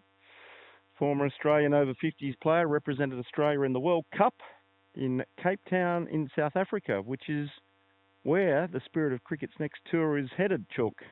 And you'd be going, obviously. Oh, obviously. We're taking a touring party of 40, and we've got 2 teams. Seat 1A at the front of the No, I'll be cattle class. I'm not like Benson and Sinclair. You in the luggage. Oh, close. Sinclair and Benson going, are they? No. But that's where they'd be. They'd be 1A. Yeah. Hey, no. I'll tell you what. Sinkers, he'd be flying the bloody plane. Anyway, the tour kicks off in Cape Town around the 15th of March. Hazeman's first ball. Get out through covers. Ball. That's a lovely shot by Leo, the skipper. Fielded by Jack Brabham, and 2 runs. First time I've seen Timmy Hazeman bowl for a little while, and he's coming off a lot shorter run than what he used to. I'm not sure whether he's been having leg problems or... not sure, but he's only coming off about 4 or 5 steps, whereas... double it, normally. He was probably running off about 3 or 4 times as long as that last time I saw him bowl. But once again, top of off, no run. Maybe he's saving himself for next week. If you don't mind me saying, Self. Again. Did you notice just a bit of a spitting of rain? Yes. You did. Yes, I did. You said that. Hold him. I tell you what, that's a good nut. That's the end of the skipper, Panzerino. He goes for 29 clean bowled, or did he play it on? I think he played it on. Just a little bit of he tried to do that, a little bit of a late niggle cut. down, a little niggle down late, and I don't think he did hit it, but anyway. It's hit off stump, and that brings the end of his innings. 29, he batted well. He had a strike rate of 100. He played 29 off 29, and 7 for 60 is the score, and all helps required for the uni batting lineup from now on, you would think. Still requiring another 120 for the win, with a run rate required of 5.3 per over. Yeah, tough ask now for uni to get back in the game, I would think, from here, Chook. As Dr. Riz is just making his way off. We said it was a Ferrari, but it's a Corvette. And he's a good man, Riz. Very good man. Tetley's Tetley would have to have a nickname. There'd be a nickname for Tetley, would it? Yeah, you'd have to be Teabag, wouldn't he? Have to be. Yeah. Couldn't be anything else. No. You a tea drinker or a coffee drinker, Phil? Coffee. Yeah, same here. Occasionally have a green tea. How do you have it? How do you have your coffee? Oh, cappuccino. Yeah. No sugar. I'm a long black. A long black? Yep. Yeah, you look like a long black. Yeah. Oh, thanks for noticing. Anyway, back to the cricket. Hazeman, 1 for 2 off his 3 balls. It was a good nut. Off stump, went back. Tetley is the batsman that will be facing up now. The wind has sprung up. Playing a miss outside off stump. Taken again by Amato. Lovely hands. Pretty handy bowler to come on second or third change, isn't he? Oh, yeah. That's Look at well that. bowled. That has absolutely cut Tetley in half. And there's nothing worse than having a tea bag cut in half. Because Not at all. Defeats the purpose of having a tea bag in the first place. Too many tea leaves. Yes. Hazeman comes in again to Tetley. Outside off. Well played late. Backing up by Williams, but Benson was there to stop the ball in the gully area, and the wind has sprung up big time. It's that cloud, that rain that I told you that was just south of us. Yep. There it goes. Yep. Tetley, back in the day, weren't they a sponsor of a football club? Was it the Richmond Tigers? I reckon they might have been. Tetley Tigers, I reckon. I reckon you might be right. Yes. Anyway. And just an update from the commentary box. There's no walls on the commentary box. It's just a tent. And my headlights have just come on. It's very cold. It's very cold. You tell? I'm getting what you're putting down. It's increased about 3 degrees in the last 5 minutes. Callias comes in again.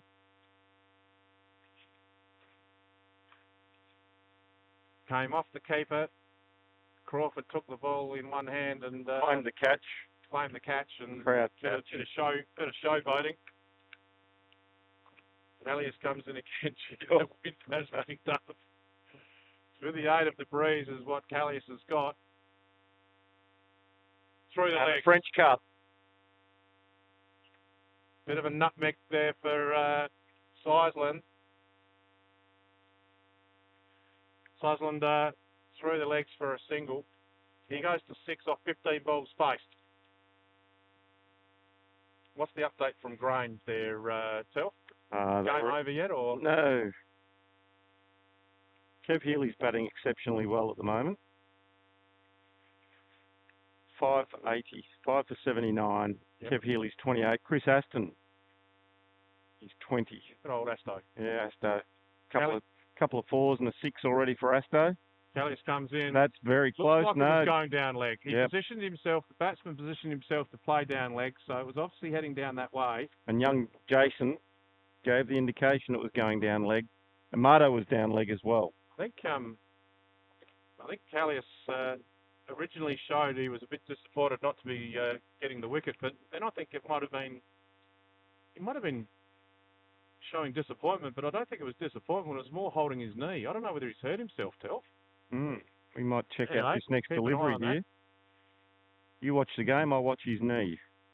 Righto, Callias comes in, outside off, once again, well bowled.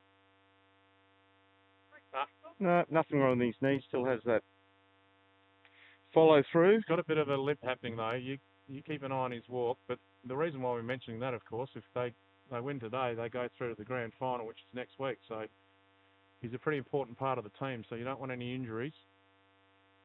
You might come off the bench. Very unlikely. Callias comes in again. Good bowling, good shot too. Straight. Oh, hello. No problems there. Good running. Tetley's off the mark. Good shot going straight. Seisland comes down. We'll face the next ball, which will be the last ball of Callias's 4th over. Grange need 135 off the last 20 overs. 5 down. That was put in short, didn't bounce that high, to be honest. Only got to box height. Went to mid-wicket, no run. Tetley on 1, Seisland on 6. Callias 4 overs, no maidens, 1 for 18 with a run per over rate of 4.5. And Haseman, who'll be bowling from the northern end, his first over, he's got 1 for 2. Off his first over, he'll be coming in to bowl his second as we speak. Last over before drinks. I would think the easy boys would be looking to take a drink, regroup, and then one final assault to take the last 3 wickets. Obviously, Uni can't afford to lose a wicket now. Run rate now out to 5.6. Not that that's a made 5.7 correction. 5.7 now the required run rate, but you would think that that's probably the furthest thing from their mind at the moment. As Haseman comes in, outside off, playing a miss. Went for the late dabble, no connect. There's been a honey crackle sitting in front of me for the last 7 overs. and it may be smashed very shortly as Haseman comes in. And a great catch. Well done. And that's Mosey, is it? He was in at a second slip area. Good reflexes. Hands. What did I say? Don't lose a wicket before drinks, and they've done that. Are they going to take drinks, do you think, Chook? I think... The umpires grabbed the ball. They are. They're motioning for drinks.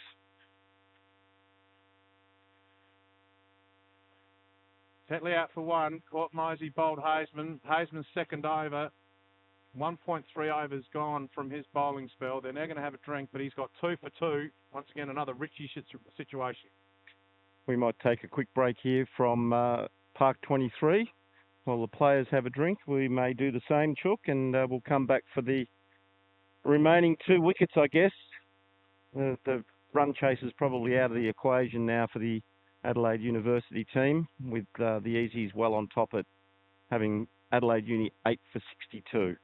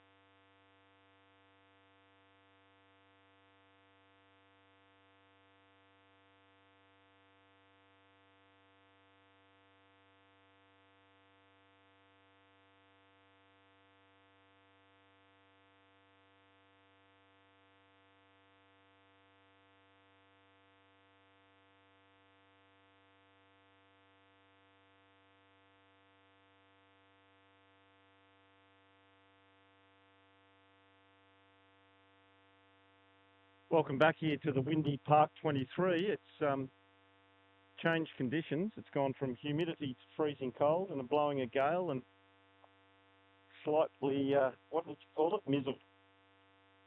And we see the continuation of Haseman's second over, having just recently taken a wicket, with Rowe joining Donny Sizeland out in the middle. Adelaide Uni 8 for 62 and a lot of trouble chasing the target of 180, probably outside their reach now in the other game. And that's clean bowled him. That has clean bowled him, taken middle stump, obviously bowling exceptional lines here. And tell me, Rose out for a duck with Haseman getting his 3rd wicket, and fairly handy bowling change to have him come on 2nd or 3rd change. But you were talking before about taking a group over to South Africa. Tell us a bit more about that while we've got an opportunity. Yeah, look, South Africa's coming at us at a screaming rate. I head over there on the 8th of March. The Australians are over there playing a test match in over 55s against the South African Rhinos team, and then we have 2 teams joining us on the 15th, Spirit of Cricket World 11 and a Masters 11 team. And we've got players from all around the world joining us to be a part of that. Players from the USA, Hong Kong, Sri Lanka, New Zealand, and it's going to be a fabulous experience. We play 2 T20 games to start the tournament off. We play 4 45 over games, and then we finish the tournament, and then we head north to Victoria Falls into Zimbabwe, and we pay a visit there, and then we head to where do we head to Johannesburg, and we're playing a game at the Wanderers on the Bull Ring.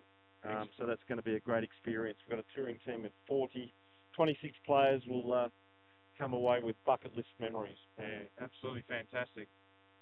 All in veterans cricket scenario. So people that are thinking that it might be past their prime as far as cricket goes, they bring back the love of cricket and the veteran side of things and get to do things like that tour. Oh, absolutely brilliant, Self. Absolutely brilliant. Speaking of which, 3 for 2 off 1.5 overs for Haseman. 9 down, 1 wicket left. The end is near. And a great take there by Amato outside off stump. Stayed low. Great over there from Tim Haseman. 2 wickets in the over. He now has bowled 2 overs and he's got 3 for 2. Wicket maiden for Haseman. That's a nail in the coffin, like you say. 9 for 62. And Callias will bowl from the southern end. Gee, that breeze has got strong over the last half an hour or so. We've been very lucky today. All the rain heading north, and obviously this is the worst of the conditions for the day. Hang on to everything there, Chook, because it's all blowing away. Including our monitor there at one stage. That was a good catch. It was.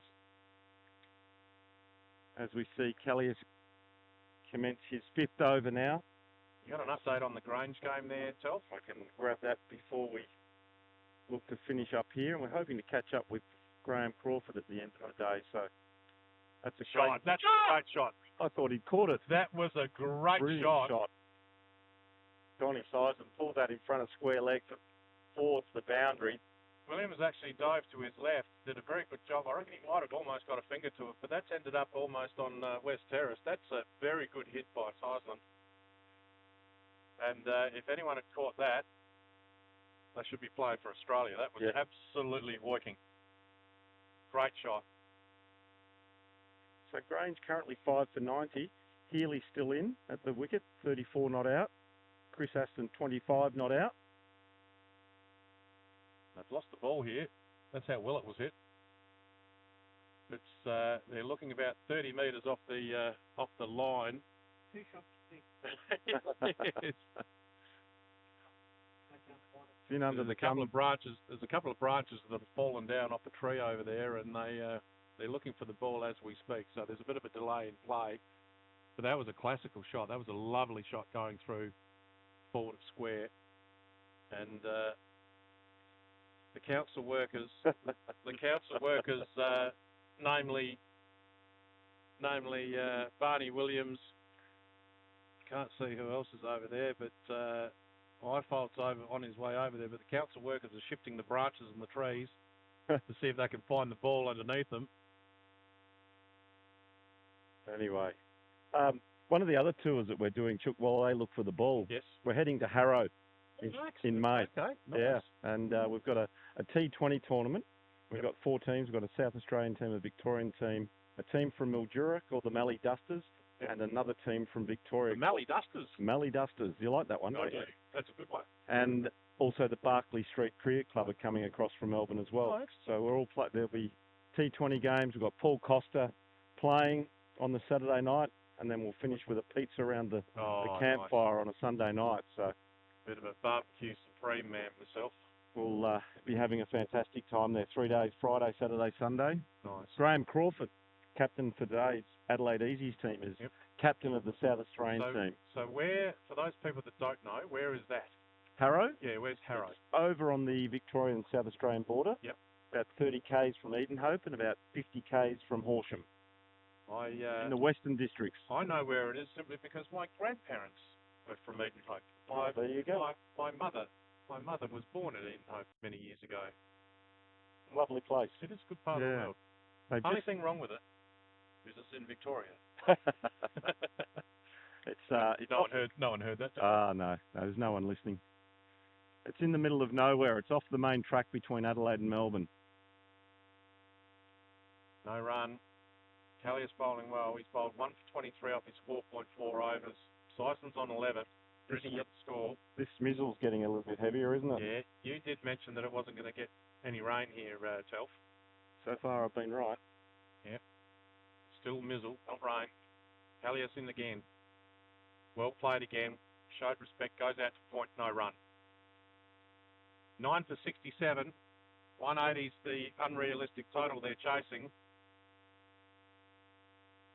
Run rate required up towards 6 now. But once again, these two batsmen just want to stay out there and keep going for a little bit longer as the mizzle's becoming spit. Coming a little bit wetter now, and we might have to do a quick cover up with all this electrical equipment as Telf. Just make sure that with all this expensive gear, make sure that none of it gets wet. So he's hopped up to make sure that there's he's hopped up to make sure that things are covered.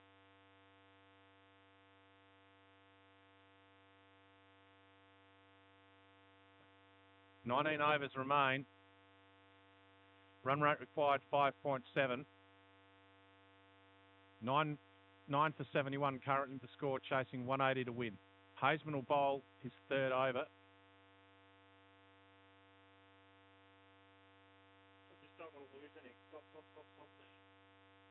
And we're shifting tables and, whoops, trying to shift me at the same time. That's a lovely shot around the point area, but well fielded by Williams. No run. Thank you to the uni boys for helping Telf and bring home the bring the tables a bit in from the weather, because it is starting to rain a bit. And Hazeman comes in to bowl again. Second ball of his third over. Goes out towards gully. No run. Stopped by Benson. You can probably see on the screen now there's a bit of misty rain, and hence the reason why Telf and others are trying to get things covered up with all the electrical equipment here of the live stream. Nice shot through point area. They're going to go for 1. They're going to come back for 2. It was almost 4, but well chased down by Williams. Good shot. Well done. Sizeland again. He goes to 13 off 22 balls faced.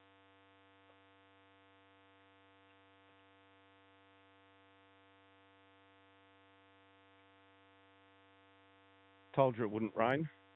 Yeah, no, with kiss of death. Hazeman again. Outside off. You can hear the wind. We've got the computers and everything. We're trying to cover it from the rain. The umpires are swinging their arms around to try and keep warm, as are the players. It's and the worst thing is, the uni boys, they're going to try and stay there for the next 20 overs, aren't they? Hey, they're doing their job. They're doing their job. Still in this cup. Yeah, absolutely. The game's not over yet. 9 down. Hazeman in again. And for those people watching at home and around Australia or wherever you might be watching it, yes, cricket is a summer sport. And it's cold. I don't know what the temperature is, but it's absolutely freezing here at the moment. And the worms drop below the easies now. You can see that. Yep. The black line has gone south. The opening bowler, Harden, looks like he's coming back into the action to see if he can clean up the last wicket and his 4th. He got 3 wickets earlier on today. I'm going by memory, but I'm pretty sure he had 3 for when he stopped his spell. He's going to come on to try and finish up this innings. Left arm over the wicket, 3 for 23, his current bowling figures, with 2 maidens off his 6 overs. So he's got 2 overs left.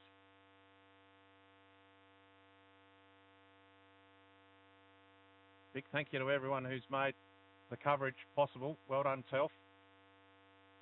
Great setup you've got, and you were here nice and early with the lovely Kathy, making sure everything was set up.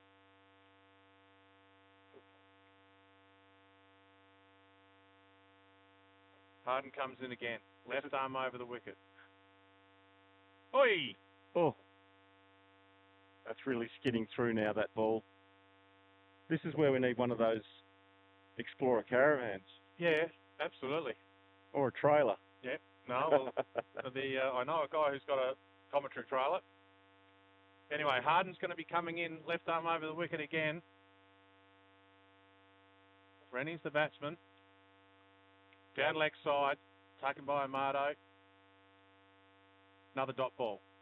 That ball would be like a piece of soap, Yep. probably now.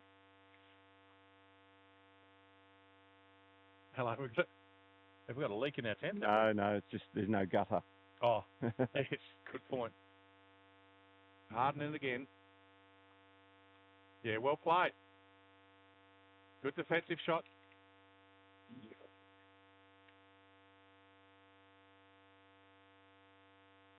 9 for 73. Harden bowling his 7th over. He's a big left armer, and he's quick. He is real quick. The commentator's curse has got us. Yes. I'm sitting here in the... Yeah, well played again. Good shot. No run, though. A little bit of rain here in Adelaide. Although I wouldn't call it rain. I'd call it mizzle or drizzle. The umpires look at each other, but I think they're looking at each other wholly and solely just to say, bloody hell, it's cold out here, isn't it? Rather than worrying about the rain. We've got Jason and Rick. Rick spelled with a silent P, Telf. And that's raced away to the boundary It has. before. 4 runs. Takes the score now to 77 for the loss of 9 wickets.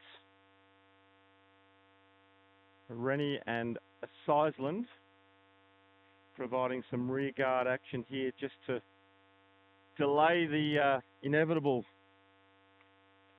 with a victory to the Adelaide Easies.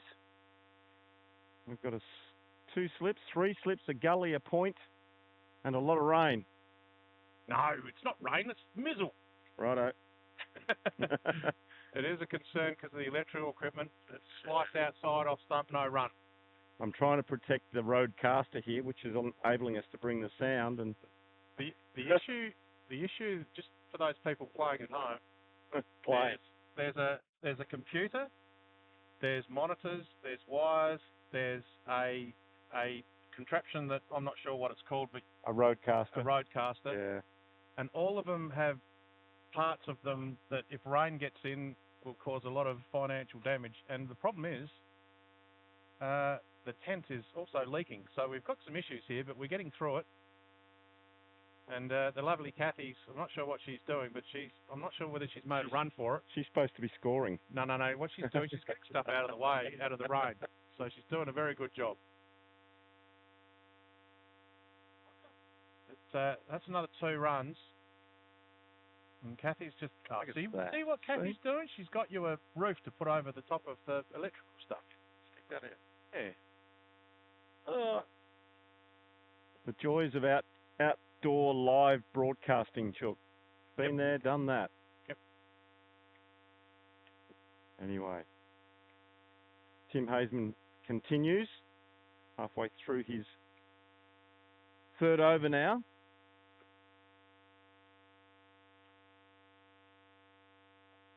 Three for 5 off 3.2, includes a maiden.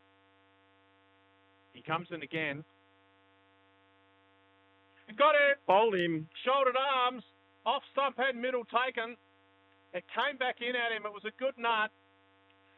Rennie's out for 8, bowled by Hazeman. That's his 4th wicket, and that's the end of the game. The Easies make their way through to the grand final. Shaking of hands by all the players and the umpires, which is great sportsmanship by all teams and all people out there.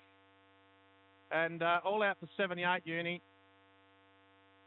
101 run win to the top of the table, Adelaide Easies. And once again, what you love to see at all sporting functions, sportsmanship by both teams, shaking the umpires' hands, shaking each other's hands. It was a game played in good spirits from both teams, Telfer. Very good to see, mate. Yeah, it was a great game. Great win by the Adelaide Easies. Deservedly finished top of the table after the end of the home and awayers, and a convincing win here against Adelaide University.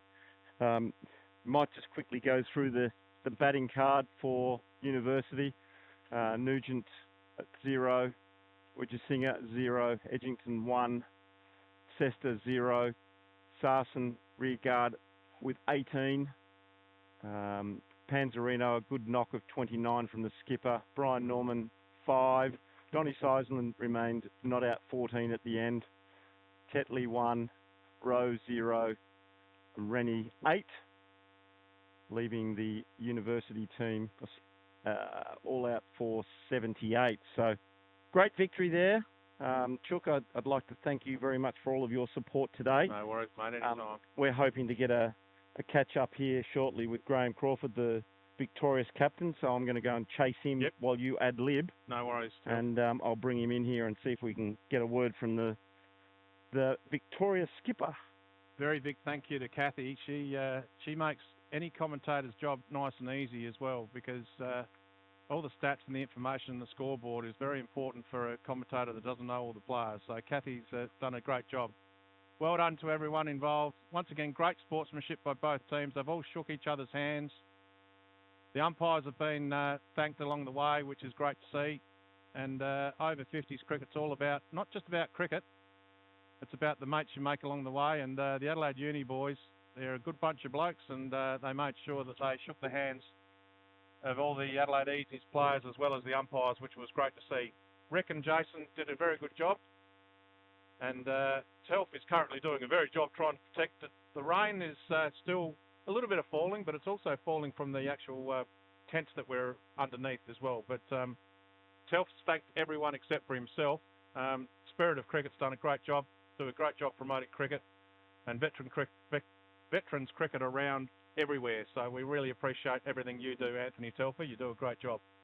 Now, we've been lucky enough to be joined by the winning skipper of the Adelaide Easy team, Graham Crawford. How are you, Crawford? I'm very well after that, thank you. You happy? Very happy, yep. Very, very happy, yep. Another final, so... Was 179 enough? It obviously was for the result, but... Yeah, look, it was a difficult wicket. I thought they bowled really, really well on it. Good areas. I just think we just do it a little bit better. Yep. Some of the standouts, I bowled in the bat with the bat right from the word go. He was there while everything was falling around him. Everyone come off and said it's quite tough to score. So we had a target in mind. I wanted 200 as a minimum. So it's also a bit of pressure. Yep. But very rarely in semis do you get high scoring games.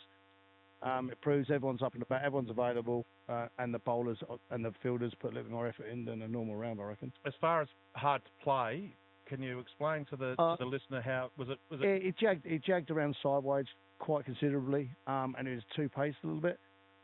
It wasn't a bad wicket. It's hard. You'd never in. You've played a lot of cricket. For those people that are listening at home and watching at home, was it because of the length of the grass, or was it a little bit green, or can you explain it? I don't. Just the nature of the wicket. We've played it enough years now, and it does that. But if you bowl well on it, you get rewarded. If you bowl badly, you get dealt with. So partnership between Ifold and Amato was very important for your game as well. Yeah. The whole game was a good professional job, I reckon.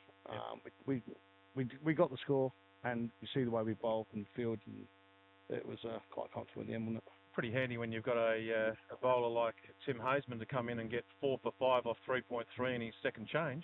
He run in a little bit today. I was a little bit disappointed in his delivery that nipped back about a foot and got bowled. So I think he had a little bit in him today. But as I can see, both sides are bad on it, on the wicket, then you can judge it. And it wasn't a bad wicket by any stretch. It's just, if you put it in the right areas, it was difficult. And obviously losing wickets early on, they're out of the game from it's over, one. I don't want to put the mockers on everyone, but I think Telf was mentioning the scores throughout the day. Is there a particular team you'd rather play out of Hills or Grange? Because it looks like Hills are on top at the moment in the other semi-final. Is there a preference? I mean, you can't say publicly there's a preference, but Hills, it's all over, is it? So Hills have won the other semi. So who do you need to worry about when you come up against the Hills?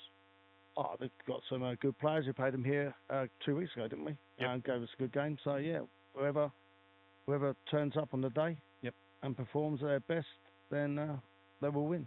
But semis, for me, is the hardest ones to to win. Yep. I know Easies have lost a couple of semis, and Grange have probably lost a few semis as well now. So you ask them in their change room, what's the hardest game to win? It's Yep. a semi-final.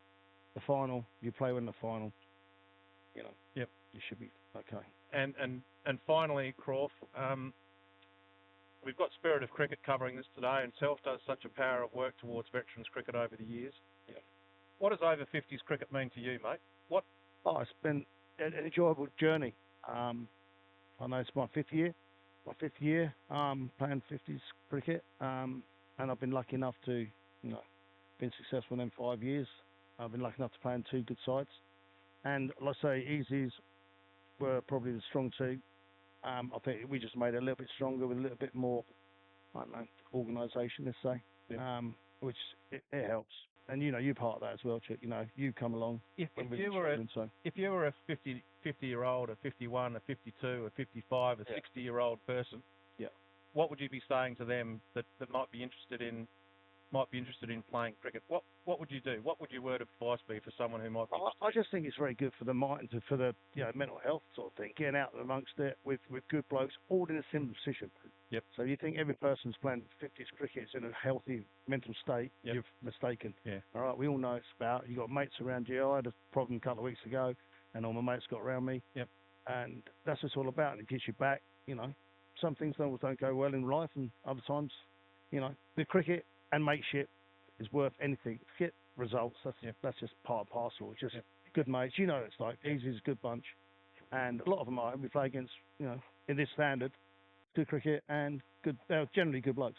Well, you're a great bloke, Graham Crawford. I've known you for a while now, and you're a magnificent fella. Apart from your English, and you give everyone a hard time when England beat Australia or Australia gets beaten. But I love you dearly, mate. You're a fantastic bloke. You do a great job for over 50s and veterans cricket. All the very best for next week, mate, Thank for you. the grand final. And once again, thanks very much for joining us, mate. Thanks very much.